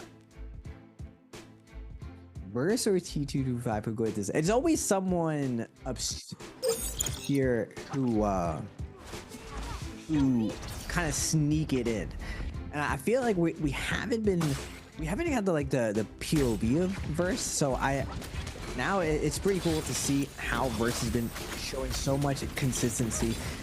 Nice F gonna be coming down from the top, playing the Matari situation perfectly for this end game. Same thing I was saying before, Decina, very similar end game strategy where you can stall out in midair by popping the ult and going straight up. He does have stanchion to work with here.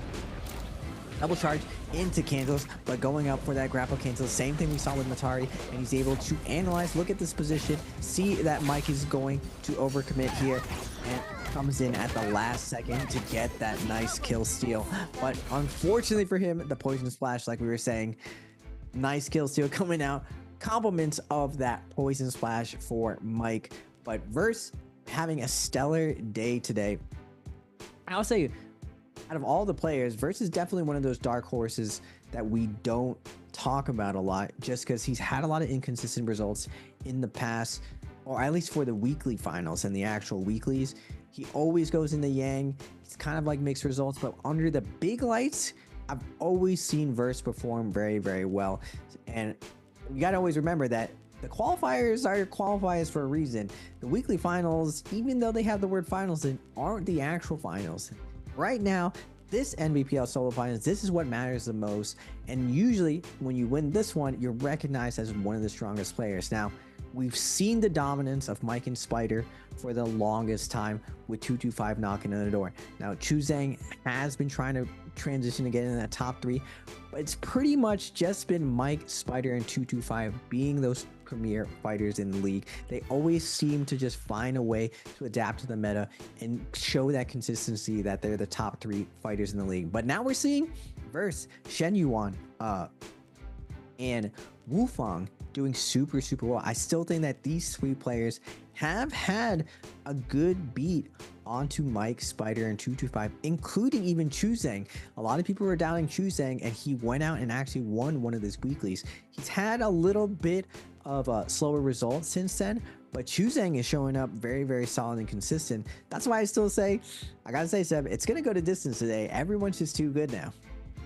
Yeah, I mean, everybody is extremely talented, and it is really difficult to decide on who is actually going to be able to come away with it. But I am strong in my feeling, and you know, I am wrong a lot, but let's hope we're right this time, because we've got gifted subs riding on the line here, and I'm really excited for this game. The game number 5 is gonna be the make or break game. I've been stressing this the entire time. We're gonna see some crazy stuff going on, and it's gonna be wild. We've got a little bit of build up into it, so yeah, it's gonna be a second before we're gonna get back into this, ladies and gentlemen. But we're here, we're hanging out, we're getting ready. It's a good period of wind down. We just get to talk, relax, recap on the day. So game number 1, we had TT25. Game 2 was Fong. 3, I believe we had Mike. And then 4, back to TT25. So game 5, who do you think is going to MVP game 5? I would say Shen Yuan or Wufang might wake up this game. Remember, it's very easy to ice off in the positions, and once Mike gets going, he's kind of a juggernaut, like an unstoppable force. And in the last couple of tournaments, feel like a lot of people felt like they had Mike figure out, that Mike hadn't found his footing in the current meta. You saw in the interviews that the key to him evolving, he admitted very openly that he felt for the first time he's lost some of his confidence, he lost some of his mojo.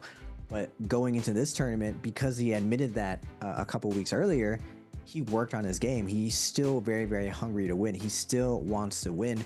And at this level, it really is like a game of inches at this point. Even though Mike has dominantly won a lot of spots, clutched it up, it is very, very close going into his last little bits. And in general, when you see Mike win a tournament, you see him win a lot of like situations that are unwinnable. I think as a great player, what really defines you is not the situations that you should win. It's the situations that it looks like there's no way you can win this situation, and you somehow find a way to win in these spots. And time again, the champions prove that you can't count them out. And I felt like in that pop-off game, we haven't seen such a dominant performance from anyone in a long time. Usually what we see in this current meta is like 6 to 7 kills. We saw Mike have 9 kills, which is absolutely insane. He does get denied that 1.2 multiplier. I feel like if Mike got it there, the tournament was over. Just no one could slow him down. Now, maybe, someone just like, oops, I gotta kick the plug out of my computer, gotta slow down the tournament, gotta reset, a little bit of finesse. We can just keep this going forever. So now we just stall out, let everyone cool off. We're basically getting a hard reset of the tournament, I would say, as far as momentum for all these players. Yeah, I think I need to do another welcome back. Okay, never mind, ladies and gentlemen. We are here, game number 5 of the grand finals, about to get underway here. We had our hero selects go down. I don't know if they're going to be selecting heroes. I'm pretty sure we're going to have the whole thing redone, the reselection of the heroes. You're going to see what ultimates and abilities they're playing, and we're going to be running through the entire drill again. So we're going to be getting this underway in a few minutes here. These players are going to be selecting who they're going to be playing. I wonder if there's going to be any variation. I can't remember exactly who was playing what when we were taking a look at the hero picks for game number 5. So it'll probably be almost exactly the same, but on the off chance that it's different, we'll try to spot the differences with the limited memory of what they picked before. We're gonna be taking a look. Wufang, you were talking about players who win in situations where they're not supposed to. I think that describes Wufang almost perfectly. There's lots of positions and times where you're like, okay, he's dead, he's not gonna win this fight, and he turns it around and he comes away with a beautiful elimination. I think we saw him in game 1 fighting against either Mike or Spider, and it looked like all hope was lost for him. He came back from half HP and was able to come away with a beautiful elimination. It happens over and over again that Wufang comes with these crazy 1 HP clutches and brings it back from almost certain loss. We saw it, TE Star, another one of those players who had so close to dying, almost dead to Yang depletion, is able to bring it back with a beautiful steal of a bloom, kiting out of there, using ultimates to perfectly insert themselves into the situation and then pull themselves right back out again as soon as they need to. He's been a very good player at doing that, as we're going to get to see who the player is selected. We're doing a whole pack opening. Oh no, he dropped it.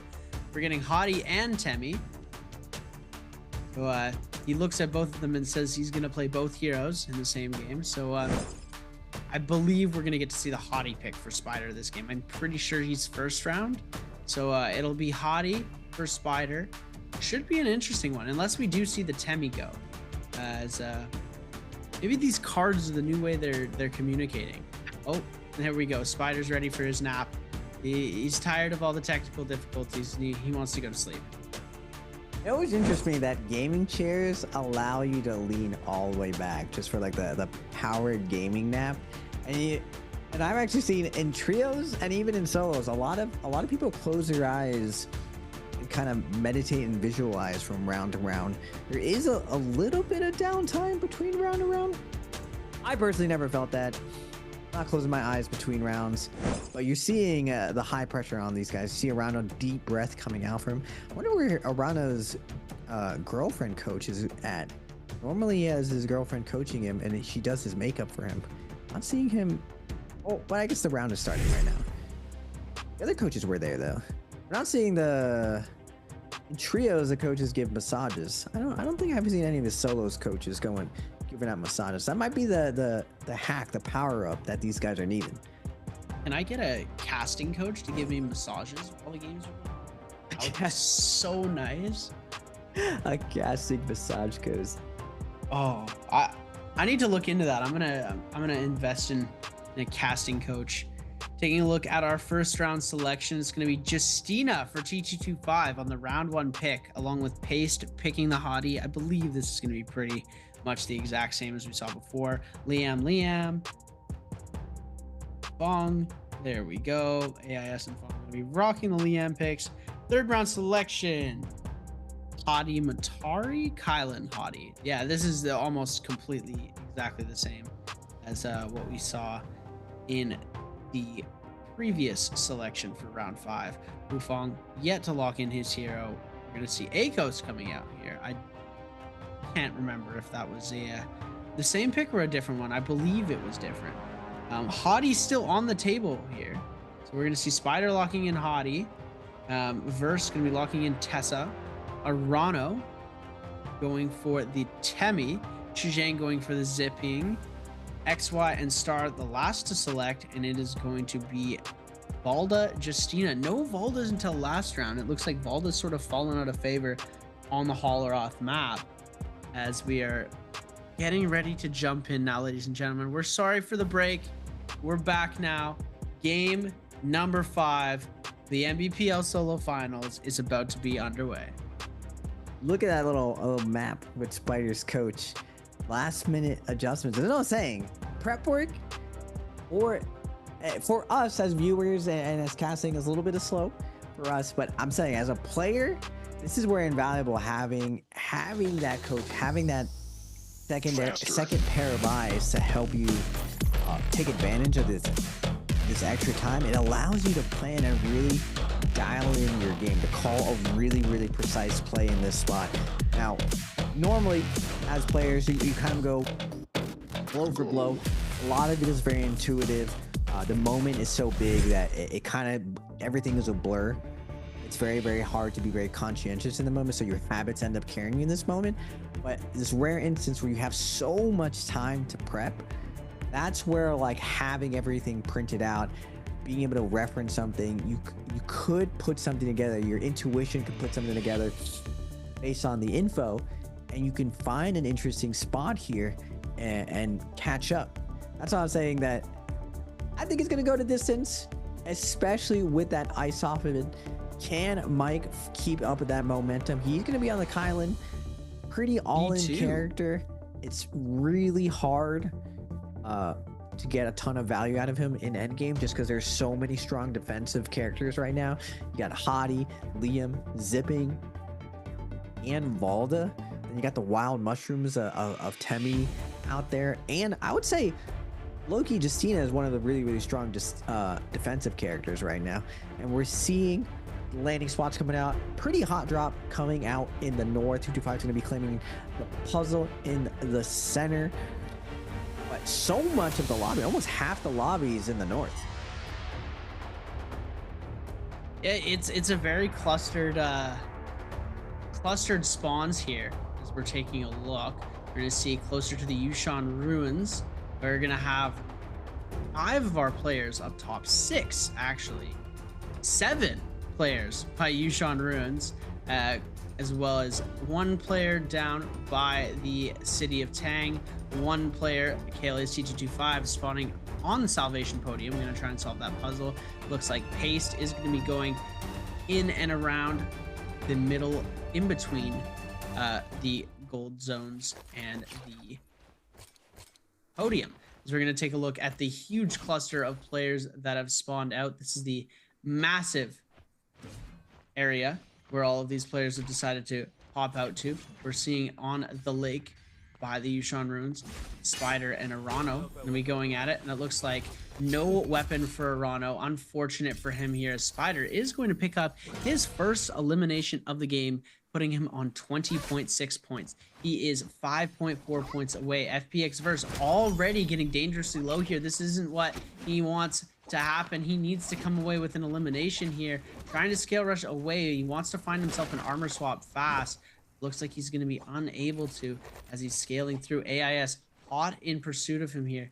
Is going to be trying to keep the chase up. Verse in a very tough spot right now. Oh, is going to find himself an armor.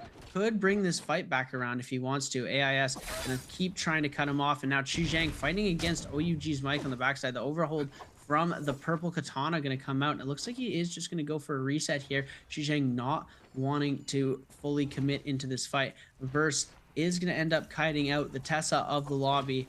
We are gonna see now Chu Zhang getting dangerously low here on the back end. It looks like DRG's Fong wanting to come in for the elimination, and Fong going to pick up the kill. TG25 as well picking up an elimination in the back end. Spider jumping into the mix, trying to go for a third party onto DRG's Fong. Fong with a super offensive strategy, going for a lot of damage. Now Verse on the front side, trying to make something happen on the Spider. Ultimate is going to be invested quickly though. Verse now on the back foot. Armor swap going to come in. Looks like he misses the damage. We are going to see him teleport out.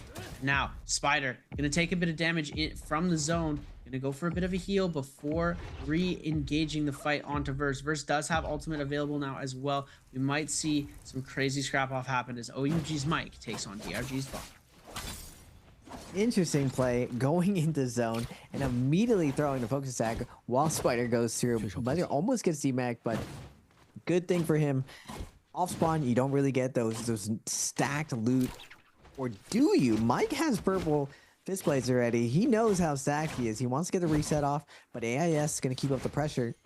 And that's what I was saying. Like, rest of the lobby is going to heat up and continue their strategy. They're going to recompose, reset, and Mike, who had a ton of momentum before, he's going to be able to keep this up. He's in a tough position right now, even though he has ult up.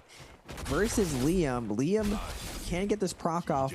Mike with the B2 going to get a bit of slashes onto AIS, but AIS, my man, is not afraid. He's going to keep up the pressure. Got the Immortal 2 proc on Mike. Now Mike zoning out, threatening the slam, but not able to do it. He is going to get the fadeaway RB. Now AIS in a tough position. Mike's not going to shy away from the moment. He's going to look for the wake-up opportunity to get the jumping LMB, and AIS will fall. Mike, is he going to start heating up again? He's up to 25 points, close to that match point. Nope. Fong ready for that third party. Triple jumping LMBs. There's nowhere left to go. Mike will fall to DRG's Fong.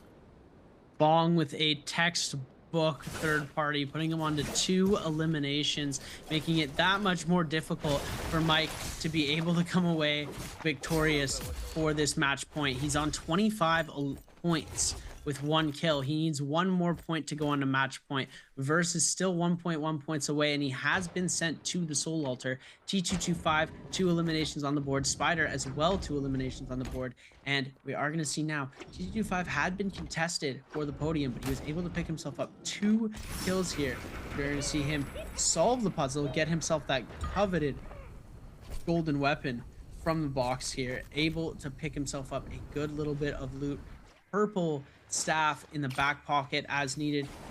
We're now going to take a look. Fong, ultra aggressive today. Already picked up 2 eliminations. Going to try and go for this elimination on to WBG Spider. We're going to see the ult come out from Spider now. And Fong, just high aggression, ready to give chase to any fight possible. He can't move too far away from here because he knows Fong will hop onto the ballista and try and come away with this kill. It looks like Spider was able to make it out of that 100-meter distance range just in time before Fong was able to find him and shark him out. Abel is now going to try and go for a bit of a reset here. Oh my goodness, Mike. No way. Mike. Oh, Fong. My goodness. 25 points. Mike is going to fall to the ballista through the wall. The burn damage is going to chip him down. And now Verse 225 Spider have an opportunity to get onto match point. Mike stopped right at the line. And this is what I'll say. This has happened time and time again. people get held to 1 point before match point, even half a point. Every little bit matters at this level. Light attack's gonna be coming out from Spider, getting a lot of poke damage on the Star, and then Bong coming in as a nuisance, looking for the third party, checking the vibes.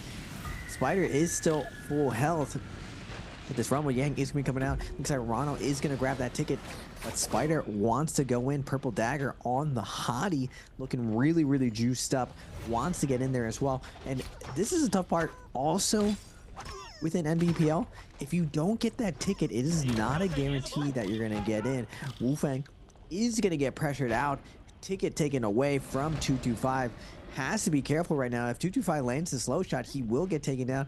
Nice job. Breaks line of sight. It's going to go for that super safe heal. But 225 forcing out Wufang. No free Yangs anymore. Going back over to Spider. Fong, Star already down to low health.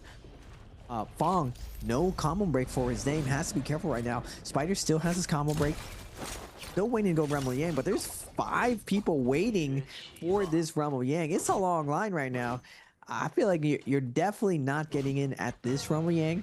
Moving to another one is probably going to be a smarter choice. We see Spider fading out. Going to hit the bell. Notice how many people are there. Looks like he's going to opt out and just wait to find a better opportunity. And on the outside, we're seeing some of that outside of Yang strategy. All of these stashes being very, very big. You're able to get a nice purple armor, purple weapon, and some solid jades. Definitely a good consolation prize if you're not going to get in a Rumble Yang. Yeah, 100%. And our first fight we're going to see is DRG's Fong versus ASE's XY, Sean Yuan. As we're going to see the Scale Rush come through, the 1-2 from the Dagger, going to bring it back around, gets caught in the bubble from the F2 of the Valda. Going to send that one out again. We're going to see the Scale Rush come out from XY and brought back by a counter Scale Rush from Fong, able to try and bring it back around with a charged RMB, going over, holding charge with the LMB, trying to see if he can get an LMB focus off. He gets a crazy parry with the Fist Blades, switching over to the Fist Blades for that extra damage. We're going to see now giving the Fist Blades back to XY is going to end up getting caught up in the ultimate ability of XY. XY going to try and go for a bit of a heal here. We're going to see the second spear getting popped. Scale Rush going to come through, isn't going to connect, and now Fong in a bit of a bad spot here. Oh my goodness, the focus attack is going to miss, and now XY is going to get caught out. Doesn't get the, oh my goodness, he does not get the siphon, but the grapple catch into the bump, into the jumping LMB, into the RMB finish. What a beautiful play. And now KLA's T225 fighting against JDG's Chuzhang. The clanks coming in every single time. Tries to go for the cancel. Baited out from the cancel here. Misses the first Justina dash. He is on the V1, so he's got a few more available. 1 dash remaining. They're going to try and go for a meter dump. Holding blue is going to try to go for it again here. Gets the 1-2. Gets the freeze into the meter dump. And this could be it here. But the ultimate is going to get released. And now he is in a lot of trouble. KLA's T225 going to try and make something happen. But every second, Chuzhang is gaining more health. And he's not able to do anything about it. Scale Rush going to come in. Tries to go for the uppercut. Is unable to. Gets caught in prio. Goes for the F. Trying to back away, but no HP. Is going to get the catch into the uppercut combo. Tries to go for a grapple extension. Is unable to. Gets prio a second time here. Tries to go for the 2-1-1. Is going to drop it. The F ability's coming out. And one shot to finish it off. JDG's Chuzhang is going to be victorious in the realm of Yang. And there we go. And OE5 gifted. What? Wait, we're not at the game 8 yet. We still got a ways to go. Chuzhang is chilling. Can he do it? I mean, the light attacks from Chuzhang, he keeps it very solid there. Half charge light. 225 almost brings it back, but he has back-to-back drops with the uppercut combo. Not able to get it. But now, looking at the scores, no one's hit that match point yet. 24.9, 225, 23.2, Spider 21.6. Still a long ways to go, but Fong heating up. So I was saying the lobby's flattening out a little bit. Fong up to 4 kills right now. Has that sense of urgency, is on Liam. Can he close out this game with a couple more kills? All it takes is that first place with the 1.2 multiplier. It's really, really competitive to close out these games. The stars have to align, and you have to capitalize perfectly when you have the Jades that you need to. You have the armor, you have the good weapons. Toronto gonna get parried off by Pace. Pace with the overhold, gonna force out the combo break. And gonna invest his ultimate already. Doesn't want to release any of this pressure, but nice job from Morano to immediately scale rush. Pace looking desperately, trying to figure out where the sounds are coming from, but Morano doing a good job using that verticality to mix up his opponent, disguise his location, and now Pace is going to have a full reset here, but Morano's going to have his ultimate left online on top of the red buff. 2 minutes left for Pace on this Yang depletion, and Shenyuan's going to be joining in. Now Pace in a very, very tough position. He's going to be split in half by these two players looking for that free kill. Not so free with the Yang depletion, but that committed pressure. When someone has Yang depletion, they have to force the issue. They have to commit to something. So if you're a very trappy player, this is the spot that you want to be in. Pace getting absolutely smothered. Now forced to give his back to his opponents. 3 attacks onto Pace's back. Gonna get flanked up by Shenyuan, and now Morano. Shenyuan trying to guard the wake, but nice job from Pace. Space out a little bit. Goes through the ceiling, but it's not going to matter. Shenyuan's waiting for this 1, 2, 3 and going to be enjoying 2-2-5 showing up to the picture. Pace now forced to pop his combo break. He wants to go back to the city, but the zone is coming in. He does get into the building, but at what cost? On the opposite side again, Shenyuan going to go with the cutoff play. Ult's going to be invested by 2-2-5, and he is going to come in at the last second and find that kill. Now can 2-2-5 get over match point, Seb? Yeah, it's looking like T225 is going to be able to. He was able to snag the kill and the bloom, but now ASC's XY going to try and catch him out here. Looks like the 1-2 is going to connect. Cancels the ult to get the F ability in, and now 24.2 points. He's still 2 points away, and it looks like all of the attention has been turned onto ASC's XY. Gonna try and get the elimination onto EWG Verano. Caught in the back end here, is gonna have to play this very well. Is gonna end up getting himself parried though and eliminated from the game. EWG Zorano picking up a beautiful elimination, putting him on 2 kills in this game. It was a beautiful Temiel as well. DRG's Fong ready for the grief. He knows the players that he needs to take out. He knows who he wants to get eliminated from this game. Putting the pressure up onto T225. It looks like he is going to end up letting him sneak away here. T225 gonna try and go for the Yang portal, try and get himself a pass and get himself another elimination. He's at 24.7, so he is only 1.3 points away from match point. It is a very attainable goal. Spider, who is just behind him, is 4 points away from the match point, 3.9 to be exact, getting taken very low from FPX Verse, who is relentless in the pursuit here. First needs 1 elimination and he makes it over the threshold, so the kill onto Spider would be big for him, but Spider would not be able to make it into the match point. He is going to get Tessa charmed here. This is going to be very unfortunate for him here. He's going to just go up as high as possible until he gets charmed, dropping to the ground, able to just, oh my goodness, the outplay from the Hottie. It was a beautiful play, goes high into the sky, and we do see him ending up with a reset here. T225 going to get parried twice. Star unable to get the punish damage on the second go around. You're going to see the gold nunchucks have been parried out of T225's hands. He's got those. He does have the staff to help him out, but he's unable to come away with the victory as TE Star with 2 beautiful parries coming through and winning that second realm of Yang. Now all we want to see from T225, going back to the tried and true, releasing the blues, releasing the .9s, just try to sneak them in. Unfortunately for him, very heavy parry meta right now. Throwing those .9s, a lot of players are not fading around. If you're throwing that many focus attacks, your opponent has to have a pretty high percentage of just holding blue, of just sliding around, not really committing in anything. For focus attack, just like raw focus attacks against your opponent to be very successful. Now 225 is going to be fighting against, who is this? Is that Fong? Fong on the outside. Not the person you ideally want to be chasing. Fong is just going to be maximum safe for this fade out. He is going to steal away the purple spear. Nice parry. Gonna reset. throw out the R&B, not give the chance for 225 to break, use his combo break to deny the damage. That lump sum nuke from the right click is putting 225 in such a bad position. Half charge R&B going to come out from the spear. And now Fong is going to use his V1 and he's going to catch him.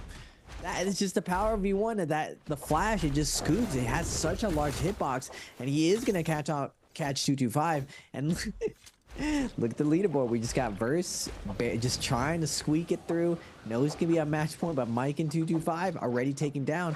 Will Spider follow suit? It looks like Fong is having a massive game as well. Arano, where's Arano? We're at 2 kills. I mean, Arano can have a really big game here too. He just has to keep up this momentum. Definitely slow and steady takes Grace 13 points. He's around 10 points behind. That's 2 games. We're seeing Mike and 225 have a bad game. If Verse, Mike, 225, and Spider all have a bad game, this really opens up the rest of the lobby to catch up and compete for that coveted first place. And I think Verse is just going to try and kite this out as long as possible. He needs 0.6 points. So getting himself 1 more placement point as we're going to see the heartbreaking defeat of Mike earlier in the game. And it's just 1 point away from match point. You get hit with a ballista on the other side of the wall. Fong, being the immaculate griefer that he is. And it's not griefer in a bad sense. It's griefer in a way that he knows how to play the game so well that every single time you die to something that he does that's absolutely crazy, you sit there in frustration and go like, why is this even a thing? But he uses the elements of the game that are not your fighting style. He uses the third party, he uses the ballista, he uses the kiting to take control of these games and become victorious. And then on top of that, he's also an amazing fighter, as we've seen time and time again with the fact that he just took out T225, and now he's going to be going for Spider here. It looks like he isn't going to try and take that fight too quickly here, but we are going to see that matchup probably later on into the game. Both Yangs have finished. No one's on depletion. Everybody is still alive. 7 players left in the lobby, sorry, and nobody has Yang depletion. Only 2 or 3 players left in the qualifying match point area are going to be able to qualify, as we're going to take a look at a little bit of a replay from Paste versus Arano. Arano taking a lot of damage. We're going to see the F come out, Wind Wisps into the Scale Rush, doesn't hit the Scale Rush the first time. Pace gonna hop onto the other side of the wall, misses the follow-up on the Scale Rush. The 1.0 is gonna get released, gonna send the Wisps out, catches him here into a sliding uppercut, weapon swap over, the 1-2 gonna come out, the Scale Rush again, we're gonna see up at the top, the 1.0, and then into another one, finishing off SS1 Paste in the realm of Yang. EW just Arano getting himself a nice gold longsword for his troubles, and Temmie with the longsword. It's always a lethal combo. I always see it happen. Mike, that's how he got his 9-kill game. Temmie and a longsword. 7 people left. Can. Yeah, yes. I feel like we got 2 kills on Spider. We got the hottie. Spider's gonna have a good chance of getting over the finish line. It looks like Verse has called a truce with the other buff player, Fong. Will that stay up? I mean, Fong is a third-party connoisseur, and Tessa kind of plays as that, so I could see how these two could opt out. Just like let's just family third party the rest of this lobby. Can they kind of muscle out everyone for this Spirit Well, though? I think it's going to be pretty tough for Tessa and Liam to muscle out the Spirit Well. Unfortunately for Spider, I think he's the lone hottie left in the lobby. So he has his work cut out for him. Hottie and Valda has been getting focus fire this entire tournament. So the rest of the lobby is going to probably poke out, see what they're doing. And looks like AIS and Fong, the double Liam, is going to be claiming this Spirit, but Star doesn't want to give it for free. He's going to be jumping in with the F2 on Justina. Interesting play. Just giving up his gold F for no ultimate, for nothing essentially. But now everyone else is gonna be jumping in. Arano, Spider, who's that with the cannon? Chuzang, all poking out the Liams, and now AIS already down to half health. Nice cannon shot putting on the pressure. AIS is gonna have to ult right now, and now Verse is gonna match the ultimate. He's gonna be fading out. And Star out of nowhere gets that V2, but AIS gonna use the teleport from the flash to get out of this situation. It's not gonna matter. Verse is gonna pick up the kill. Verse is qualified. Verse is gonna get over that point threshold. That is what we like to see, ladies and gentlemen. One elimination was all we needed to have one person qualify, and it's FPX Verse. The way he's playing, it's not likely that he will be able to come away with the MVP next game, but he is going to be over the threshold, making it that much more difficult for these other players to take the game the distance. DRG's Fong now in a tough spot. Invested his ultimate, is now going to be caught out. We're going to see, but the stagger is going to prevent these players from coming away with the elimination. Spider going to try and take the kill. He does come away with the elimination, picks up the bloom, gets himself a gold spear as well. This is going to be a very, very lethal weapon, especially with the changes that have come to the spear. It becomes such a strong weapon. It looks like Spider not even concerning himself with this spirit well. Arano gonna try and go for the capture as Chuzang decides to hold it down. Spider going to contest now, bringing it back around is Arano. Nobody wanting to end up like Fong. Fong had such a good run in the game, 5 eliminations on his belt, and ended up going down so fast just due to the fact that he invested his ultimate just a little bit too early. T-Star, no ultimate available, almost has this completely contested. Looks like they are going to just let Star go for this back with the ultimate. Chuzang going to try and see if he can contest. Star just ready for the action. Three LMBs into uppercut there. It was a little suspicious. We're going to be jumping back in. The LMB 1.0 is going to come out from Chuzang on the fan.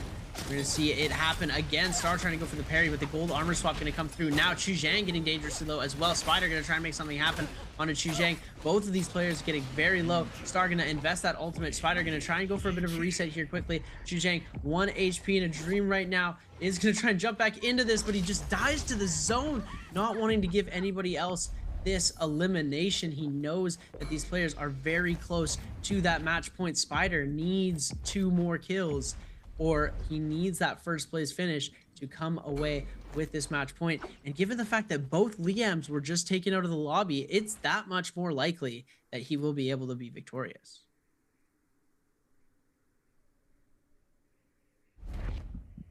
Incredible, ladies and gentlemen. Absolutely incredible. We have 4 people left. Zeb, Verse on Tessa, Spider on Hadi, Arano on Tevi, and Star on Justina. 4 different characters. Still a lot of time though. 3 minutes 48 seconds. No one really has to force the issue right now. Buff is going to be coming out. Star gets to really cherry pick who he wants to take down. It looks like he's going to be choosing the Tessa. Doesn't want this Tessa ult to come out of nowhere and third party him. So he's going to put on the pressure. Verse just opting not to really fight back here. And this is one of those weird positions that I feel like if you're going to get fiended, I actually, Verse has a lot of terrain to work with. He can ice off this pressure and possibly not get hit. But the problem with fighting against White Tiger Bust, there's a lot of regen on it. I feel like if you do fight your way out of this, this is kind of a bluff with a lot of these players that they want to hit you. They're not going to hard commit if you fight back because they know that in this position, first of all, is definitely first to lose. Don't want to go too crazy into here, and Star immediately, Spider doesn't mind throwing out that army, that wild bonk, because he does have the combo break, and the Star in a weird position. Spider can keep up the pressure. Looks like Spider is going to be backing off as well. Hadi doesn't want to get focus fired as a backup blue armor right now. It looks like everyone's just going to ice off, wait their turn out, wait to see what everyone does. White Tiger's Bust still on the field right now. 14 seconds left on to Star. And Star really needs to get things going right now. He is in a decent spot. He hasn't had the best day. If there's a time to wake up, the time is now, though. 2 minutes are on the clock. Zone is closing in. How does Tessa find a win in this situation? Tessa does do a really good job versus Hottie, but can Star capitalize? Will we see that same success with Stars, Justina? Just like versus waiting patiently to commit his ult and find those last hits at the end? Or will Spider just come out with the default win with the Hottie possibly putting him on a match point, tying up with Verse? It's so difficult to say at this point. I'm hoping we see Spider pick up at least one more and get the first place finish so that we have at least 2 players on match point.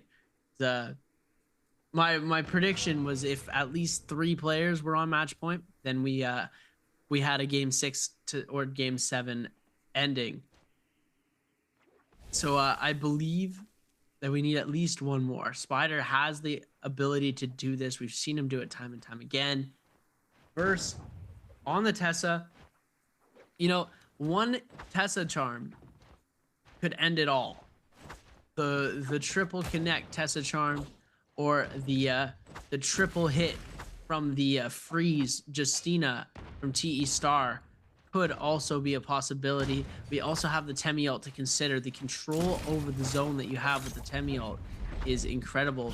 Combo breaker burned from Spider as the circle is growing incredibly small. We are going to see these players starting to try and take to the sky. Spider trying to get the high ground is going to end up dropping, forced to pop that ult first. And this is a problem, ladies and gentlemen. We are going to see him miss the Tessa ult, though. Verse was able to avoid the Tessa ultimate. And it looks like we are going to see them falling to the bottom. Oh, it looks like he was hit by something here. The Temi wind, the Temi whisk, and now here we go. The Justina freeze coming through. Verse takes out Spider. Star is going to pick up 1 elimination on a Verse, and Arano goes out to zone. What? What the? My goodness. Yeah, Spider's just nonchalant, just gonna take those just like that out of nowhere. Just close out this game. But Verse not looking very satisfied. He knows that this tournament is his. And this is what I was saying, Seb. I don't know. I feel like you gotta play for points and still play this very slow. We saw the bottom half of the lobby definitely pick up the pace, so the likes of Fong, I was saying, because of that long tech pause, a lot of the bottom half of the lobby was gonna wake up and do super well, while everyone who was red hot doing super well versus Mike was gonna cool off a little bit, and we see a little bit of troll coming out from Mike off spawn. He gets ballisted by Fong. Yeah, and that's one of the unfortunate things to happen. And we're following a sort of pattern here, Raven. We had our first game was won by T225, our second game was won by Fong, then our third game went to Mike.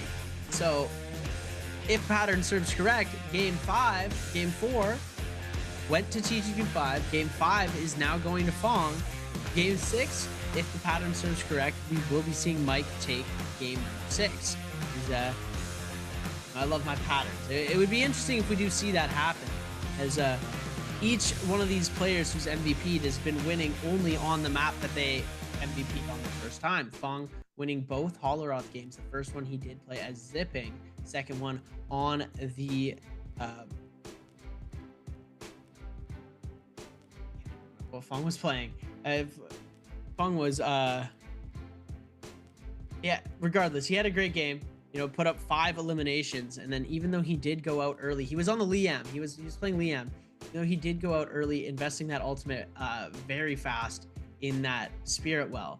He still managed to pick up 5 eliminations in the early and mid game, winning his Realm of Yangs, super aggressive, taking out T225 off the Yang depletion, and he was able to come through with a beautiful game. Yeah, Fong really specializes in the pick-off playstyle. Liam is definitely a picking-off character. Matari is. Tessa is. Technically, V2 Justina is. V1's a little bit harder. You have to play a lot of counterplay. But these characters, Fong has done super well. But as far as match point, I believe, was it Verse? Verse was the only one who was able to get over the finish line to get onto that match point. Now, Does he take it? I was not gonna try it. I was like, does Verse really take this? He's definitely really surprising as far as how consistent he's being today. And we're so accustomed to this Mike showing up big. I'm not gonna lie, Verse has been solid. Like, who can slow down this man? I said it before. And even the tech pause didn't slow down Verse. The tech pause actually slowed down Mike. Mike makes a big blunder there. I would have to say, if I'm Mike, I'm definitely reeling. Dying to a ballista is a pretty big blunder, just because it's very easy to know where the ballistas are and just to zone it out. Plus, you always see that your opponent's on it. What's funny though, Zeb, is that because of the rule change, I've seen a lot more ballista kills just because of how reckless people are off spawn. But speaking of reckless, we're gonna be having our first question. Another question for you guys. Do not be reckless. Which player killed OUG Mike in Game 5? We were just talking about this. Was it JLAIS? B, FPXZQ's Verse? C, X1's Wufang? Or D, SC's DRG's Fong? That's crazy that I literally was just talking about this. Yeah, this is kind of a dead giveaway for you guys, ladies and gentlemen. We were just talking about this. In first place, our MVP for game number 5 is going to be DRG's Fong with 5 kills with 1 ranking point. The full game score of 6. Star is going to be our last person standing, getting that multiplier, putting him up to 2.4 kill points with the 3 ranking points at 5.4. Spider going to be in third with a 3 and a 1.5, putting him at 4.5. Standings for the overall standings, ladies and gentlemen, is going to be XY in 12th, Star in 11th. We're going to see Wufang in 10th. Haste is going to be in 9th, Arano in 8th, and 7th place is going to go to AIS with 17.4. We're going to be taking a look at 6th through 1st, and this is going to be interesting to see how the standings have changed with this game. We know that Verse is on top at 28.4. Spider should be directly behind him, and with Mike not far behind, I believe it's a couple points off. The 25 points for Mike, 24.7 for T225, 24.1 for Spider, 20.9 for Fong, and 18 for Chuzhong. First place to 5th place all have the opportunity to come away victorious by game 7. Can Verse do it? He gets a free roll right now. It's really on Verse. This is his best situation to possibly ship his first big win. He's done the work to get here. Now he just has to close it out. Now everyone else, we've seen the familiar names. If you give them time, they will clutch up in this position. But I was saying, Zeb, it's very, very tough. The lobby's very, very competitive. It's hard to get to that match point, and we've seen it time and time again. It goes the distance. We go to game 8. Now looking at the highlights of the game, brought to you by Thunder Robot Born for Gaming. We're seeing Mike. Oh, the double face bomb. Just can't believe we died to the ballista. Now Fong going big with the scale rush through with the follow-up R&B. Nice job from Fong to recognize his opponent's stagger there. Start with the V2 Justina, able to destroy 225. The gimmick is just too fast. 225 not able to get that momentum going. Frustrated from his blunder there. Spider playing this end game perfectly with the hottie, but unfortunately again that Justina from Star, the V2, just so easy to land, just so oppressive when everyone is not ready for it. Everyone's so accustomed to that V1. When the V2 comes out, it's just that guaranteed stagger, that guaranteed focus attack, and Star does a good job of securing some kills there. But the MVP of the round is going to be going to your third-party specialist, your assassin himself. He does go into Yang this time with the Liam, but DRG's Fong with the fan, doing it big. He's been doing it with Fan and Dagger for as long as we've known him, and MVP 11 times this season. Can he bring it back? We've seen Fong in this position before. Does I feel like when Fong doesn't have his assassin characters, he does slow down in momentum. It's similar to Verse. Verse is very big on his Justina, his Matari, but he slows down when he's not on his dueling characters. He loves his dueling characters when it comes to getting those big points game. But so far, he's done the homework. He's looking really dialed in. And I would say, if I'm going to lose this situation, lose this bet, it's that Verse is going to rise to the occasion. He's not going to choke in this spot. And the familiar names we're so accustomed to who bring it back in this position are going to let Verse do it. But I got to say, Seb, if you're the only person on match point, it's hard to win because everyone's going to scout you out and figure out exactly who you're playing this game. Yeah, it is going to be very, very difficult for Verse to do it. We've seen people do it before. I've seen Spider come away with match point and then win the next game, but we haven't seen anybody else pull it off. So I'm really hoping we are going to get to see Verse pull it off this game. It'd be absolutely amazing. We do have 2 extra games to play, but ladies and gentlemen, we're going to be right back with game 6. We're going to go for a little bit of a break, and we'll see you in a sec.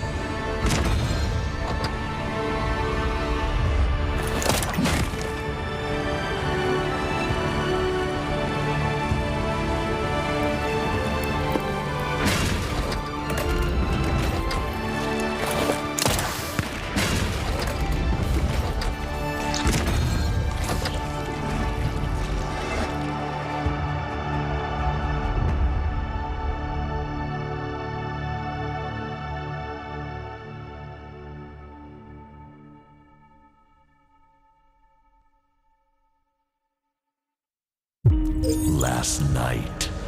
Ladies and gentlemen, welcome back to some NARAKA Pro League Solo Finals. I am Nbpl and I am joined by the splendid, the wonderful Seb, and it's been a splendid day of solos, Seb. I cannot believe this. We might be living in a world where Verse dominates. I really think that the tech pause, Mike was on fire and he got iced off. Now, technically, Verse was in the same boat.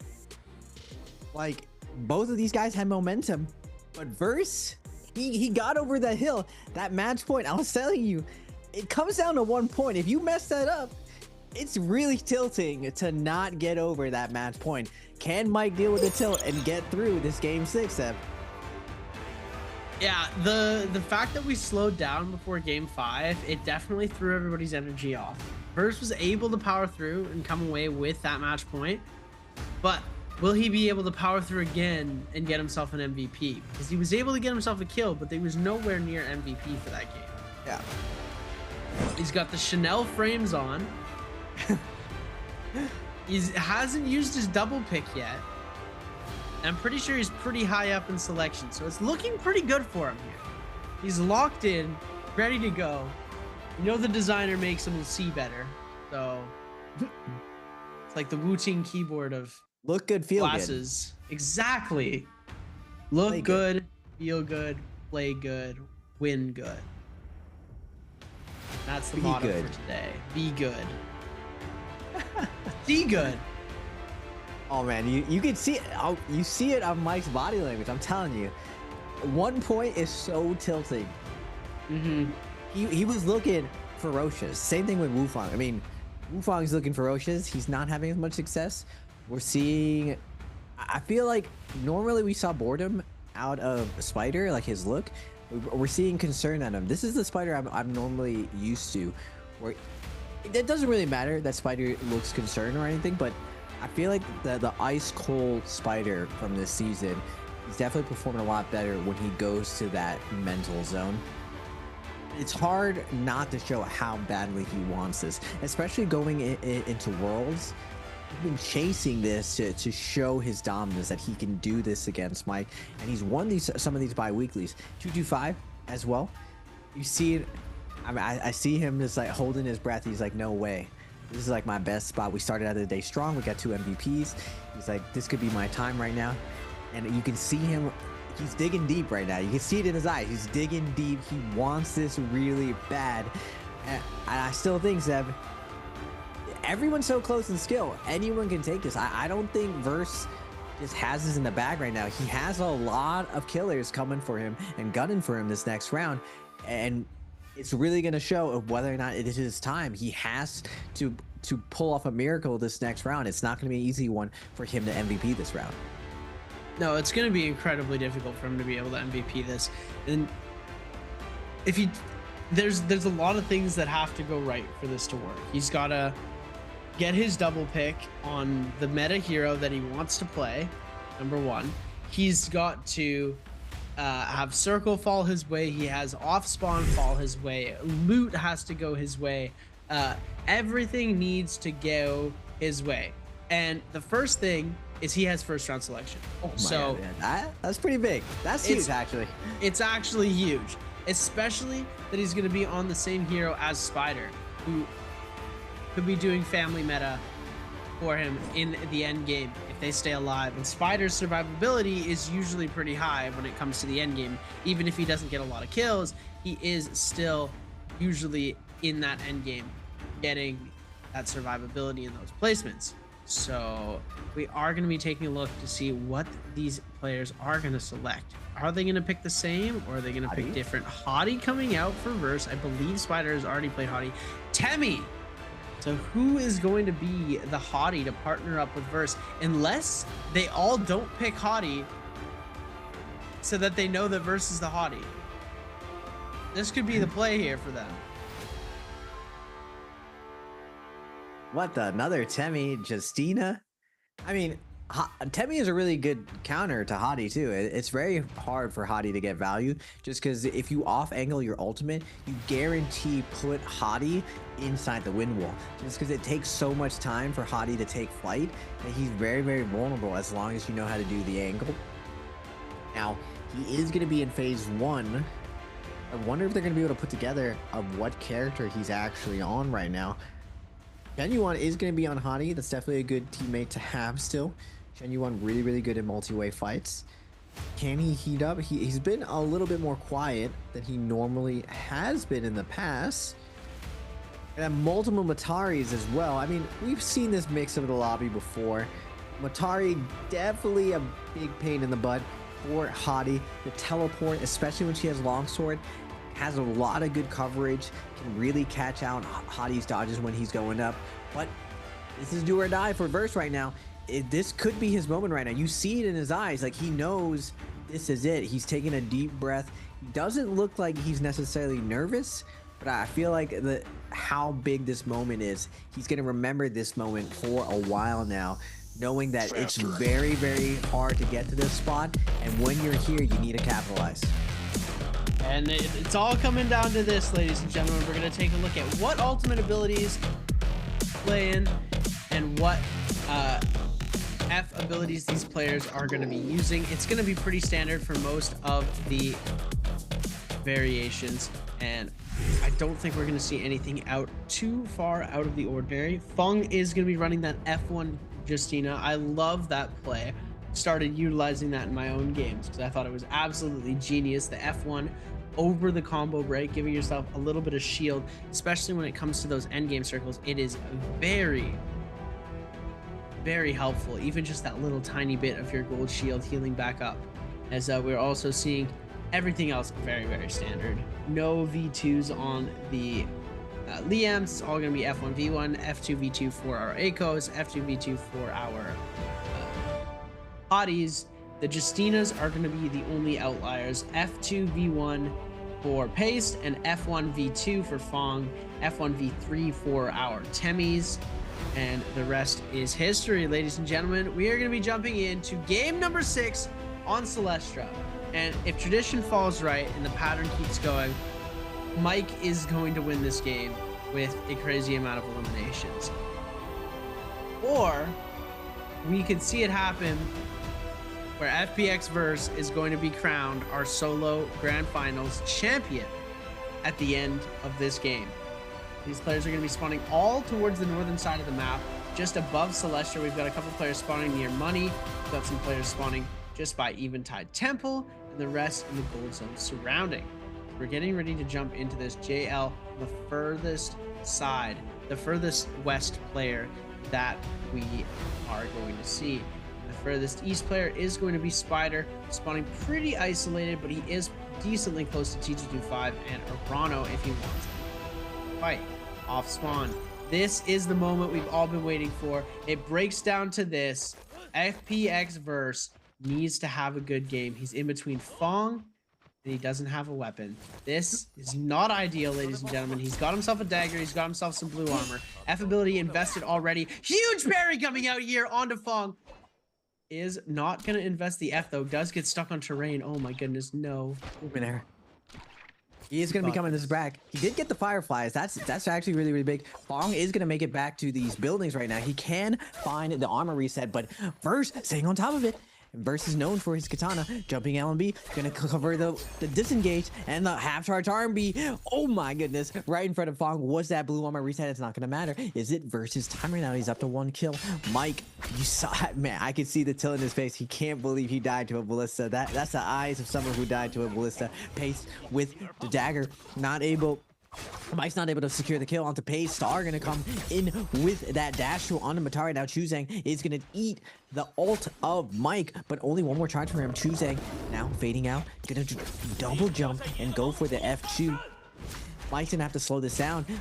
Now in a really, really tough position. Chuzang on the Akos ultimate, so much advantage state for him, and now Star gonna be coming in. F is gonna be invested for Mike. He's gonna try to fade out from here. Those the focus attack. Chuzang's gonna be coming in. Jumping LMB is gonna come out, trying to get that last hit. He is gonna be able to get that last hit, but Verse showing up to the party right now. But Star's gonna seal the kill. Now Star on the Matari.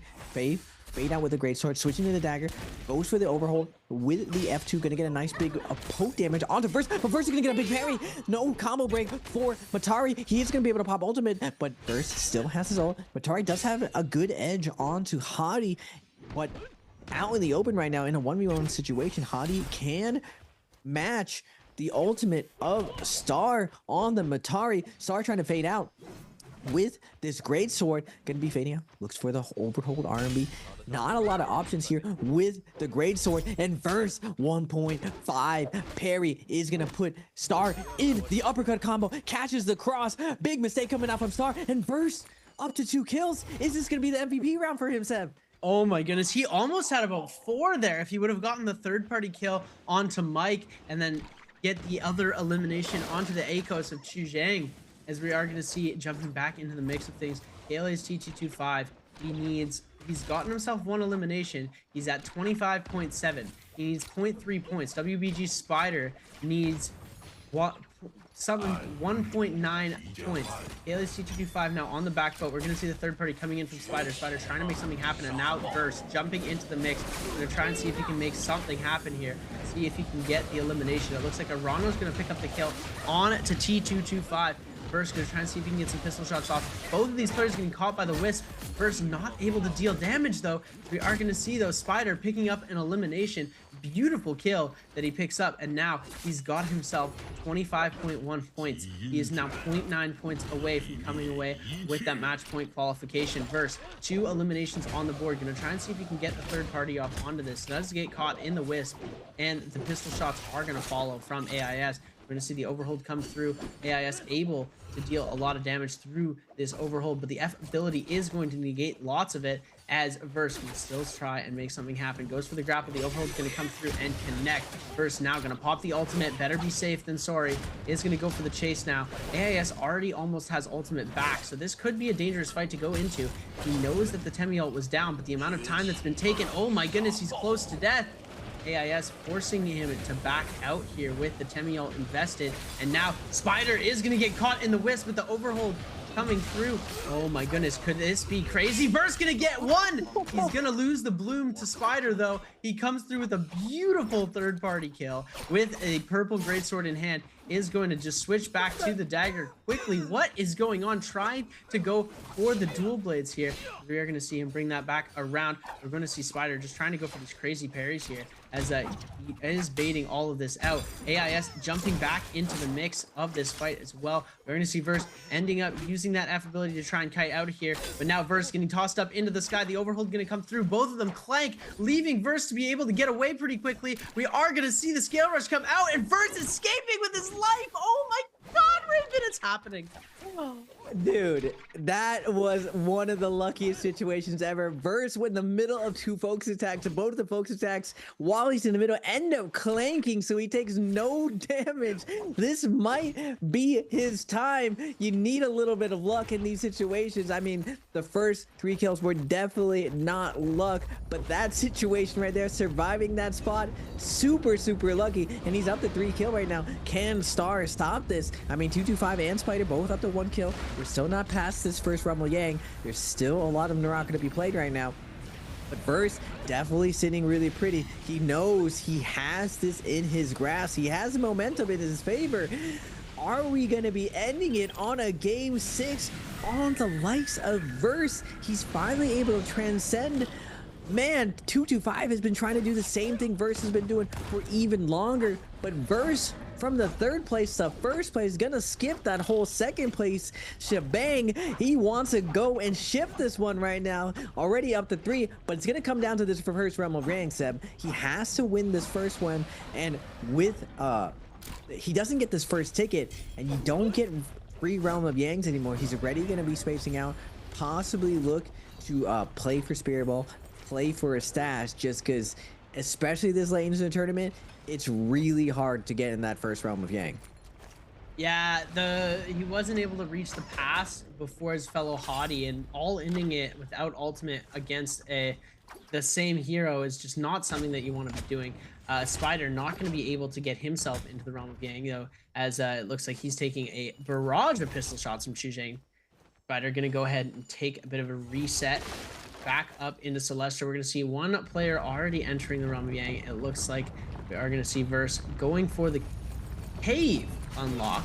Going to get himself a few gold jades, but Arano going to come in sneaky here. We do have that fire cage. We saw Spider hit it in a previous game. So Verse now going to head over, try and see if he can hit Portal. And it looks like 2 players went in as soon as he tries to go through. Now we're going into the Realm of Yang. DRG's Fung versus ASC's XY. We're going to see Fan versus Nunchucks here.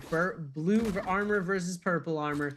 Scale Rush going to come through. Fung, just a master of the Scale Rush, flipping over to the dual halberds to try and see if he can pull off some combos. We're going to see the F1 invested into getting a bit of health back here. We're going to see him try and make something happen. Goes for the 1.0, is going to be able to connect. The F ability invested from XY. Overhold going to happen. Parry bait comes out a second time. Pryo is going to connect. XY going the 2-1-1 perfectly. Now, DRG's Fung is going to try and go for a pot. And it looks like we're going to see the F1 come out. Meanwhile, the burn tick damage could be a bit of a factor here. This Fung was able to get himself a little bit of healing back. We do still have that Justina ult available, but he's going to hold on to it for as long as possible. Doesn't want to have to invest right away. We see the ult come out now, and now it is all Fung's game. He's going to be able to hit the freeze off. Doesn't get the follow-up damage, though, as XY doing a beautiful job of hitting that F ability. Not going to let Fung heal. And this, wow. XY doing a beautiful job at keeping Fung under wraps. We're going to see the Pryo come through, but focus, so no stun is going to come through. We do have that one freeze still. He does miss the freeze, but he's going to get him in the air. One more hit. DRG Fung turns the fight around, and oh my goodness, XY gets sent back to the Soul Altar. Man, tough break for Shen Yuan, man. He's always done really, really well during the weeklies in his Realm of Yangs, but not really showing up today when it really, really counts. Fong is showing up, and normally he's on the outside, but when he gets on his dueling characters, he is willing to go into that Realm of Yang. His F or V2 Justina doing really, really well. Now Star up to 2 kills. He's the only one who could really contest Verse right now. Same with Pace, but Pace and Star end up trading kills right here. So Pace moves up to 3 kills on his Justina. He needs to make sure that Verse doesn't get this MVP. And what a great position. Justina versus Hottie, really, really good for this endgame. I don't know if we go to this endgame, though. Everyone's swinging for the moon right now. Everyone's taking a shot at getting a high killed game right now. Shen Yuan, with that Yang depletion, 3 minutes, 30 seconds, going to be finding Wufang right now. They're going to parry off. We know that we both need a soul room right now. F's going to be invested from Wufang. Combo break going to come out. Nice grapple stagger going to come out from Shen Yuan. Looking for another half charge stagger. Not able to get it. He's just going to release that focus attack in. But nice scale rush getting out of there. Wufang going to get a nice reset here. But Shen Yuan going to get the blue armor reset. And we're going on to round 2 versus these guys. Actually, no. We're not going to go in round 2. Third party's going to be coming out. Vermilion's buff onto DRG's Fong. Fong up to 1 kill right now. He knows he needs to get kills, but he's not going to be impatient with it. He's just going to stay active, stay hunting. And this is one of those situations where now you need to have offense. You need to have that gear. You need to make sure that you keep your destiny in your own hands, because if you don't take a risk right now, there's a chance that I believe only whoever is in versus phase has a good idea of which character he's on right now, and that's only Spider. And Spider didn't go Hottie right now, so it is a little bit ambiguous of who Verse is right now. And Verse, you would think at this point he would be a little bit conservative. My man is flooring it, Seb. He is going for it. He wants more kills. He doesn't even have Vermilion's buff right now. He's acting like he has Yang depletion. He's fiending so hard. Yeah, he's getting a little bit too aggressive here. He's starting to heat up, and Fong's noticing that and taking charge. Decided to give him a few taps with the gold spear just to check him, you know, vibe check, see what was going on, see how Verse was trying to play into the situation. Now we've got a Hottie ult invested here as XY ready for the ult. We do see the Liam ultimate getting invested now as well. We are going to see X1's Wufang trying to kite out with the Liam ultimate. We are going to see now Verse doing a beautiful job at knowing exactly where that ultimate's going to land him. Verse now going to get back into this. We're going to see him. Oh, he misses the grapple. No way. He's not gonna follow him in? I totally thought we'd see Verse follow him in there, as looks like Wufeng is gonna actually be able to heal up and get back into the zone. So this could actually be the smart play of Verse not jumping the gun, going into the zone, and potentially getting third partied as soon as he gets out. Yeah, I feel like diving in there with so many people there, you're definitely going to get a held zone. Super, super risky in this position, especially with how oogly and aggressive everyone is. 45 seconds on Shen Yuan. Going to be a tough position to cure this Yang depletion. Someone has to make a critical error here. Back-to-back parries possibly. But 35 seconds. Time is ticking, Shen Yuan. You got to force the issue right now. Nani's trying to close the distance on JL's AIS, but anyone having a tough time right now. Gold that's going to be invested by Temi. He is going to be able to keep it moving. Switches to the fan. Tries to get the scale rush up. Parries a 1-2-3. Not going to get F. He's going to force out the Temi ult. Shen Yuan down to 16 seconds, 15 seconds. Needs to find a kill right now. Desperate for anything. Gonna throw the one charge out. Gonna throw a light attack out. Not able to get it. Rano showing up into the Temi ult. Shen Yuan just gonna be trying to ice off the pressure here. Down to 5 seconds. Who is he gonna fall to? Whoever gets his last hit is gonna pick up a free kill. But Shen Yuan does a good job of fading out. But Rano will pick up this kill.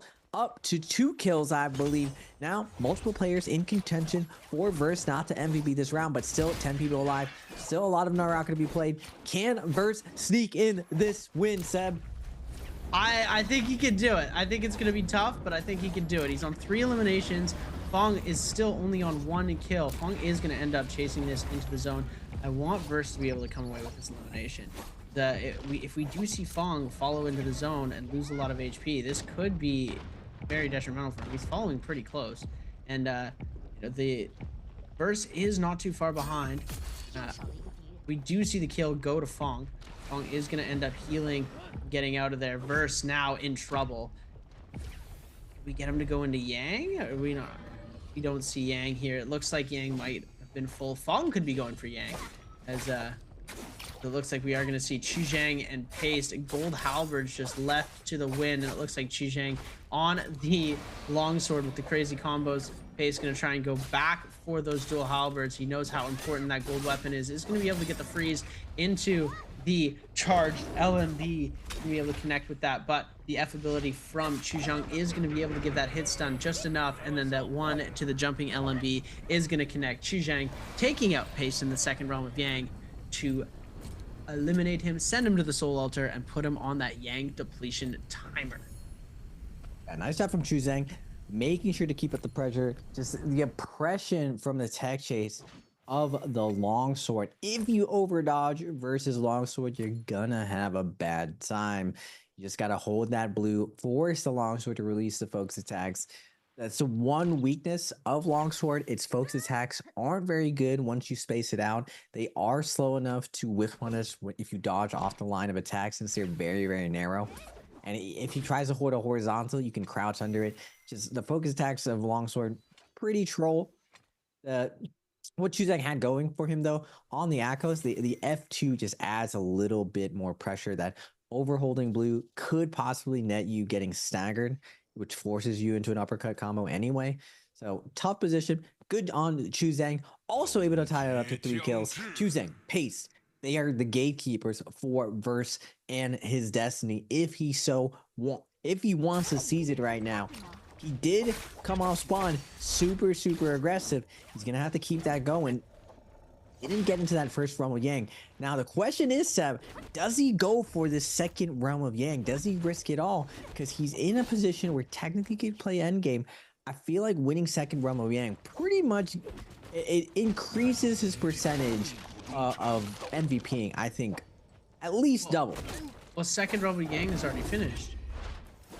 The second realm of Yang? Yeah, Chuzhang just got gold armor out of Yang. Mine, man, Spirit Well. Spirit Well is his next play. Spirit Well's his only play. Yeah, we his XY Shan Yuan has been eliminated, so his hottie partner is not going to be able to help him in this end circle. He is going to need to get Spirit Well to be able to keep space. Have that armor swap as well. Super useful for him. He needs Chuzhang. Well, Paste is going to go out pretty quickly here with the Yang depletion, or has the potential to go out pretty quickly with 3 minutes left.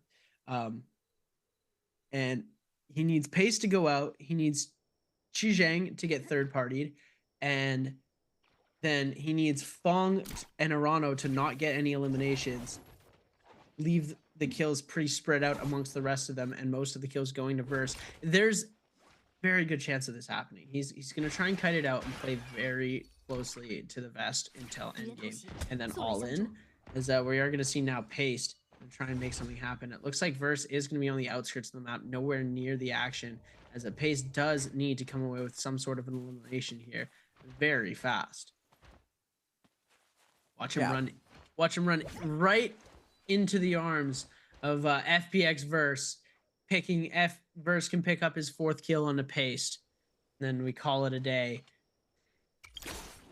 And we're slowing down again. Like, I expect everyone to slug it out, but everyone's playing this nice and tight. No one wants to overextend in this spot. Both Chuzang and Pace in a good position to keep it going, but I think Pace has Yang depletion.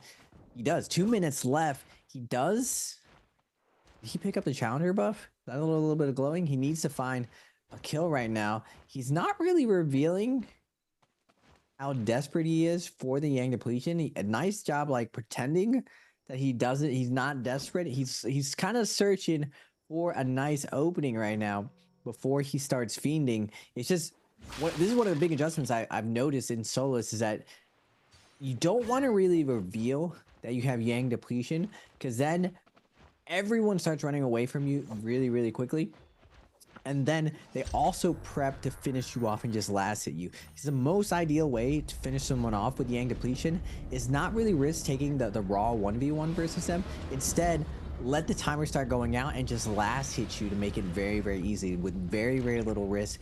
Getting that little bit of poke by spacing you out is going to be a lot safer. And now Pace down to 1 minute. A minute is not enough time to lock someone down and finish them off, especially if they're at 100% health. You need to have at least 2 minutes to burn through someone's cooldowns and then lock them down with the chase down. But Pace has made his bed. He's gonna have to sleep in this one. He's gonna pop the ultimate. He's gonna go for the stagger onto Arano. Gets that freeze off. Uppercut combo gonna come. Now Arano's just getting full all in right now, but he is on the target. He's gonna use that F2 to come flying out. He's not gonna be able to get it. But wait a minute, Arano does come back and gets the kill. And now Arano, I believe, is up to 4 kills right now. Is that gonna get up to 3 kills right now? So multiple players at the 3 kills, but Pace will fall, being replaced by Arano. Verse has his work cut out for him. 8 people left. Can he find 1 or 2 kills to secure this MVP? And yeah, this is the $1 million question. Will he be able to pull this off? And it's too early to tell. Oh, he gets Spirit Well for free. No way he gets this for free. They let him have Spirit Well here. Arano is gonna contest here. Verse gonna be able to get himself a huge uppercut combo, holding space very well here. He's very close to getting this. Is gonna get, oh, he has Spirit Well. It's over. It's over. He's got the Spirit Well. It's only Mystic Might, but he's gonna get Oogly here, ready for these fights. Gonna try and get this elimination as fast as possible, focusing all of his energy on a Qi Zhang. F ability gonna get invested quickly here. Tries to go for the scale rush, is gonna end up getting blocked by terrain, but he does have Mystic Might. He knows where his opponents are gonna be and which way they are gonna be heading. Overhold is going to connect Verse in a bit of a tricky spot now. He is far away from his gold armor reset, so he should probably start playing a little bit more territorial. We're gonna see him try and get this elimination here, as Qi Zhang gonna go for that jump RMB connect. Verse gonna go for a bit of a heal, is gonna end up getting hit out. This is bad right now. This is not the greatest situation he wants to be in here. Is gonna end up getting hit by a Tessa Charm, and now this could be a lot of trouble for him here. F ability gonna be invested. Is gonna end up getting stunned out here. Ultimate is gonna get invested pretty quickly if he's able to. Oh, tap dodge rolls out of here. DRG's Fong gonna pick up his 3rd elimination, and we're gonna see FPX Verse jumping far away from this fight, and it looks like Fong was able to pick up another kill, bringing him to 4 eliminations, and this is not what Verse wants to see here. He knows that this Justina has picked up 2 eliminations now, the only Justina left in the lobby. He wants to get the Justina out before anything else happens. KLAC225 dangerously low in the corner here. Could try and go for this elimination right now. it is going to be a kill race to the very end. Doesn't see. He's got Mystic. It looks like he's not going to go for TG25. He's going to try and go for Fong here. He's ready to go for Fong, trying to get him out. You do see him get pretty low in HP right now. All of the cannon shots are going to get sent through. We see the Meteor. We see the Wind Wisp. We see the Freeze coming through. Verse just desperately trying to get this elimination onto Fong. Wants this kill so bad. We're going to see him holding space up on the top with the fan. He use that gold longsword to try and deal even more damage as Fong just getting repeatedly attacked with these jumping LMBs. Everybody from all sides going to try and deal the damage onto Fong. Fong on 4 eliminations. Verse needs to get him out before he's able to do more damage to him. Oh my goodness. Raven, do you think he's going to be able to do it? It's starting to look a little bit close. I mean, ideally, you don't want Fong to be in the position to block you off here. Fong's doing a really good job of icing off the pressure. He does have the sustain of F1 Justina. He doesn't have ultimate up, and the rest of the lobby is not going to oblige for Verse to get him focus fired. Verse does his very best, I would say, in that position to try to get Fong focus fired, but not everyone wants to go for it. He at least has recognized that out of all the players in the lobby, this Justina probably has the most kills right now after him. He witnessed Justina yoinking a kill right there, so he's like, wait a second, this player might have the most amount of kills, especially if it's one of the Justinas from the realm of Yang. So we got to make sure to focus fire this situation. Now 225 and I believe Fong both have gold armor in this position. Fong forced to ult right now and is ready down to 1 HP, instantly shredded. Arano's looking for the last hit, not able to get it. Fong's able to get the white armor reset and a purple armor reset hidden in the corner right now. Jumping LMB is gonna be coming out from Spider. Spider's gonna show up to the party trying to get that early hit right now.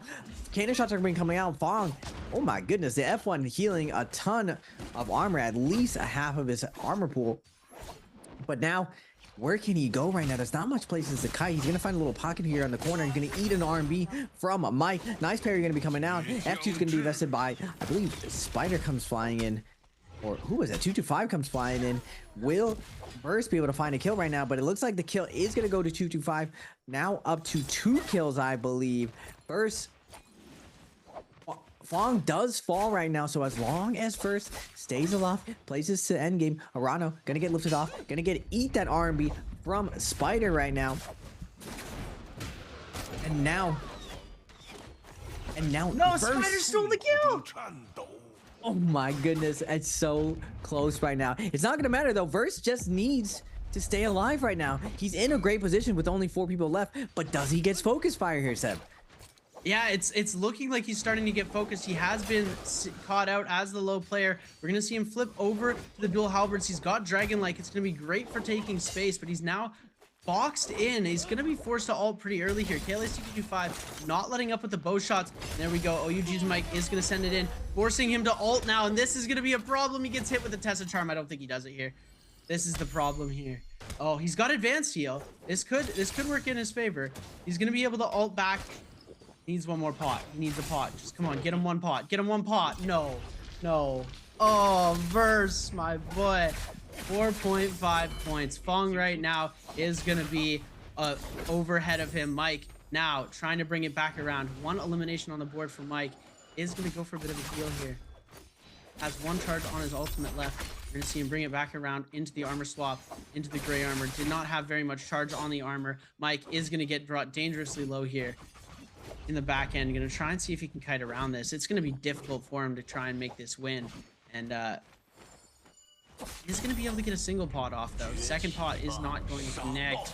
We're seeing the Temi ult come through, and there we go. Spider's gonna be able to come away with this elimination. Oh, Erudition coming through Spear Storm, and the Tessa ult is going to miss. Mike gonna be able to hold space like this, but then KLA's T225 gonna come away with a beautiful hit, and now it's going to be Spider versus T225 in this final circle. The 1v1 of the century right now, as Overhold's going to come through. Spider getting dangerously low now. No ultimate available for either of these players. No F ability available for these players as well. Spider able to hit a beautiful, sending him for a ride. But there we go. The uppercut followed up from the 1.0. And there we go. Burst got robbed of 3 or 4 eliminations in that last sequence. Almost killed Toronto. He almost killed Fong. He almost killed Chu Zhang. And he did not get the MVP. Our MVP is going to be KLA's T225 for the third time tonight, ladies and gentlemen. T225 has made himself the MVP, putting himself on match point, as well as, I believe, Fong is 0.1 points away from qualifying for match point. He had 20.9 going into this, and now he got 5 points in that game. So he's at 25.9. If Fong wants to win, they have to go the distance, but now Mike, Spider, T225, and Verse, all 4 of them are going to be on match point. Same, Seb. We'll be going into the championship round. But can one of these 4 players get MVP? It's really hard to MVP once you hit match point, just because everyone's gunning for you. No one is just letting anyone go out with freebies. On top of the fact, just MVPing a lobby is extremely hard. Now, Verse, I feel like that round goes by so differently. If he just gets to that realm of Yang a little bit earlier, I know he has to be kicking himself the same way that Mike got ballisted, that he's going to go back and realize that if he just got into that realm of Yang, things could go by very differently. Just the multi-way fighting, I'm not going to lie, there's a lot of RNG that goes to it, of whether or not you can capitalize on getting that kill while so many people are going for the same thing. Speaking of going for the same thing, we have a question for you, ladies and gentlemen. Everyone's gonna be going for the same thing. For your summer split random gifts, how many kills did FPX ZQ's Verse get in game 6? Was it A, 3, B, 4, C, 5, or D, 2? Ooh, this one I do know the answer to. Yeah, me too. It's they've been some pretty easy questions, some nice easy layup questions. Perfect alley-oop for you to hit that slam dunk and get yourself a summer split random gift added to your NARAKA locker. Worth it, guys. Answer the question in chat. Hopefully you'll win. Good luck to the winners, and I just gotta give a little shout out to Duncan. Congratulations for winning your first summer split box. I don't think I've ever won one of this summer split box. I think I've only gone for one though. I won last week, or a couple weeks ago when I was casting with you for pre-final. Wow. Well, we are going to be looking at the match points, ladies and gentlemen. First at 32.9, 225 at 32.5, Spider at 28.1, and Mike at 27.5. And I was saying before, Seb, we're most likely going to distance. We're going to that game 8. Will someone MVP? It's very hard to MVP. I gotta say that the way to win this whole thing is you gotta play the points game. You can't force it. We saw Verse really try to force it, and credit to him that he went for it, and he actually went for it pretty effectively. Like he didn't really overextend in a lot of positions. He played it as close to the heart as he could as far as being optimal. I think he just got really unlucky not getting into Realm of Yang. He just got there half a second too late, and he doesn't get that ticket. Now, I feel like in that position, you might want to try to force the person off for that ticket. Now, there's a chance that someone comes from a third party. He opts to just go play it safe, to play Spirit Wall or play a stash. But I think if he re-looks at his VOD, especially this unique situation, I think the math makes sense that you try to force someone off that Realm of Yang and try to go in yourself, just because you pretty much secure your MVP if you double Yang win. Yeah, the MVP would have been his to 2 more eliminations, and it would have been absolutely magnificent. But T225 is going to take first place with a 4.8 kill points, 3 ranking to put him at 7.8 of a total game score. Fong is going to hit 5 on the second place, and he's still 0.1 points away from qualifying for match point, so we won't actually get to see Fong for match point in game 7. Verse, this is going to mean some crazy stuff. Fong is going to grief so hard this game because he just needs chaos. He needs nobody in the top 4 to win. He's going to be his very, very frustrating self. It's going to be amazing, and it's going to be hilarious to watch. We're going to see him throwing people with Liam D2 into thorny rollers and signs, hitting people with ballistas again. It's going to be amazing.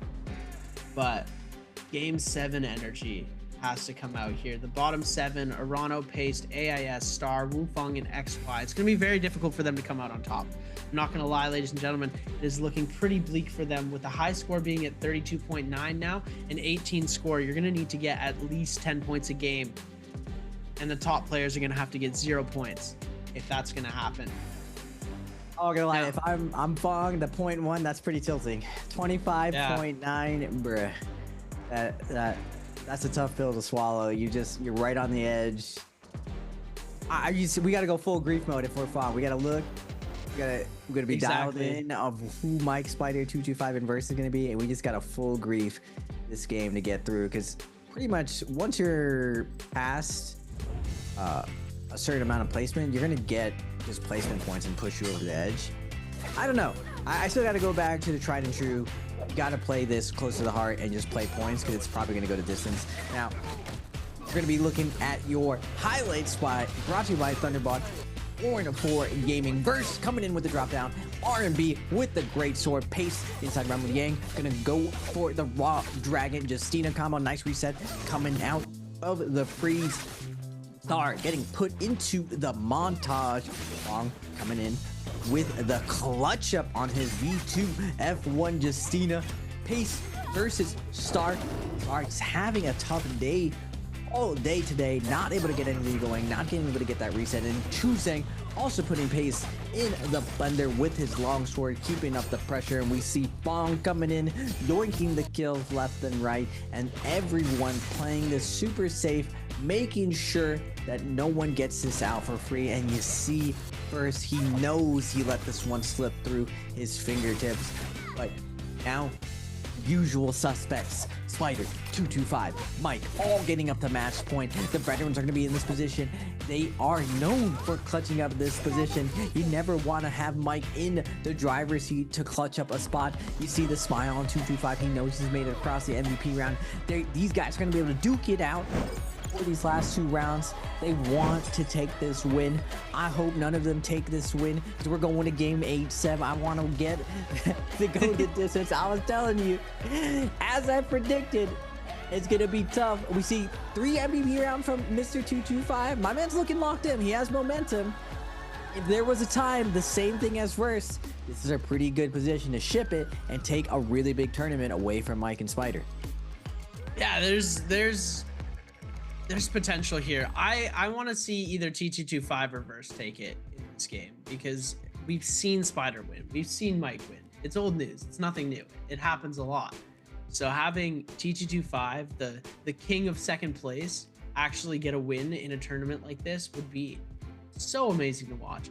And Verse, somebody who we were not thinking about winning at the start of today. We were thinking about anybody but Verse, honestly. Not necessarily, but like Verse was not brought up in the conversation when we were talking about who was going to win. And now Verse up on the top. He didn't have the craziest amount of placement points, but he played consistent. 4.5 point average for the first 3 games. Ladies and gentlemen, we are going to take a short break and we'll get right back to you. Be right back.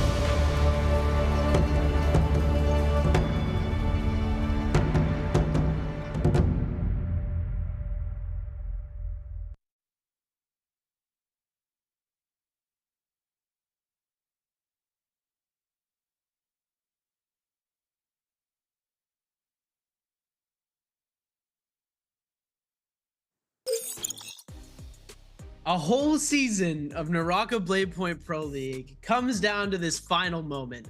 I think it's going to be this game. Raven thinks it's going to be next game. We've got the deciding game coming right now.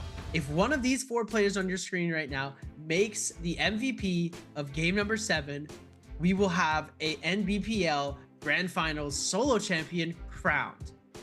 And Raven will owe me 5 gifted subs. If we go the distance to 8 games, I need to take out a bank loan and gift Raven some subs. Sorry for you, Seb. It's going to be unlucky 7 for you. We're not going to game 7. This is championship round. And unfortunately, there are too many champs. It's going to be loaded up. And they're all going to sabotage each other. There's no way they're letting anyone go through right now. This is when the Arano comes out, where he just comes out with Tessa and pole swords everyone. I've seen it in the past. It's been time and time again. Right there, I mean, I'm kind of rooting. My heart wants to root for 225 going in the Worlds. My man's been trying for a while now. We got to stop throwing .9s though. There were a couple situations where Mike walked through him again, just because of how many focus attacks he's going through. I was really impressed by how ferocious Verse was. If anything, I would say if I was a player in the game, I would think that was Mike going through the lobby, just playing the level of aggression coming out for him. He really did go for it, and he just came barely short. I would say he made probably some of the best decisions he could probably made in that spot. It's just he got unlucky not getting to that first Rumble Yang. I feel like he played it too conservative at that point. We gotta risk it going into Yang in that position and just put our faith in our dueling ability. Verse has been doing well all day today. Now, it is match point. He does have a little bit of buffer.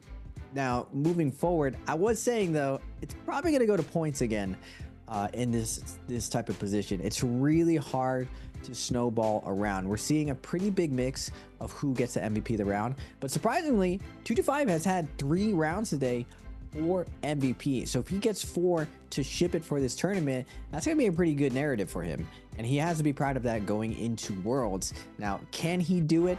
He's come up short in the past. He's definitely still one of the best fighters in the game, but for some reason, we just always get second place. T225. I'm gonna need you to do me a favor real quick and lock in. You're gonna eliminate everybody. See, it's because Verse didn't win because he didn't have the Balenci frames on. T225 got the Balenci frames, and he's gonna pull this off. It's all about what the frames are, the glasses pick. We're gonna see, taking a look at these hero picks now and getting back to a more serious track. Most of these players haven't burned their double pick. I'm pretty sure Verse has with that game on Hottie, so he has to play a unique hero, and this could be detrimental to him because he is going to be last round selection, given that he was first round last game. It's going to be very difficult for Verse to be able to come away with this, but T225's got a really good shot, and Mike and Spider both have very fair shots at this. Given that DRG Fong has is 0.1 points away, he is definitely very angry, and he's gonna try and grief every single player in this entire lobby. He does not care. He's gonna be going full aggro, trying to grief, making sure nobody is going to win it before game 8. I don't know if he's gonna be. He was already playing a very grief play style, playing that third-party game, and we're seeing Verse. Look at his character picks. This is generally a strategy I've seen, and even Frost was telling me that most of the players right now, you play one character. You never want to go with a double pick. The one exception that I've seen double picks go through is Mike. He risks it all to try to get ahead somewhere in the middle when he feels like he has an edge with the map pool and the character picks.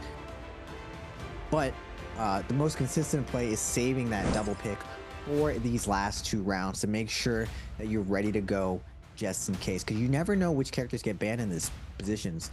A lot of the times, depending on how the rotation goes on, you might not get your ideal pick in these spots, so you got to have a backup plan, maybe even a plan C as well.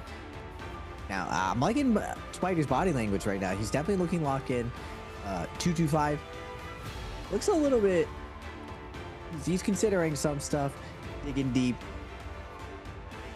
Hopefully he's not thinking about how many times he got second place right now in this spot. We gotta lock in, make sure we ship this. Who's this? Is this Haste? Yeah. Haste. A little bit. He's looking very relaxed. He got nothing to lose. And this is how volatile championship round and last round is. Everyone who's in the bottom half of the lobby, they know it's on match point, so they might as well swing for the moon. I feel like it's gonna get really oogly out there. It's gonna be ooga booga on all ends. How do you navigate the situations? I definitely saw contemplation coming out of from Mike. Now, everyone's accusing him of having some type of secret strat. If he has that reverse Uno strat, now is the time to come out with it. We've seen it time and time again that Mike shows up big and clutches these positions. He's come out to MVP from behind multiple times throughout this year. So will he do it again? Will we just get the standard Mike that we all love to watch where he just brings it back right at the end? Or will we get crowned a new champion? Verse 225, they have that spot. Or will we see Spider finally come to form? So now it's going to be in contention of who's the GOAT again going into Worlds. Will Spider be able to ship it? And that is what we're going to have to see as the hero picks go through. Hottie being banned out, 3 Liams. This is going to be devastating for the match point players, having to fight against 2 Hotties, 3 Liams. Fong is going to be rocking the Matari, the assassin hero, Chuzhang on the Justina. This is dangerous. Verse. Now, our first match point player to pick, Justina and Temmie are going to come out. It looks like Justina's being banned out, so Spider not getting that Justina pick that we saw his coach holding up the Justina card. Now he's going to have to pick something else, because we're going to see Mike going for the ACOS. Spider yet to pick. It's thrown a shambles in his plans. They're taking a look, and the ACOS pick is going to be locked in as well. Risky play going here. But the two match point boys, the 2 Titans, both on ACOS, this could be dangerous. The problem with ACOS is that he doesn't fight multi-way well. The plus side of it, Yang really sets you up to win, and ACOS is so good inside Yang. And both Spider and Mike are literally the GOATs of ACOS. Now, will they be able to get this through for this realm of Yang? That has to be the question. And will they grief each other too? Because they're both on match point. That's gonna be another really big question. It's gonna be really spicy. I don't know. Like this is a bad spot for, I would say, Mike and Spider. ACOS is not this current meta. Ship it. Definitely high points, but the MVP, can they do it? Might be a 225 angle. This what character is 225 on? On Temmie? I don't remember if 225 ever really shipped it on Temmie, but Verse is on his Justina. Again, Verse gets another good shot. This might be his time. This is, again, he's in a really good position. 4.1 average points on his Justina. Spider and Mike. Man, Mike's average is 5. Mike's average is insane. He's known as the ACOS GOAT. He's King Tiger in China, so will Mike take it? Oh, well, I can never bet against Mike. I feel like I gotta go with Mike. Mike's gonna ship it. Arano has brought out the V2 on Liam again. So what's gonna happen is we're gonna get to end circle. It's gonna be 5 people left. Mike, Spider, TG25, Arano, and Verse. And Arano's gonna V2 ball everybody out into the circle, and it's gonna be absolute chaos. Oh my goodness, look at how condensed the spawn size is. Everybody in the western side gold zone close to Plumed Castle, and then by Matab on this bottom side here, southwestern side of the map. Seeing a couple of players spawning actually in Matab, as it is a gold zone, and the thorny roller area around it, as we have a couple players closer to the northern area. It's going to be TG25, Fong, Mike, and AIS, along with a couple of other players, Reverse and Spider. They're all spawning in the same location. That's not good. They're going to fight each other at the start. They're all going to kill each other. And then Ladies and gentlemen, this moment is building up to this. This is the game where we decide who will be the champion. I'm your host and caster Seb. I'm joined alongside the master of analytics, Raven PLZ, and we are on game number 7. Genuine gonna be putting his hands onto Mike, but Mike gonna make his way into the cave, looking for that armor. Has a weapon for Shen Yuan. Is gonna be faded out. Doesn't want to take this high risk spot, but Fong's gonna be diving in on the Matari. We got Fong on his comfort pick, the grieving Matari. Telling you, if Verse, out of all the character picks here, probably Mike and Verse have a good position. I just don't know if Akos is able to close it out on a Holorath. Mike has to play out of his mind. Verse has to play it out of his mind to ship it. But everyone is going to play counterplay to them in this spot. We're going to get Spider versus Shen Yuan.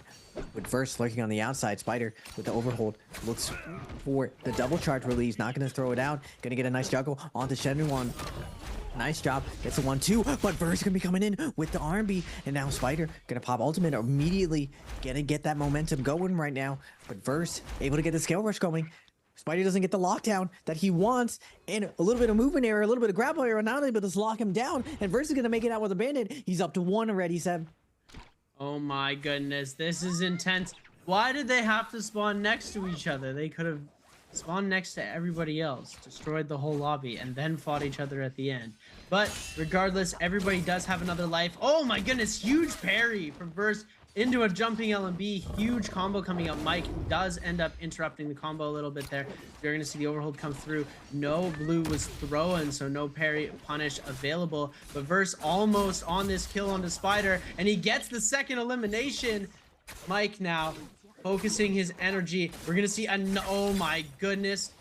Pace gonna come through on a crazy third party here. Now Verse on the low spot is gonna try and see if he can get himself an armor swap. Blue armor coming through for Verse. Now this is a really good spot to be in for Verse. He's got himself some good armor. He's got a bit of a reset going. We do see the purple weapon is going to end up going towards the way of Mike. That's a purple spear in hand. Mike going to be continuing to give chase. Verse in the back end. Pace going to try and make something happen. F ability hit, and it looks like Pace is going to steal the kill from Mike. Oh my goodness. Oh, and now we're seeing Pace coming through, trying to come away with the elimination onto Mike, and now we're going to see the ultimate come out. Mike is 1 HP in a dream right now, and he is going to go out paced on 2 eliminations, going absolutely crazy, taking 2 of our match pointers out already. Verse coming out hot off spawn. Bong with the parry onto Pace now. Back to back kills. Non-stop action with this off spawn. Hot dropping to the left side. High yield cave areas. Bong gonna be walking through Pace, just put him in the blender, put him against the buttery rocks, lather him up and soaking up this kill. Bong up to 2 kills as well. Verse has his work cut out for him though. That's what I was saying. Bong already past that threshold, but it's gonna be hard to MVP. Pace is on 3. I don't know. Can Pace gatekeep? I feel like it's gonna be up to Fong to gatekeep this situation, play this safe. Will Verse be able to recover his game? I feel like there's a little bit. Actually, he didn't really overextend. It was a good play on his part. He does kind of get griefed by the third party Liam, but Chuzeng is gonna fall to Shen Yuan. Spider showing up to the party on the Akos. Looks for the scale rush, not able to get it. Half charge LMB gonna be going through fade out, looking for the trap. Goes for the range attack. Nice job by Shen Yuan to close the distance with the grapple. Cannon not the best for anti-ranging. Temi F who's going to be invested. Looks for the F to cover his heal. Threatens Spider, but Spider's not intimidated at all. Going to be grappling in. Doesn't opt to fight in the zone. Wants to slow it down. Play for that first roll of Yang, it looks like. Nice discipline coming up for Spider. You see the thought process. You see the recentering to make sure he doesn't overextend in that spot. He's like, wait a second, I'm Akos. We got to get in that realm of Yang. But Shen Yuan on the Temi, happy to sit on the outside and grief if he can. Not able to find the the attack that he wants, but Rambo Yang is going to be coming out. And remember, last time, Seb, it was key to getting that first ticket. Did Verse reset? Can he get into Rambo Yang? It looks like he may play for it. I'm not sure if he's set up for the Jades. Looks like he is going to be playing for it. I gotta say, if you want to be the champion, it's a double Yang strategy to secure it for sure.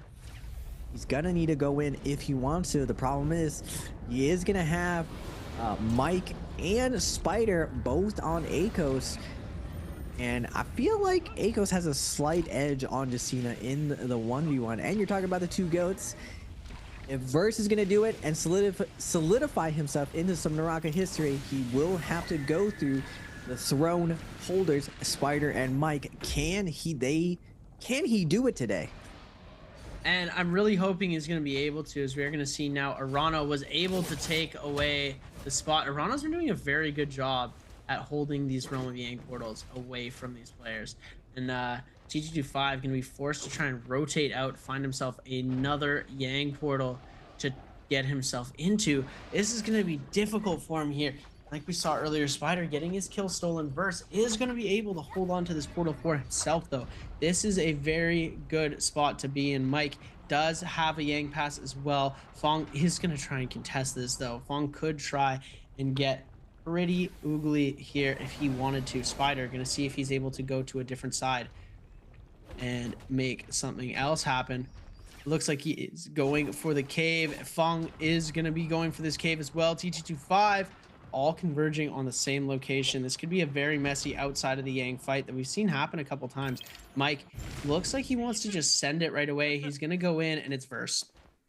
Oh my goodness. Verse and Mike going to be going at it here. We need Verse to come away with this elimination, but Mike on the Akos is going to be very difficult. And then we have Paste and XY on the other realm of Yang. Last realm is going to be completely open. Looks like nobody else opting to go for these Yang passes. Mike on the bottom side here. Blue spear in hands. Going to get hit by the 1-2. 3 is going to connect here into that focus attack. We're going to see the overhold come through. Ultimate already invested from Mike. This actually is going in the favor right now of Verse. He's just got to kite this out perfectly. He does end up kiting the first one. The 1-2 is going to connect. Just the one. We are going to see the F ability now invested from Verse. Mike going to try and make something happen. Ultimate coming out from Verse. Mike able to get some siphon back over and now dealing a lot of damage. We are going to see him get caught. F ability invested though. Mike could bring this fight back around. It's going to be a cannon shot coming through. 1-2 is going to connect. Now we're going to see the overhold come through into the freeze. Doesn't get the grapple though into the uppercut. We're going to see them go for the overhold. Tries to go for the parry. F ability invested. Mike trying to go for the overhold here.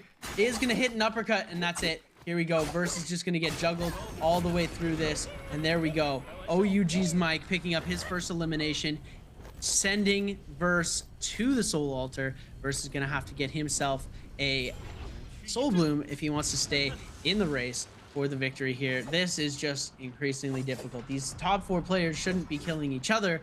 They should be killing the rest of the lobby. Told you, doubling up Realm of Yang Wing is the only way you can secure that MVP. Nice job from Verse. He does a really good job of burning through Mike's cooldowns. He just can't secure that last little bit. Mike able to ice off the pressure of the Justina V1, just holding blue over and over. And it's just, Spear is a pretty tough matchup for the weird shenanigans as far as getting like half charge light attacks through. The last seeing left click or horizontal, very, very hard to take your turn back, very, very hard to trap, especially with dodges. It has a really, really good coverage. And it's very easy to space out because it has such a nice reach on that light attack, and Mike just takes advantage of that situation. Verse does go for a greedy play and looks for, after that freeze, a light attack. And when you have, even though it's not a true combo break, gold Fs are very, very hard to stagger, especially with low ping. You have to be pretty frame perfect to get that uppercut after a freeze. But I respect it because if he would have gotten it, he would have secured that kill. Verse is going to be back with that Yang depletion. Multiple Vermilion's buff players are here in Metab. He's forced to pop his ultimate, going to be using it to disengage. He's going to be running into Arano, running away from Mike. He's going to get juggled, and Mike is going to come down with the RMB and take down Verse. No championship for Verse, but Mike in the running still. So is 225, but right now, Pace with the 4 kill. He is the gatekeeper for this tournament. Are we going to end it here on lucky 7 for Seb, or is it going to be an unlucky 7 and we're going to game 8 with the 5 gifted?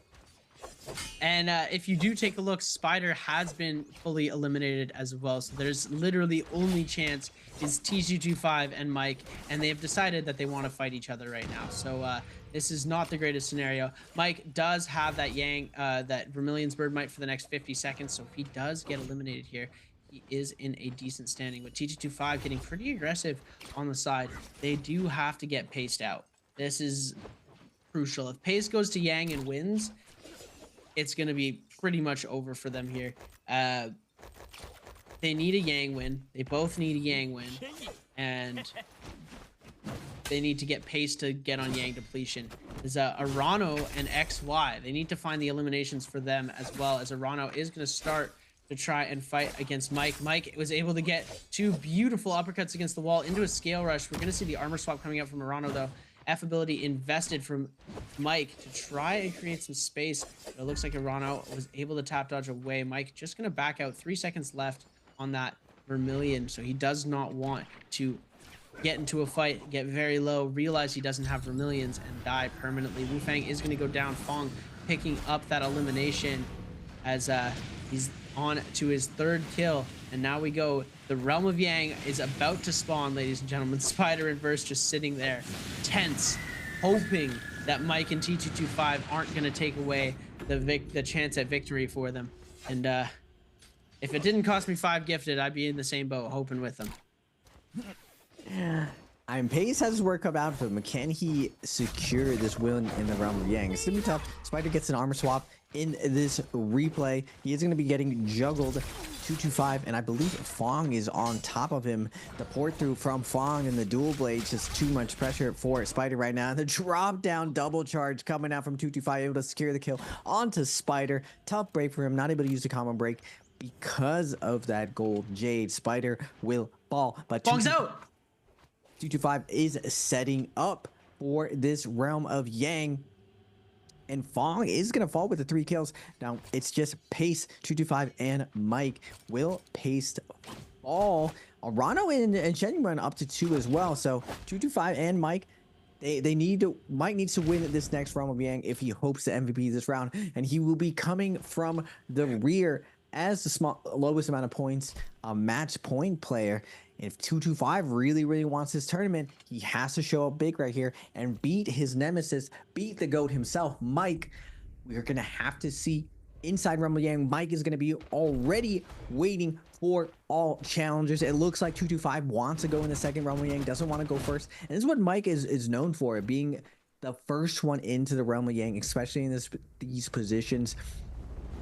People seeing the ACOS in the lobby, it can only be a handful of players. Not everyone does run ACOS in this current meta, and it looks like Mike's gonna be fighting against Wu Fang. Now, Wu Fang has had Mike's number for this year. Can Mike overcome it? Does he make the adjustments? Wu Fang has done a ton of homework onto this matchup. Will Wu Fang be Mike's kryptonite, or will Mike do what we know Mike is known for, winning in the most flood situations? Scareworks gonna be coming out. Nice Berry gonna come out from Mike. Big Punish gonna be coming out against the wall. Wu Fang eating a bunch of chip damage from the double jumping LB. He's gonna pop his gold F now at this point. Great taking on so much damage. Nice fade away double hold is gonna be coming out. He's gonna jump and pop the ultimate. Not gonna go for a risky play. We're just gonna get the ultimate now, but Mike is gonna hold on to his ult right now. He's gonna eat that first F3. We're not even going for the heal. Mike gonna double hold dodge out, try to get some space. He's gonna take another hit. Are we gonna ult right now, Mike? We're taking a lot of damage right now. Nice job to iframe some damage. He's gonna go for the tiger in midair. He is taking some burn damage. Wu Fang is threatening that light attack. And Mike with the scale. Oh my god! He's gonna get a little bit of siphon. Wu Fang is gonna pop the gold F. He goes for the focus attack. Not to be gonna tap dodge into the light attack. He goes for another hold dodge. Yes! That is the actual attack, but Mike is able to clutch it up. It doesn't matter. The flurry of attacks is gonna get that last little bit of chip damage, and Mike will clutch it. Is it Mike's big clutch moment, or will Pace gatekeep it? We're going to the other lobby right now. Star versus 225. Light attacks have been coming out. 225. Gold F is going to be invested. Now he's going for the double charge threat. He's going to send it. But the F break from Liam is going to create some space. He's threatening the scale rush. Star going to come when the drop down, looking for the light attack trip damage. Goes for the uppercut, not able to get it. Clank's going to be coming out. Star with the half charge orange beat. He is going to get the clank. 225 will fall. And now the moment of truth. Can Mike keep up this momentum, Seb? I'm really hoping Mike will be able to keep the momentum up. He's looking like our only hope right now. And we saw T225 almost able to come away victorious in that fight, but he did lose to TE Star. Star was able to come away with a beautiful play on Liam and eliminate him pretty quickly here. T225 needs to get an elimination very, very fast. And, you know, he's got the potential to do it here. He's on the Temi. He can lock down a player pretty quickly, make sure they burn their ultimates, and get them locked down. We've seen him come back from situations like this before. He is only on one elimination, but the placement points and the multiplier could be huge for him to be able to come away with this, as we are going to see him scaling up to the side of the building. Mike, hungry and ready for kills. He sees somebody with blue armor. He's going to get or gray armor. He's going to get a huge parry off. Tries to go for an uppercut follow-up after the parry punish. Is not going to be able to come away with anything there. We're going to see him go for the one jump LMB. Cryo is going to be invested over onto the side of XY. XY going to be making a huge play with his wind wisps coming through. Mike going to be taking a lot of damage, but now XY getting a huge charge attack off Mike. He's getting dangerously low here. This could be a very bad situation for him. It's the third party potential is huge. KLA's T225 going to go up to the ceiling and try and see if he can pick off ASE's XY. Blue armor swap going to come in for XY. We're going to see him try and go for the heals. The poison from the repeating crossbow is going to come into play as well. Poison take damage onto ASE's XY. Mike back on full reset. Going to try and go for an uppercut to see if he can catch him on the chase. Is not going to be able to connect with it. They're still looking. He's chasing around, weaving and ducking. He finds them. Goes for the overhold. Is not going to connect. And it's a mad dash chase. KLA's T225 looking for the elimination as well. The scale rush away is going to connect. It runs right into Mike. The overhold uppercut's going to come through. And there we have it. The will form hook into a blistering edge. Mike taking so much damage. KLA's T225 focusing all of his strength onto Mike now. And this is not what we wanted, ladies and gentlemen. Arano's going to come through. Ultimate invested. Mike not in the best position right now, as every single player in the lobby sees his weakness and decides to capitalize on it. The white tiger buffs keeping the tiger alive. Mike is able to get some space, and there's one place that Mike is able to survive. It's definitely here in MedTap. A lot of walls to play off of. Now he doesn't have a tried and true fan, so kiting in the spot, he can get caught out.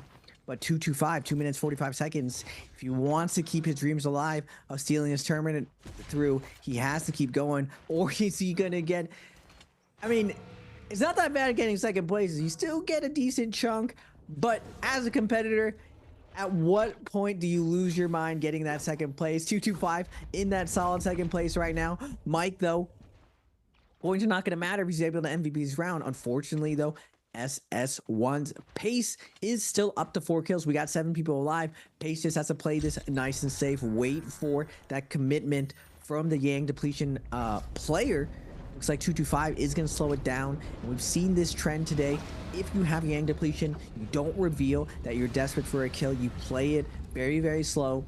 And you wait for that last little bit, that minute 45. You try to see if anyone else hard commits to that spot so you can come in late. Because if you are the person doing that heavy lifting, it is a lot harder to get that win. Wu Fang is going to be the victim of that double charge release. And now the follow-up from Pace. Now, Pace up to 4 kills if he's able to secure this kill. 5 kills gonna be hard to pass. You're gonna need an MVP around if you're hoping to pass 5 kills. 225 is gonna get his armor shredded from him. Minute 30, time is ticking. If he wants to win this, tournament, he's gonna have to make something magical happen.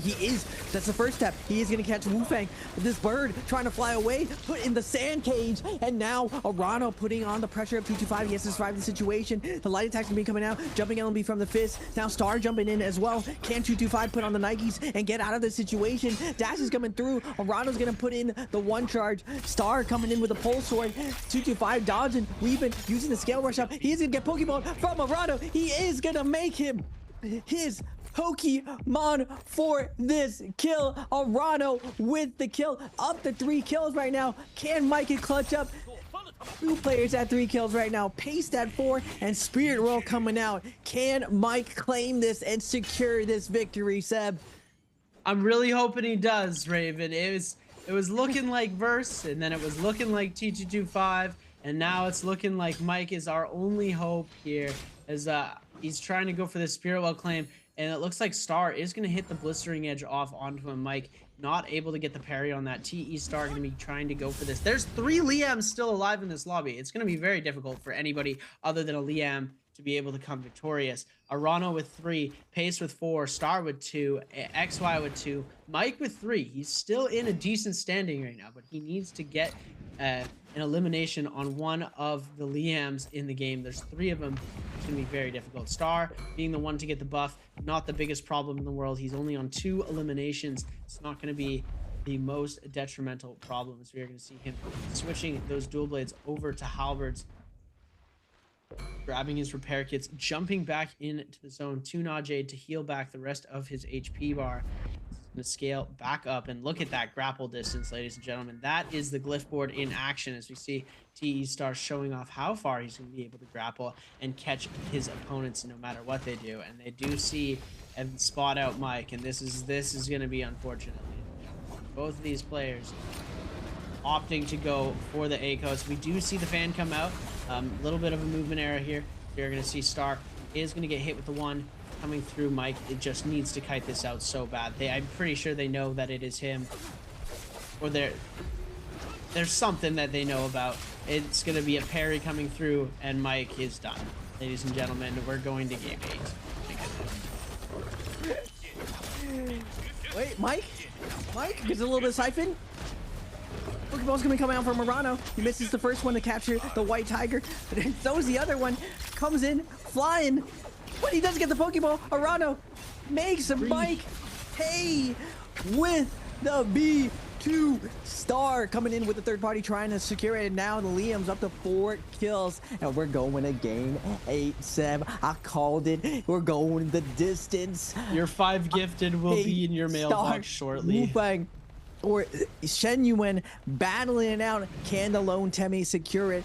Doesn't look like the Liam family, the mob of Liams, is gonna let this happen. Shen Yuan having a tough day at 10.1. Arano, though, climbing up the leaderboards. He can ladder up. Remember, even though we're talking about first, every single place does matter. You ladder up a couple thousand just by getting 1 or 2 kills. It's still neck to neck. When you look at the scores right now, Pace at 18, Arano at 18, big 10-point jump to Spider at 28, but Fong and Mike at 25 and 20. Actually, no, they are above 28. I'm forgetting the additional points. 10 points to climb up. Definitely a good start. We're going to have one more round if they hope to climb up to 5th and 6th. Shen Yuan on the Temmie gets some blue armor reset, but in the middle of double Liam. Going to go for the parry, not able to come out in time. A little bit of delay. Wall is going to keep him safe, but is it safe versus 3 players? It looks like the Liams are turning onto each other. No more Mr. Nice Guy. Pace is going to get put into the blender. Shen Yuan tries to go for the yoink, but not able to. Last hit's gonna go on to Pace. Pace up to 5 kills right now. Arano up to 4, Star up to 2, and we got a triple Liam endgame, Sen. This is just not exactly what you wanted to see on a day like this, ladies and gentlemen, as we are going to be seeing Pace, Arano, and TE Star, the 3 Liam U's of the lobby. It's going to be dangerous, and it, in fact, was very dangerous. These players are all going to attempt to make something happen, as they used all 3 of their ultimates to try and get rid of Mike, and it was successful. Arano hitting him into the ball ultimate, slamming him into the wall, coming away with a beautiful elimination. And as heartbreaking as it was a very clean kill. Paste, Arano, and Star. 2v2s, or 1v2, 2v1s. I'm hoping Arano takes it, honestly. Arano with the V2 is my favorite to win it at this point. Everybody's stacked on weapons and armor. There's no way that we don't see...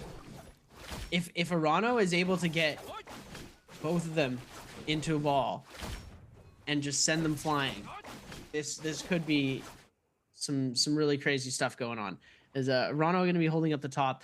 Star and Pace do have the better ultimate for being able to control those final circles, but who knows? There's a lot that could happen in the course of this game. We are going to be hoping that some crazy stuff is going to happen. Pace just going to be holding the zone with everybody's got their gold jades that they're holding zone with. Pace has the Octa Slash. We see Arano with the Universe Slash. We see Star with the golden pole sword on the side, just holding through. Everybody just hanging out. 1 minute and 42 seconds left to decide who is going to be the MVP of game number 7. Will it be Arano? Will it be Star? Or will it be Pace? We'll know in 1.5 minutes. A little bit of solid going out from these guys, but looking at the leaderboards, one thing shocking here is 225 is leading by points by 0.1 versus at 35.4, but 225 at 35.5. He's holding the lead. Round 8, I was saying, going for MVP is a little bit grief. I think playing for points, playing safely, and securing, just keeping I would say if you keep tabs on who's getting a ton of kills, just guarantee they don't get that multiplier. And I feel like you could keep Pace with the MVP round. Pace, we didn't really see him go too frag crazy, really reaching for them. A lot of the kills just came to him and he was able to pick this off, but that's kind of how Liam ends up playing. He's very, very safe, very, very good at playing those third-party situations. The gold F puts him in a really, really good spot. You see that Focus Attack's gonna be coming out. The double charge with the gold dual Halby Jade's gonna be coming out. Last little bit of zone left. Arano's gonna be taken to the sky early. Looks for that grapple cancel over and over. Gold F's gonna be used from Pace. One charge, fake. One charge fake again. It's a tap dodge. F on the ground. F gonna be coming out from Pace. Flash coming in. Gets a little bit of siphon at the top health, but he didn't get forced down. Nice stagger coming out from Star. Makes his way back in. He does have the health advantage, but Arano with the Pokeball gonna be coming in. Throws him flying. Arano, can he get another hit? He does get the last hit. And wait a second. Arano, the Pokemon Master, able to secure this kill. And you see the satisfaction. The little bit of hand rub. My man is gonna clutch it up. Good job, Arano. Definitely not what I expected, Seth, for the B2 to come in big there. And it looks like Arano is going to be on match point now with the amount of eliminations that he got. It's going to be 5 kills with a first place finish. He was on 24.1. He's now getting himself onto that match point, which is absolutely crazy. The big clutch up coming from him there. TE Star was the one to get the elimination onto Pace, and Arano got the kill onto Star. So they played their hearts out. The Liams had a fun little fight. Arano sent Star flying, and it was hilarious. That's all I wanted to see after the heartbreak of what happened in the game. You see Star just can't believe it. He's like, did I just lose to B2, bro? What happened? How? Someone has to go and study the V2 of Arano. My man clutching it up, the satisfaction. Mike 225 verse, just like, really? None of us won. We're going to game 8. What is this? Arano makes it through. Arano makes it to match point. I was saying, Seb, it always comes down to 5 or 6, and for some reason, we go to points. It doesn't even matter that 5 or 6 of us are on that match point. It just comes down to points in the end. This is where last time Arano just came in with like a Tesla pole sword and ended up just clutching up with the points. Spider comes in big here with points as well. It's going to be a dice roll of who's going to take this. It's whoever can come out off spawn and get into Realm of Yang. And it's not even just how good you are in Realm of Yang, it's that your timing getting there. Are you smart enough to navigate the map to find the least contested Rumble Yang so you get that ticket? And then are you good enough to ship it in there? Are you going to get that good matchup? Now, depending on how the phasings go, your matchups there, I was saying that Agos is really hard to win in this current meta's endgame. You don't have as many tools, and unfortunately for him, Spider does go down, so they're not able to really help each other out in that endgame. I know when Mike looked at the 3 Liams, he's just like, oh, it's cooked. Like, how am I going to get through this? How am I going to survive this situation? We've got the Pokemon Master Arano. We get the double ults coming out. And looking at the match points, 225, 35.5. Verse, 35.4. Mike, 31.5. Fong, 29.4. Spider, 28.5. And now Arano out of nowhere. I'll tell you, Arano's the GOAT of the 8th round. He just comes out of nowhere and he just somehow wins on points. Yeah, I mean, an Arano MVP right here would be absolutely insane. Most random thing to happen all day. Like, I thought Verse would be the most random thing to happen. If we see Arano take MVP on game number 8, wow. I mean, it could happen. It could happen. There's no way. I was saying, Zeb, that it's really hard to predict right now in the solos meta. It's so volatile. Everyone plays out of their mind right now, and anyone can ship it.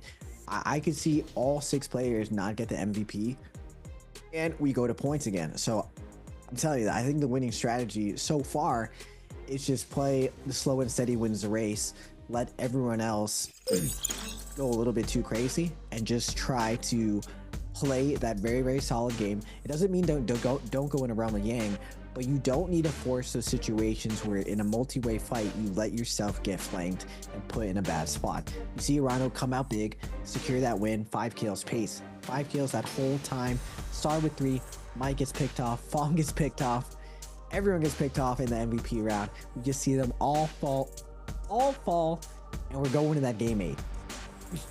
A Spider with a donut is just so unfortunate to see. T225 with only 3 points is very unfortunate. Mike with only 4, super unfortunate. And Verse with a 2.5. It's just tough. AIS with a donut as well as Chu Zhang. Chu Zhang had a very disappointing performance today. I'm sad to say.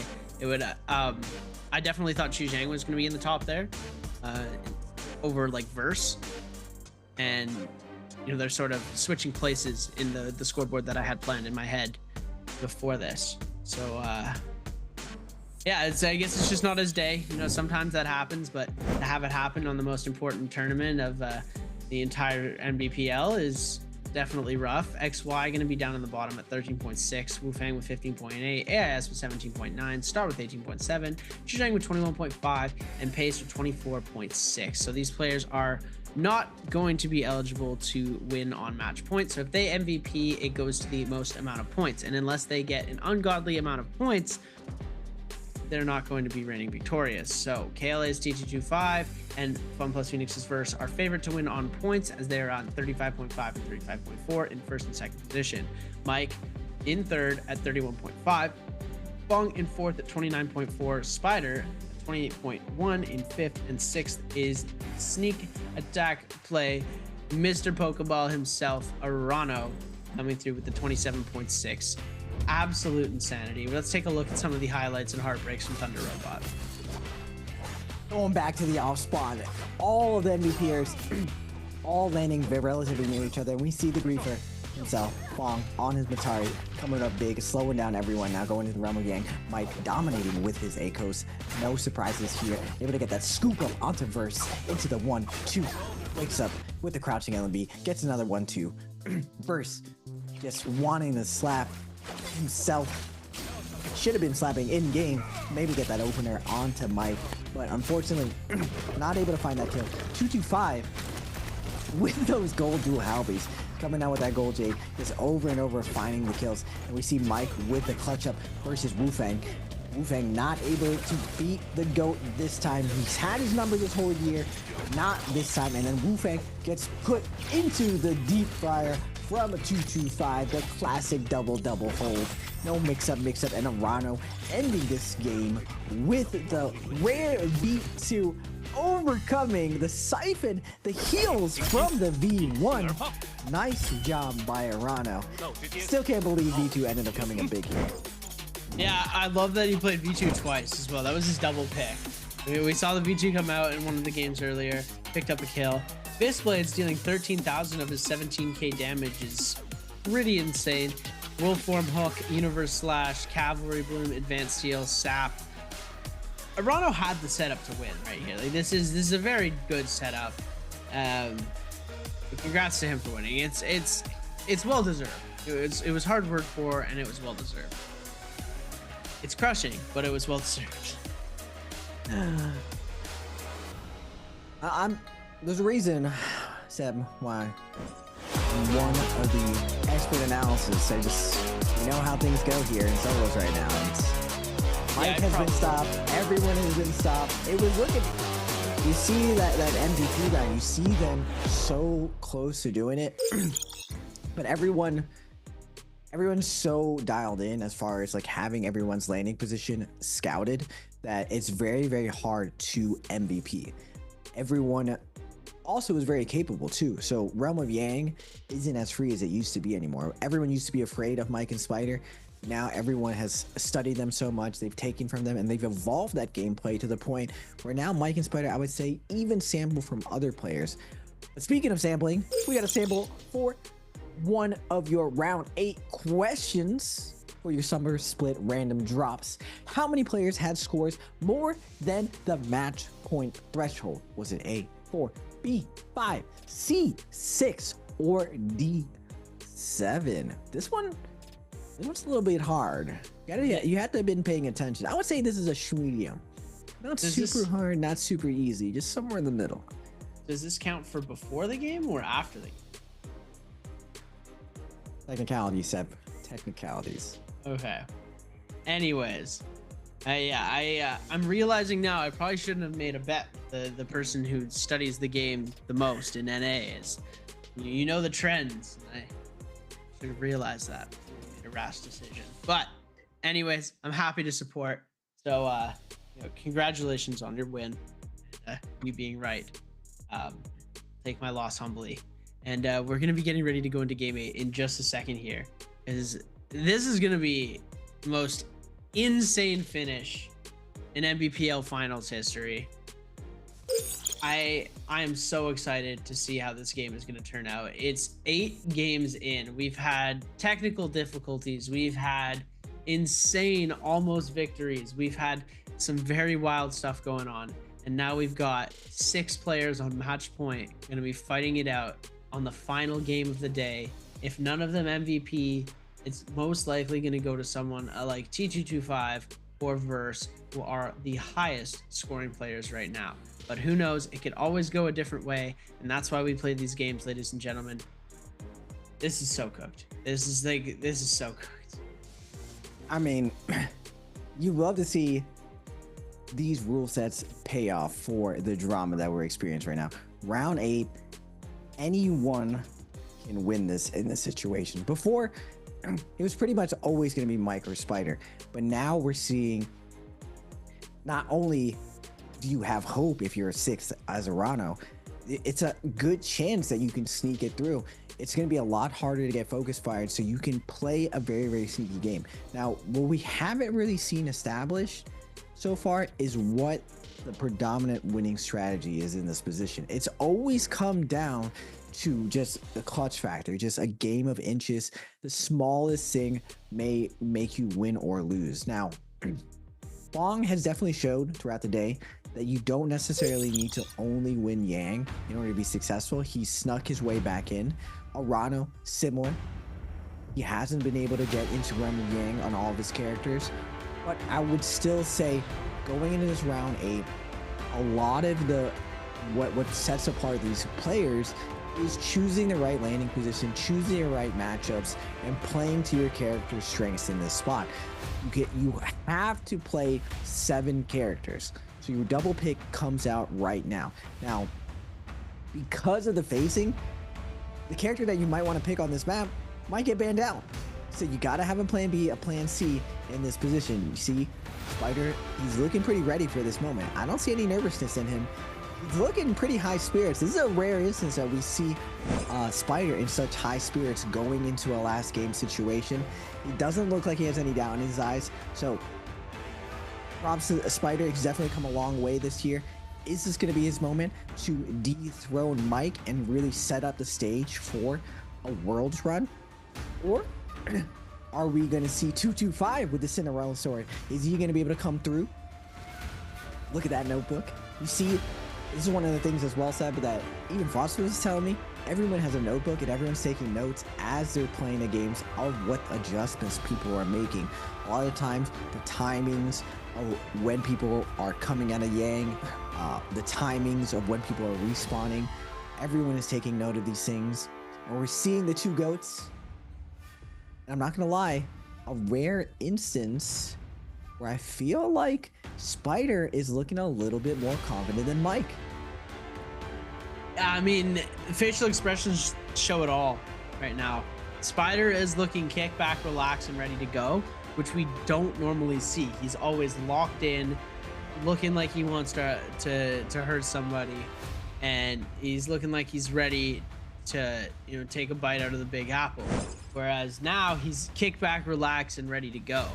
So you know, it's definitely an interesting body language that he's got showing up here. So hopefully you know, it'll translate well for him. He could be a little too relaxed, leaning a little bit too far back in the chair. Could cause him to lose this game. As you know, he did go out with a donut in game number 7. There's a very big possibility of that. Verse used his double pick already, so he's got to pick a completely unique hero.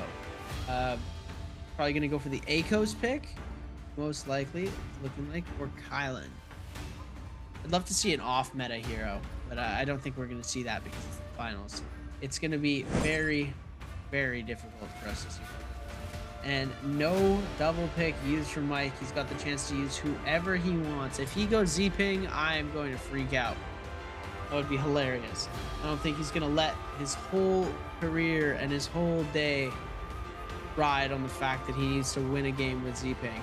But you never know. No double pick used for Fong either. He's got free reign of choice other than the heroes that are going to get banned out. And I believe that everybody is going to be in the last rounds of selection. The last 4 rounds of selection will be given to the players who are on match point. First 4 rounds are going to be players who are not on match point. So the 6 aren't go first, the 6 who are go last. And it's sure to be an interesting one. This is, everybody's got the frames on, everybody's ready to go. Game 8 of the grand finals. This is to decide who gets the grand prize, that big bag, all of the cash, who gets the glory, the trophy, the bragging rights, and if Mike is going to be able to keep calling Spider washed. I don't know if Mike ever called a Spider washed. I don't think. I think washed is not the right term for it, but wash would be that'd be insane for them to call each other. I mean, they're actually really good friends. They have a very friendly rivalry between each other. But wash, I feel like Spider. There was a time where Spider was slowing down a little bit. It took him a little bit to reinvent and find himself throughout the year.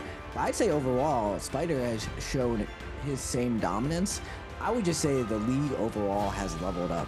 The top 8 is so close right now. Mike and Spider used to have a pretty big edge in fighting with 225 nearing the rear under big clutch moments. But I would say more players are getting clutch right now. And I really have to keep saying this, Seb, that because of the name change, a lot of the times these guys have faced a lot of their demons. Facing yourself as a competitor, you're really playing against yourself out there, not your opponent.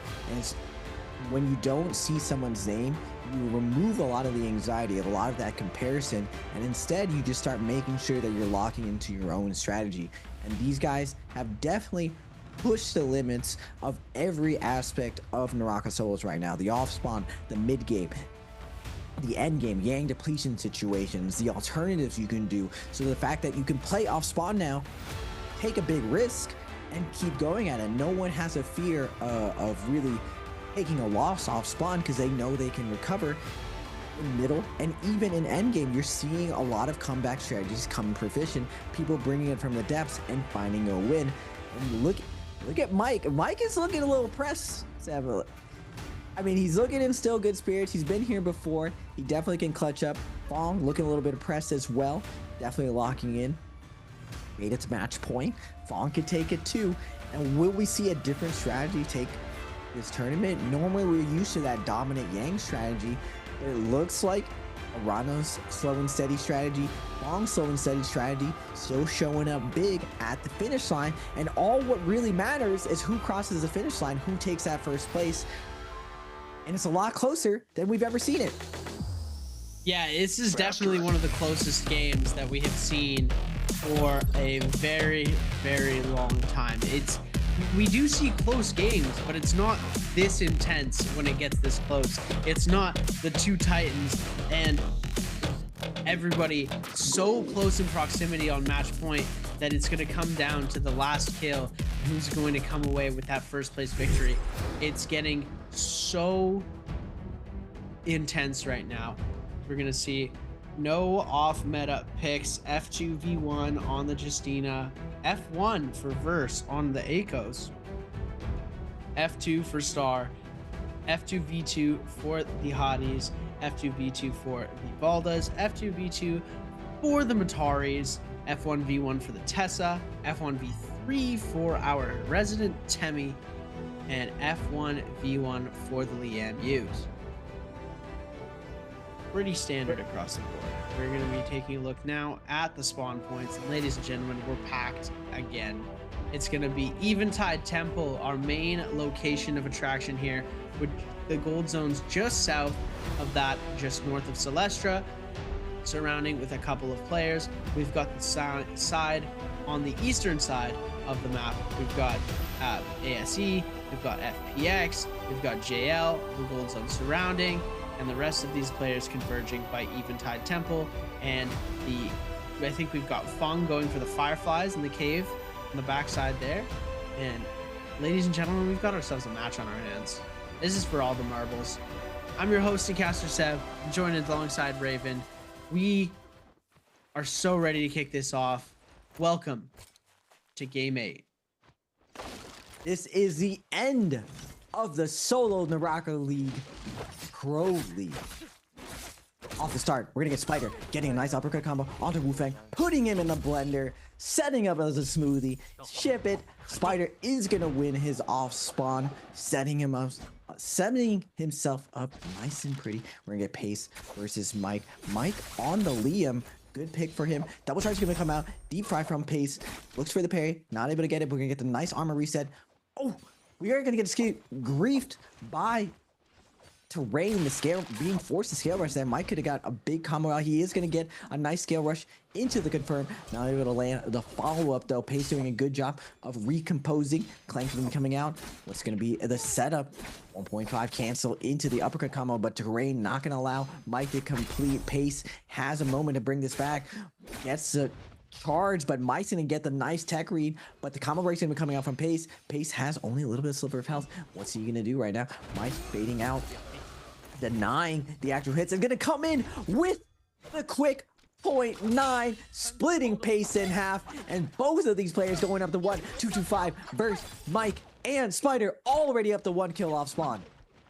Everybody that was in the match point in the game 7 has all come away with some beautiful eliminations right now. And Verse going to be able to take that elimination from Spider here, as we're going to see now. Verse on 2, TG25 on 1, Mike on 1, Spider on 0. As we jump back into this, Spider in the hottie ult right now, able to lock down Verse for a little bit. Ult is going to get canceled. He's going to go for a bit of a reset here. Verse is going to give heavy press. We're going to see the ultimate come out from Verse now. Spider doing a great job of kiting out here. We're going to see the F ability invested from Spider to try and get around. Great dodge to be able to dodge that Tiger Pounce. It looks like he's got the... not sure if he's got Tempest Kick or if he's just canceling here, as we... no Tempest Kick available for him, but Verse...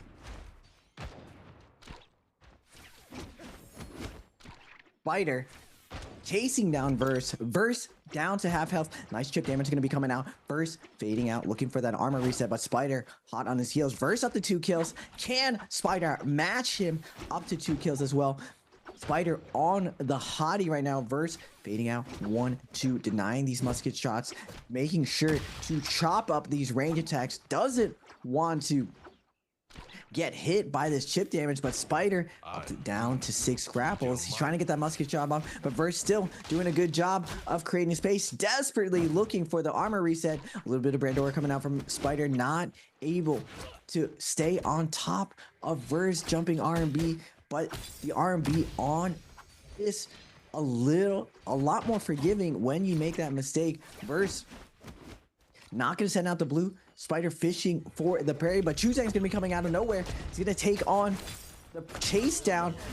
First gonna be running into Spider though. Nice focus action come out, following it up with the jumping LMB.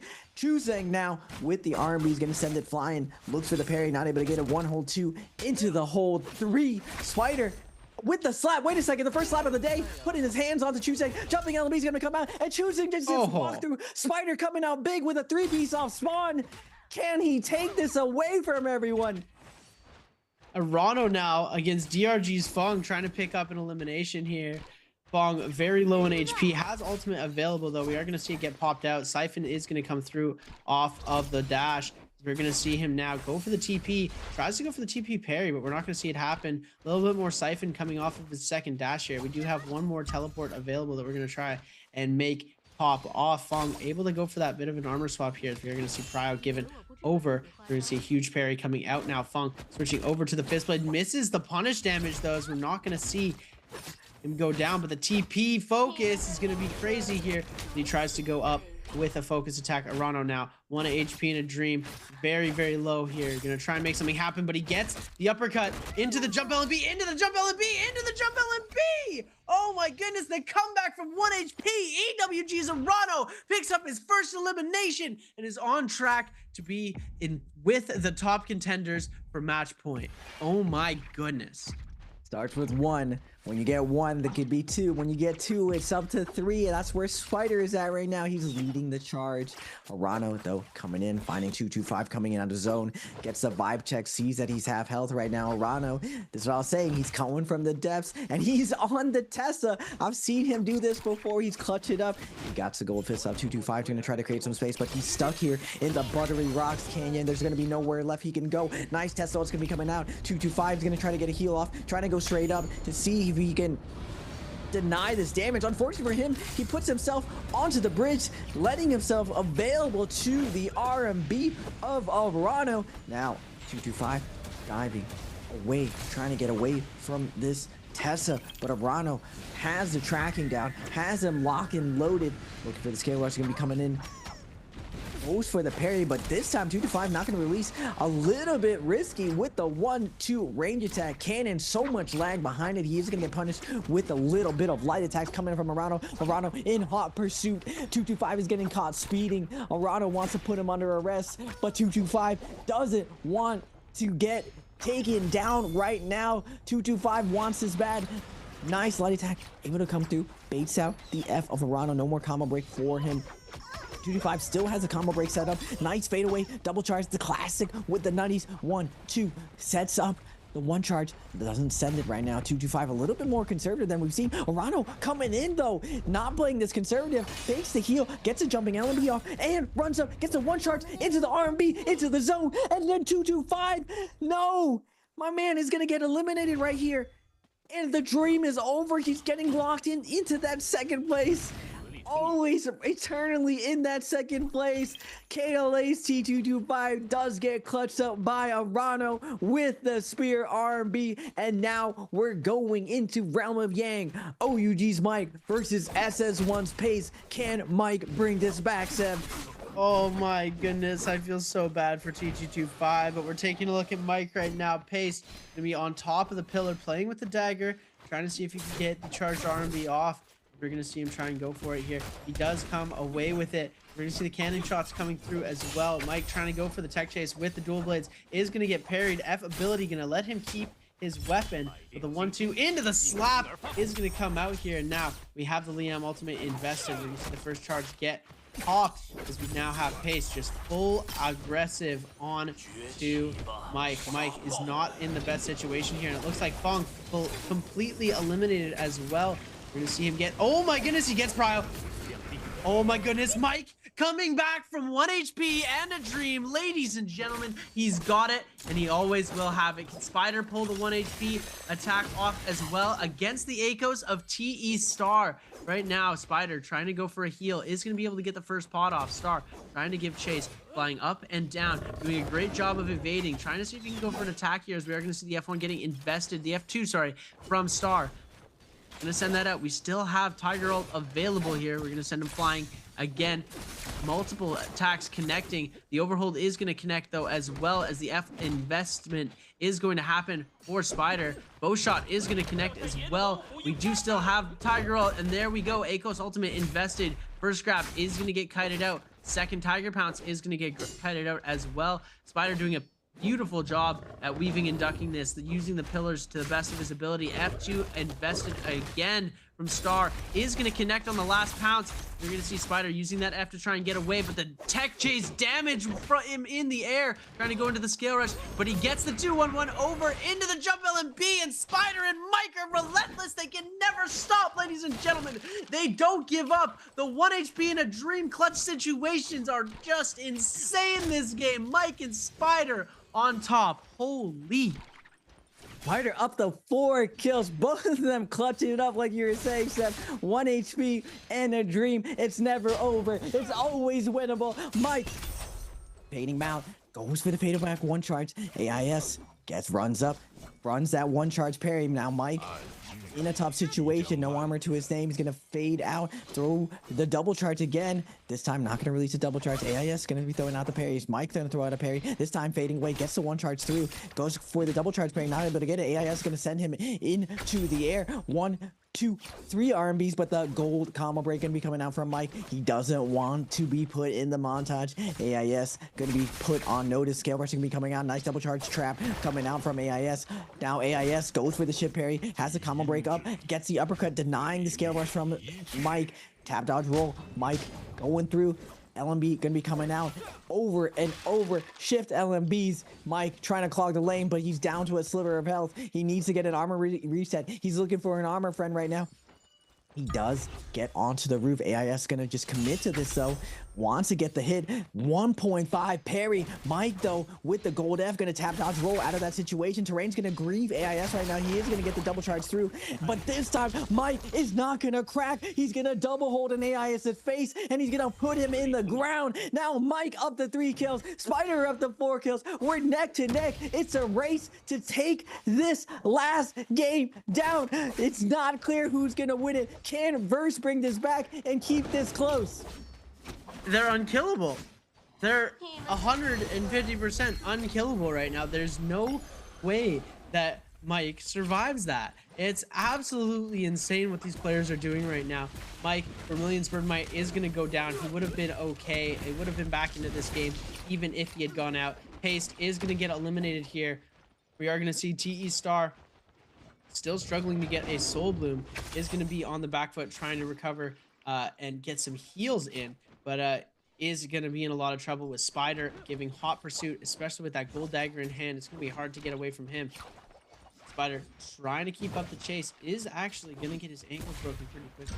Like T-Star was able to get away for a quick second, and Spider still finding the scent, seeing if he's able to keep up the chase. Looks like he's going to do a little bit of looting, but we are going to see a bit of a replay on JDG Chuzhong versus DRG's Fong. Huge play coming through. And this is how Fong was eliminated. Another stun into another charge of the ultimate. And that's how he goes out. 14 seconds left. Spider needs to die really quickly here, otherwise he's going to be in a lot of trouble. As he's got 10 seconds left. He's going to have to get out of here, or he dies right now. Oh my goodness. No way. He ults at the wrong time, and now he's 1 HP in a dream. Spider with the misplay here was trying to let himself go down because his Vermilions was almost expired, and he almost misplayed that greatly. Oh my goodness. Look at it. Spider's having a good time. He's smiling in this spot. He's okay with the mistake. He's not letting it get to himself. That's the heart of a champion right now. Spider locked in up to 4 kills. He can still secure this win. Now, unfortunately, he doesn't get that nice benefit from canceling his ultimate as much as he did it before. So Spider is going to be vulnerable going into this next round with Yang. Good thing for him, though. Eventide, that tower, very, very good to kite. Unfortunately, though, he's not going to be setting up for the realm of Yang. So Mike is going to have an opportunity to catch up and tie this up. But more importantly, get that gold armor. He raised up to that gold weapon. Can, I believe, Shen Yuan have that same success? Or was Mike's adjustments going to be too much in this grand finals? Grapple on B is going to be coming out. Shen Yuan going to be looking for the parry. Overhold's going to be coming out. We're going to get a classic katana duel coming out. Jumping LB, trying to deny the scale rush, but Mike's going to get that scale rush through. Shen Yuan going for the scale rush up. He's going to see Mike holding right now. Mike with the cancel, going to opt to go for a heal, but Shen Yuan going to keep out the pressure. Going to get a nice uppercut combo going through. Big Fry going to be coming out, and Mike's going to fall to Shen Yuan. Shen Yuan has Mike's number this time in this second realm of Yang. Tough break for Mike, but we've seen Mike before in Koika bring this clutch up in that situation. Can he do it again? We're gonna get Verse versus Chuzang. Verse, this is a really, really critical point. He's been on the cusp of greatness all day. Chuzang, though, is gonna be the gatekeeper this time. Chuzang wants to walk through the door, wants to show everyone that he can win under the big lights as well. But is it Verse's time right now? Nice, both of these guys fade away, sitting right outside that zone. Only chip damage is going to be coming out. Chuzang is going to get swift cut through with the katana. Verse going to be coming in, looks for the dodge cancel, not going to get it. Chuzang's going to hold his ground, throw a double charge. Nice parry going to coming out from Verse, chasing him down in the mid-range though. Can Verse find the finish onto Chuzang? Swift cut's going to be coming out. Chuzang opting to go on the pillar, slowing it down with the cannon shots. 30 seconds left though. We're going a distance right now. Ult's going to be popping out for Chuzang versus Verse. F going to be coming out.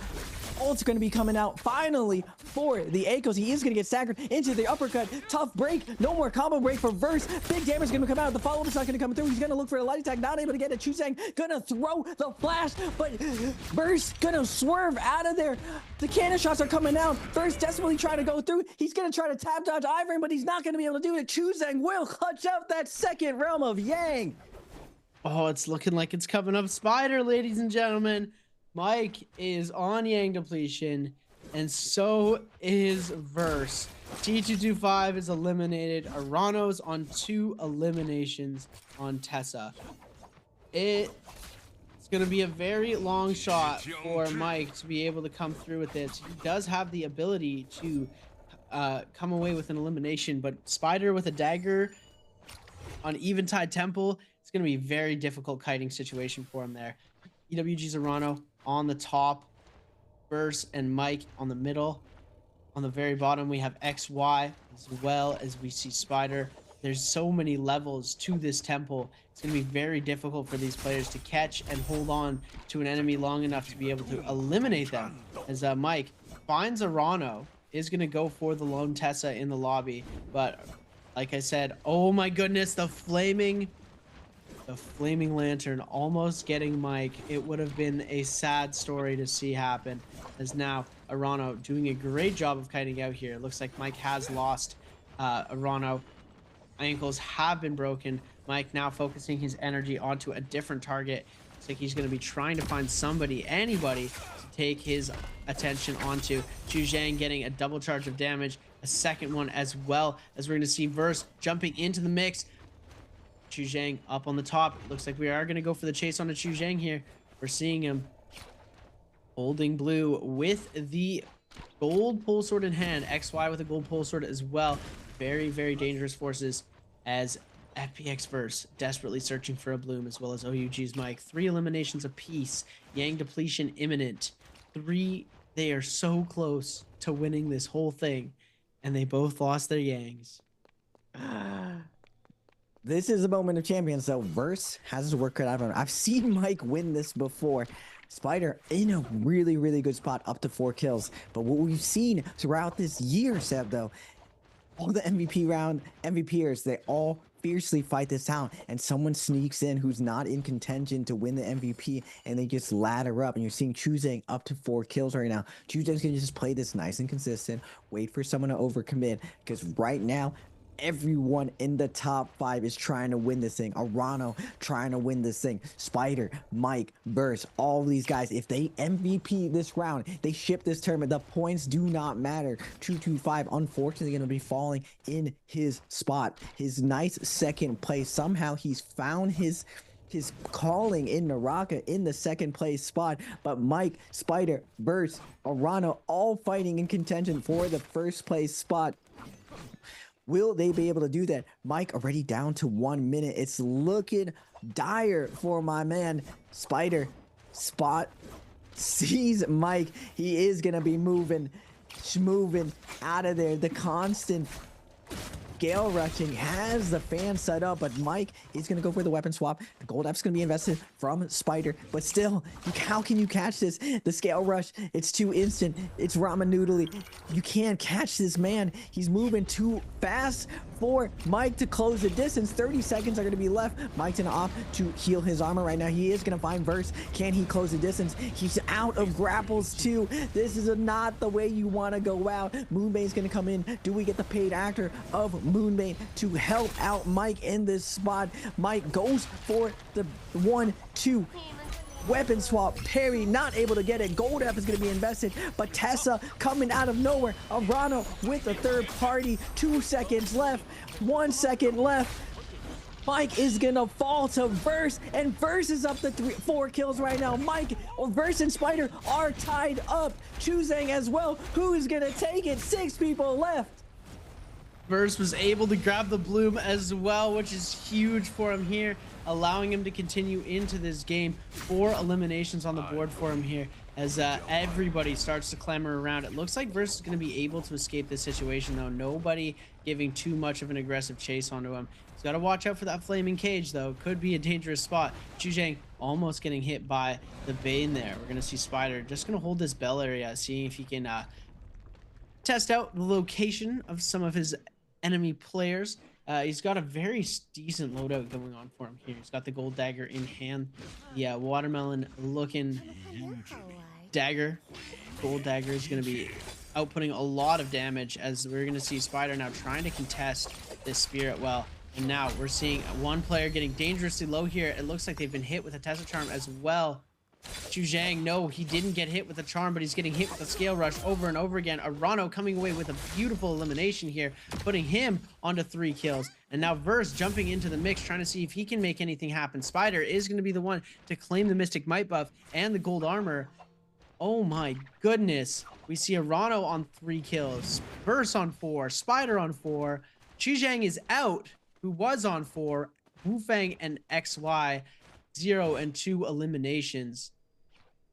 You know, imagine XY gets the last 4 eliminations in the first place finish. I mean, it wouldn't surprise me. And then it goes down to points with Verse taking the first. This is how competitive right now solos is. It's not very clear of how to win this situation. The 8 rounds is absolutely brutal. This is the end of the marathon, the last stretch. Everyone is trying their absolute hardest to find a win right now. Arano wasn't even contention before, and he just suddenly has a burst of frags right at the end of this tournament, just seizes the moment, putting himself in it. But we're getting Spider with the 2-1-1, looking for the follow-up. Combo break's gonna come out from Shenyuan. Spider just throwing out the blues. Look at his my man. Double charge parry's gonna be coming out. Shenyuan holding his ground though. Spider has to be careful right now. He is gonna pop his ultimate. He does have the gold armor in over there, but the Moonbane. Oh no! Spider, can he get the gold armor reset? The Moonbane isn't gonna take him down. That would have been heartbreaking if the Moonbane took him down. Spider does get the gold armor. He's going back in. He's going for a kill right now. Shenyuan with the white armor. Spider wants his revenge, but Shenyuan still has that Justina ultimate. Spider has to be carried right now. Moonbane's gonna be coming out. Shenyuan's getting juggled right now. Everyone's coming in for this last kill. Who is that? It's Verse with his pole sword, looking for the scare rush, not being able to land it. Arano diving in with the Tessa as well. Everyone desperately immediately going for Shen Yuan, but Shen Yuan with the elements of the dagger creating some space with the Moonbane barely missing him. Can he find the space to get this heal off? We're down to the last 4 minutes and 40 seconds. The 80% Moonbane absolutely creating so much drama for all these players, but it allows Shen Yuan to fade the pressure of Arano, Spider, and Verse. Spider has to be careful right now. He is able to get this reset though. Oh my goodness, Seb. We got 4 kills on Seb, or 4 kills on Verse, 4 kills on Spider, 3 kills on Arano. Anyone can still take this. It's coming down to the last moments of who's gonna be your NBPL solo champions. I gotta say, I think it's gonna be Spider, Seb. Can he do it? He's in the perfect spot. He has the character to do this.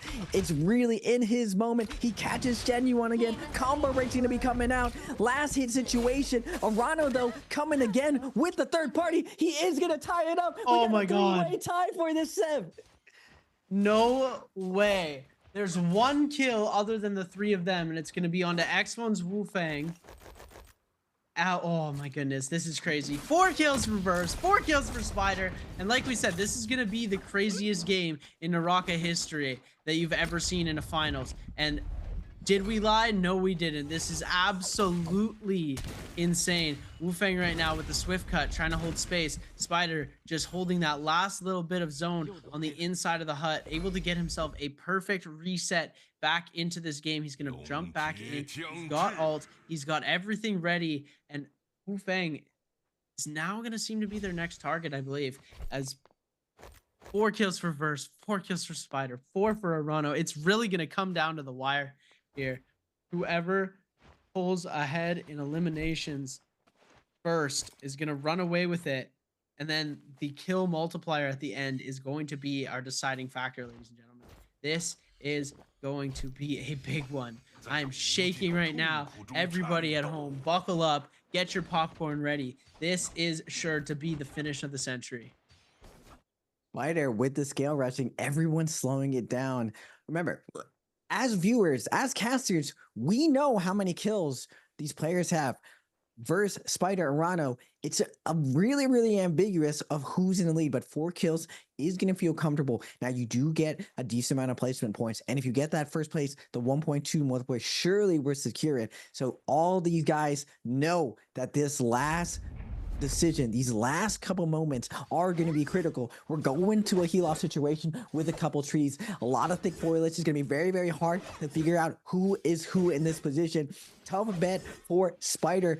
Tessa does soft counter Hadi. Verse on the A coast, not the best character to win this heal off situation, so he's hoping for a little chaos in order to secure this. We do have the wild card, the Matari of Wu Fang. He is going to be doing that big damage with the dash throughs, with the teleports. I don't know who's going to take it, but Spider definitely in a really, really good position to take this as long as he can avoid Arano. But Arano has been on fire. He's been slow and steady and consistent going into these last little bits, but can Spider find these last hits, abuse the burn damage of Hadi, and find this elusive win he's been seeking over his rival Mike? Mike has finally fallen in that 3rd place. He's not able to continue his dominance in solos. There's going to be a new king of solos, at least going into this Worlds.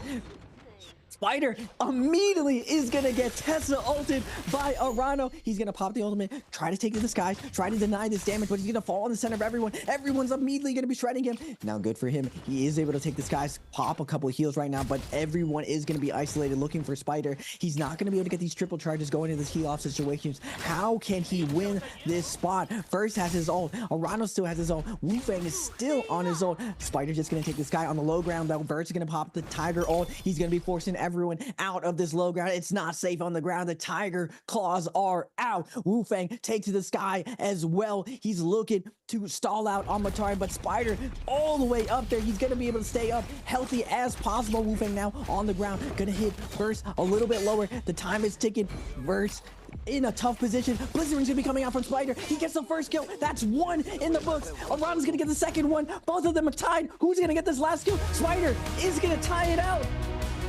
They're tied. They tied. No way. What? Ladies and gentlemen, for the first time in NARAKA BLADEPOINT Pro League history, we have a tie for the winner of the solo grand finals. What? The actual, oh my goodness. Spider got 5. I guess the win's gonna go to Spider for more points? There's a tiebreaker. Spider is gonna clutch it up. The blistering edge. Oh my god! My man saved the pick for the last one. That's a Hani situation. 大鹏一日同风起，扶摇 24 直上， NBPL 有 Summer 万里，让我 Split, 们 the 恭喜 final solo 2024 champion, ladies NBPL and 单排 gentlemen, 冠 let's 军 congratulations to WBG WBG Spider!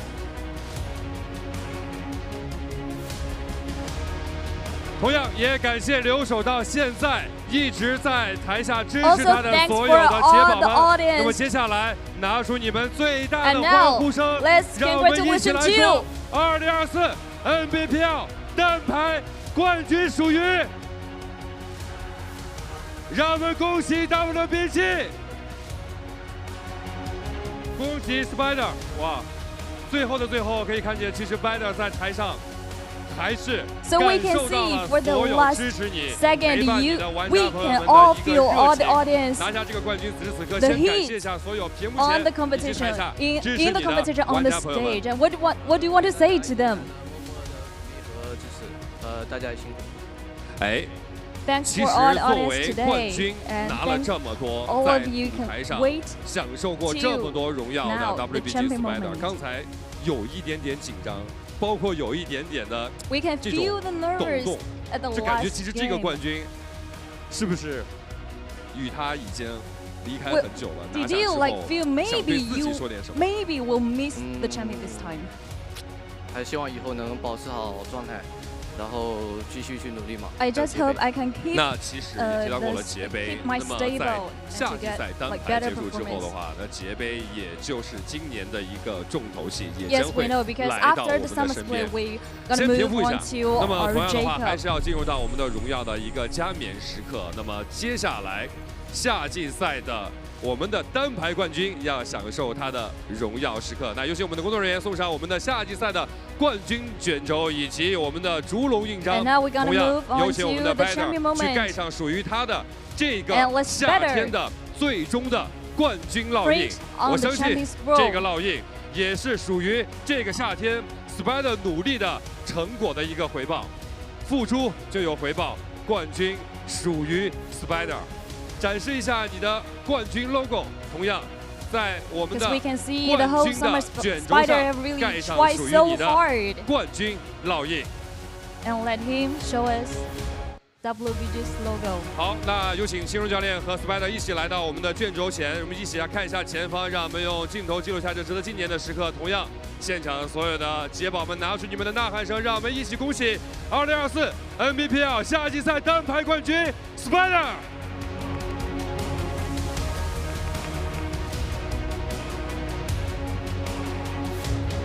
同样，我们今天也很荣幸的请来了我们的颁奖嘉宾，让我们一起进入到荣耀加冕时刻。让我们请出的是永劫无间赛事负责人侯爵先生， Also now 有请。 let's welcome 同样将 President 会为 Ho 我们的夏季赛单排冠军颁发属于他的荣耀 to 奖 give 牌， Spider 一份又一份的荣耀 the champion 给到 honor. 我们的冠军，同样也是属于他努力的回报以及冠军的认可。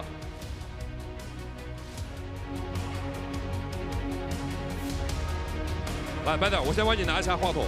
来，有请我们的侯爵先生和我们的 Spider 一起看一下前方，让我们用镜头记录下这值得纪念的时刻。同样，如同刚才 Spider 所说，夏季赛的冠军只是一个开始，后面 Just 还 like 有 what 更重要 Spider 的节杯。 said, the champion of the 2024 summer split is just a start. 再次感谢侯爵先生，请入席观礼，谢谢。 那么接下来的话呢，我们还是要先采访 And 一下 now 二 we're 位。来， gonna 有请我们二位 take 来到我 a 们的舞 short 台前。 interview with Spider. 来，话筒给你。又再次站到了属于自己的冠军的领奖台。其实今天这场比赛鏖战至最后一场。那么所有今天进入到决赛的这些同场竞技的选手，有什么话对他们讲？大家都很强，压力太大了。啊，那压力非常大，还是要问一下我们的教练。今天教练感觉这个压力还是比较轻松的，每场比赛都在各种展示，感觉这种是不是也是属于无形之间给 BLADE 的一个压力的一个舒缓？是吧？主要是想要开心的享受游戏吧。那其实拿下了这个冠军，这个久违的总冠军，那也是一直陪伴着 BLADE。有什么话其实跟 BLADE 说呢？你无需证明，你就是天才。无需证明，你就是天才。那么我相信啊，这个久违的冠军，这个熟悉的舞台，一切的一切，都是2024年夏天过后真正的，刚才如同 BLADE 所说，节杯的一个阶段。节杯要到来了。其实节杯啊，很多支持你的所有的玩家朋友们都想问一下，你怎么看待2024年今年的这个最后的这一项考试，也就是节杯啊？我觉得大家都会拿出更加不一样的状态，就是每个人都会感觉压力会比现在夏季总决赛压力还要大。那自己有什么目标跟目前台下的玩家以及粉丝朋友？已经好久没有就是拿这种冠军的感觉了。就希望节杯能再点一回。希望节杯继续向冠军发起冲击。那么同样的话，也希望支持 WBG、支持 SPIDER 的所有的节宝们，一如既往的把你们的动力和你们的掌声送给他，让他可以源源不断的向更高的荣耀发起冲击。那么接下来就是本场属于 And now, but we have to 请我们的本次2024 NBPL 夏季赛单排 WBG 冠 to 军 be the final solo champion and let him enjoy the champion moment for him.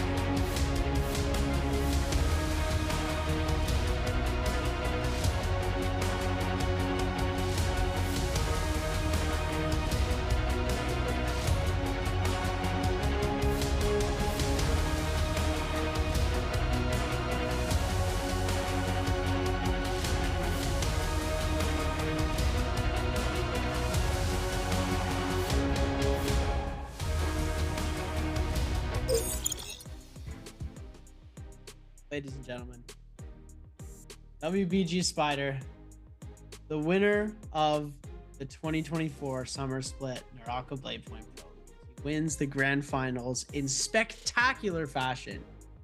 Comes back, ults so early in that final circle. He gets brought inches away from death multiple times in that final fight. He kites all the way up into the sky, holds for as long as possible, picks up a beautiful elimination and holds out for the tie. Then by default, with the amount of points he's had, he had more points than Arano overall, and he has become the victor of the Nbpl Summer Split of 2024. Raven, what a game. I thought we had a tie for a second. I thought we were going to have to go to game 9 for a second there. I'm pretty sure there was a tiebreaker depending on who was the higher points, but still, congratulations to Spider. I've been saying it the entire time. He's looked different this entire year. He's almost looked bored. He's looked super dialed in, and for the first time, it's not surprising to me that his coach, his main point to Spider was just to enjoy the game. Spider was saying that for the full year that he felt very burnt out. He felt like the pressure Mike was getting to him, and it looked like he just wasn't having fun. And I saw it in the first 2 or 3 games that Normally he was looking very locked in, very iced off, but I saw that he wanted it again. And it was something that I hadn't seen from him before. And I saw even in the later games, when things were going wrong, he was laughing it off. He looked like he was enjoying himself. He was still locking in and looking for the next play. It didn't matter if things went wrong. It didn't matter if he got hit by a Moonbane. He just kept playing the game and staying in it. And that's what the heart of a champion looks like. Congratulations to him. He fought to the very end. And this is what I was saying, Seb. All the match point games for solos, even for trios, has been full of drama. The new rule set really pushes the limit of what these competitors are capable of. We even saw the bottom half, Chuzang coming out. He kept fighting in. He kept trying to ladder up. He didn't just give up and just gave up and threw his game away. He tried to the very end. He almost stole away from the MVP. It would have came down to points then, and the outcome would have been very different. Then Verse would have taken it. I've seen that happen as well under these rule sets, but it's not going to come down to that point. Literally, Spider comes down with the blistering, and I've been saying time and time again, these end games are so dialed in, so hard to win. Burn damage, poison splash, that blistering edge comes in big. And something that I never really saw from Spider before is his focus attack game. He was always really big on parrying, running dodge games, and punishing people for making mistakes, not really taking risks himself. And we see him lock in that last little bit, find the good focus attacks, coming in and clutching it up. It was spectacular to watch, and Spider is definitely deserving and a great GOAT that NARAKA is blessed to have. Oh, 100%. He's revolutionized the sport, the esport, if you will. He's changed the game completely. He's made the ceiling of skill so much higher for these players. Without Spider, we wouldn't have so many techniques and strategies that we do now. He's helped the evolution of the game so much in any single region. He not only CN, but he's inspired people in other regions as well. His play style never ceases to amaze the people who watch him. He is always on, always amazing, always fighting. He is someone to look up to, honestly. Like, fighting through all of this, the pressures of Mike coming back, it's a beautiful comeback story. You know, we see Spider win the Nbpl, we see Mike win. Now it's back to Spider, and now we're going to J-Cup, and it's gonna be who's gonna win there. Yeah, honestly, this was a really competitive lobby. Probably the hardest variation of solos we've ever seen. And for Spider to transcend and do super well on the stage, I know this has to be really good for his confidence setting up for Worlds. Now, honorable mentions to everyone else. Everyone who made an MVP for that match point had a spectacular tournament. And you see how hard fought, how much prep went into this. You saw it on Verse's face, Mike's face, coming into that shortcoming. Even 225 came out swinging, and at the end, Fong and Arano coming in with that slow assassin play, playing outside of Yang, sometimes inside Yang, but multiple play styles making it to that last little bit. It's a good sign if multiple strategies are working right now in order to win even on the highest level. I love to see multiple ways of winning. We even saw some off-meta plays coming out from Rana, the V2 coming in big, finding some clutch-up situations. Fong still showing up big, showing the tried and true. Everyone playing so many different situations in this tournament, not seeing that just W keying working out, a lot of people kiting out, and a lot of finesse being utilized right now. The importance of coaching as well. I know that Spider has been struggling with his mental. It's very obvious that he was, and the coach just said, I wanted him to have fun, and this is what Spider looks like having fun. First place. Oh, 100%. I mean, if you're not having fun at first place, what are you doing? 7 points go to both Arano and Spider, but Spider had more points over the day, so he is going to be able to come away with it.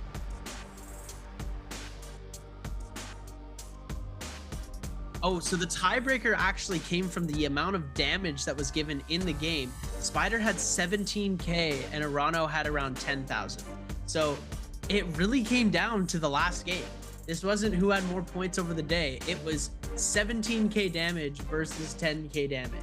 7,000 more damage. Arano just needed to get a little bit more active in these early games, and instead he was getting a lot of his kills off of these third parties, right? Which is great, but when it comes down to this tiebreaker, he either needed that last kill or he needed 7k more damage.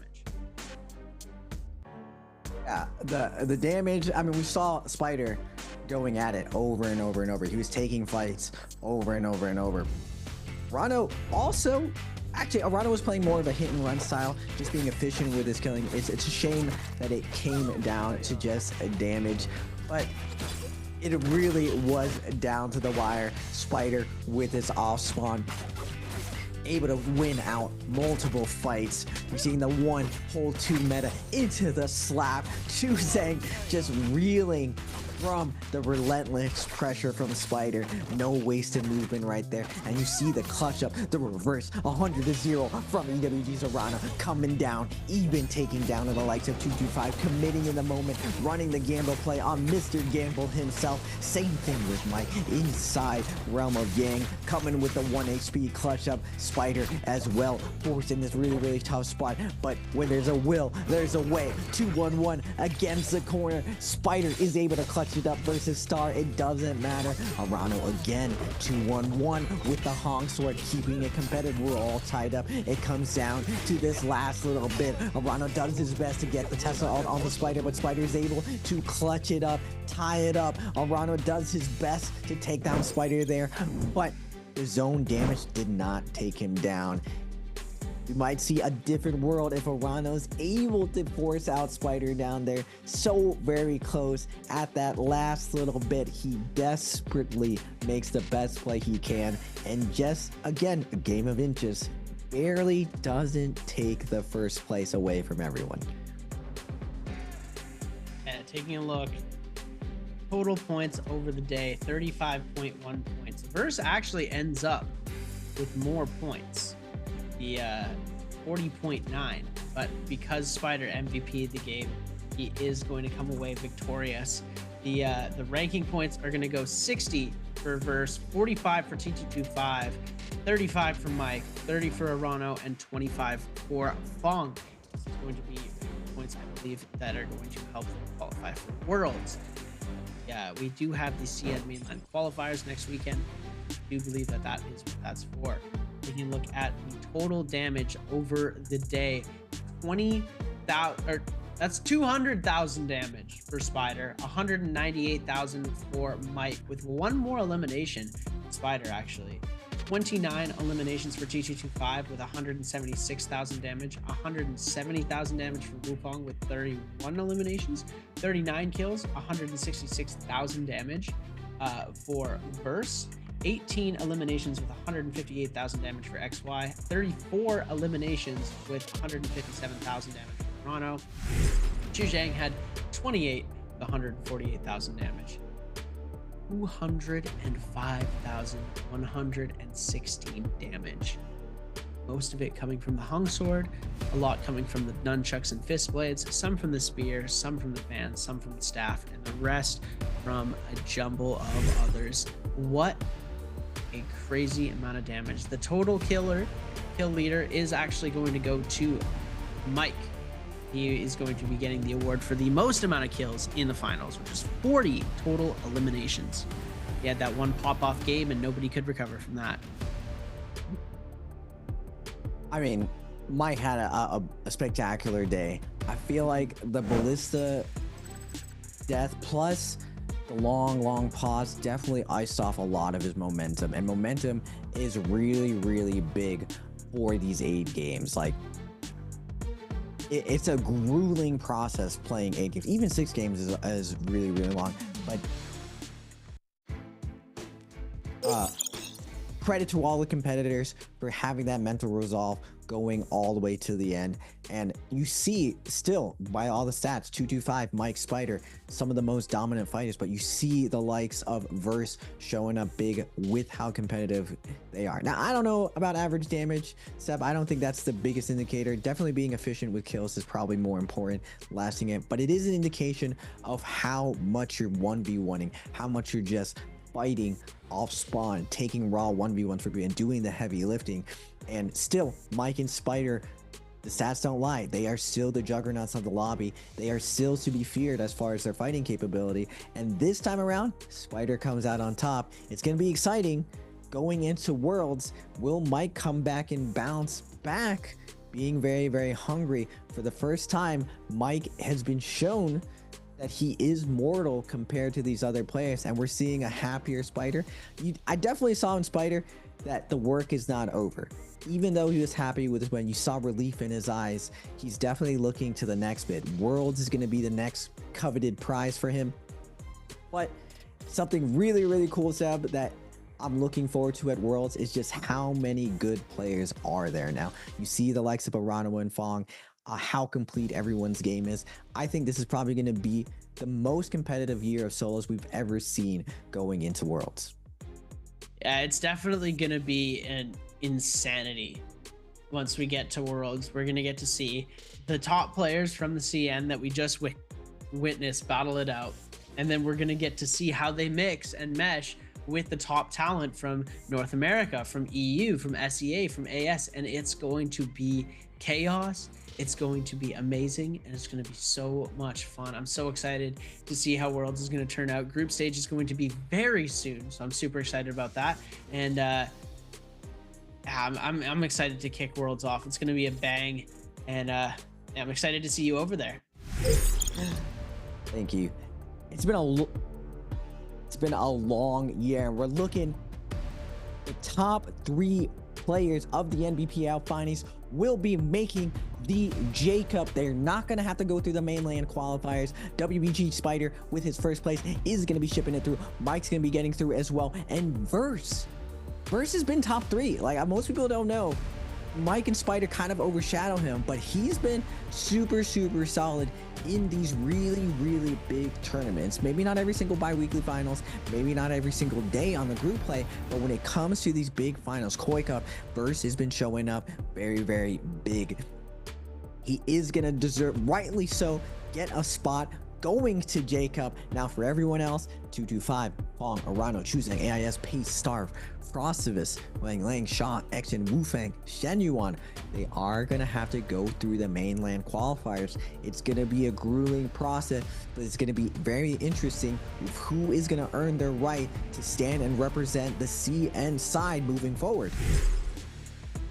It's definitely going to be an interesting one, but we're going to take a look at the participating teams in the Chinese mainland qualifiers. We've got Chuzeng, Frostivus, Wupong, Star, Xshin, Arano, Fong, Pace, Sha, Wang Liang, AIS, and T225. These are the players who are going to be competing for the remaining slots in the J Cup. This is going to give them a chance to compete 6 games to see who's going to be going to Worlds.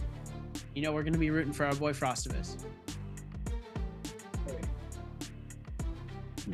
The offseason, much needed break to a lot of these players. It's going to be a little bit of a lull period as we ramp up going into J Cup, but it's still not over. There's still a lot of excitement, ladies and gentlemen. Tomorrow is going to be your NBPL Trios finals, plus the mainline qualifiers coming out. Still a lot of NARAKA to be played. We're still not at J Cup yet, but today for these solo finals, I was not surprised of how amazing it was going to be. Who was going to win? I thought it was going to be unpredictable. Seb, I was going to go put my money on Mike, but I was saying that Spider was looking locked in this year. That's why it's really hard to pick. I would say it was still a toss-up. You saw how close Arano was from stealing it away, and that's what we've seen from time again throughout this new patch, throughout these new weekly finals, that I felt like the top 8, anyone could rightly win. They were definitely your favorites, Mike and Spider, just showing their dominance in fighting, but because of the 8 characters, multiple playstyles are still making it through. Now, there is a crazy high standard of chasing, running away, playing a lot of weapons, but once you meet that standard, I would say like 7 or 8 players are meeting that standard right now moving forward into Worlds. But there's one person who stands at this top, and I'm happy to see Spider finally come into his best form currently, but will we see an even better form of Spider going into Worlds? We'll have to see moving forward. He's definitely in his prime. This isn't his final form. You know, he's gonna be moving up in the world. As you know, he's got so much ahead of him. it doesn't stop here. You know, 2024,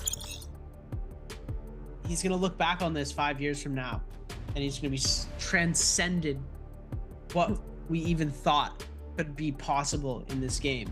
And it's gonna be absolutely insane. This is the schedule for tomorrow, ladies and gentlemen. It's gonna be the same format, except the map pool is gonna be switched around. So we have a little bit of a different rotation of the maps, but it's 8 games. It's a match point system. Just like that, we've got a little bit more points because you get more kills in trios.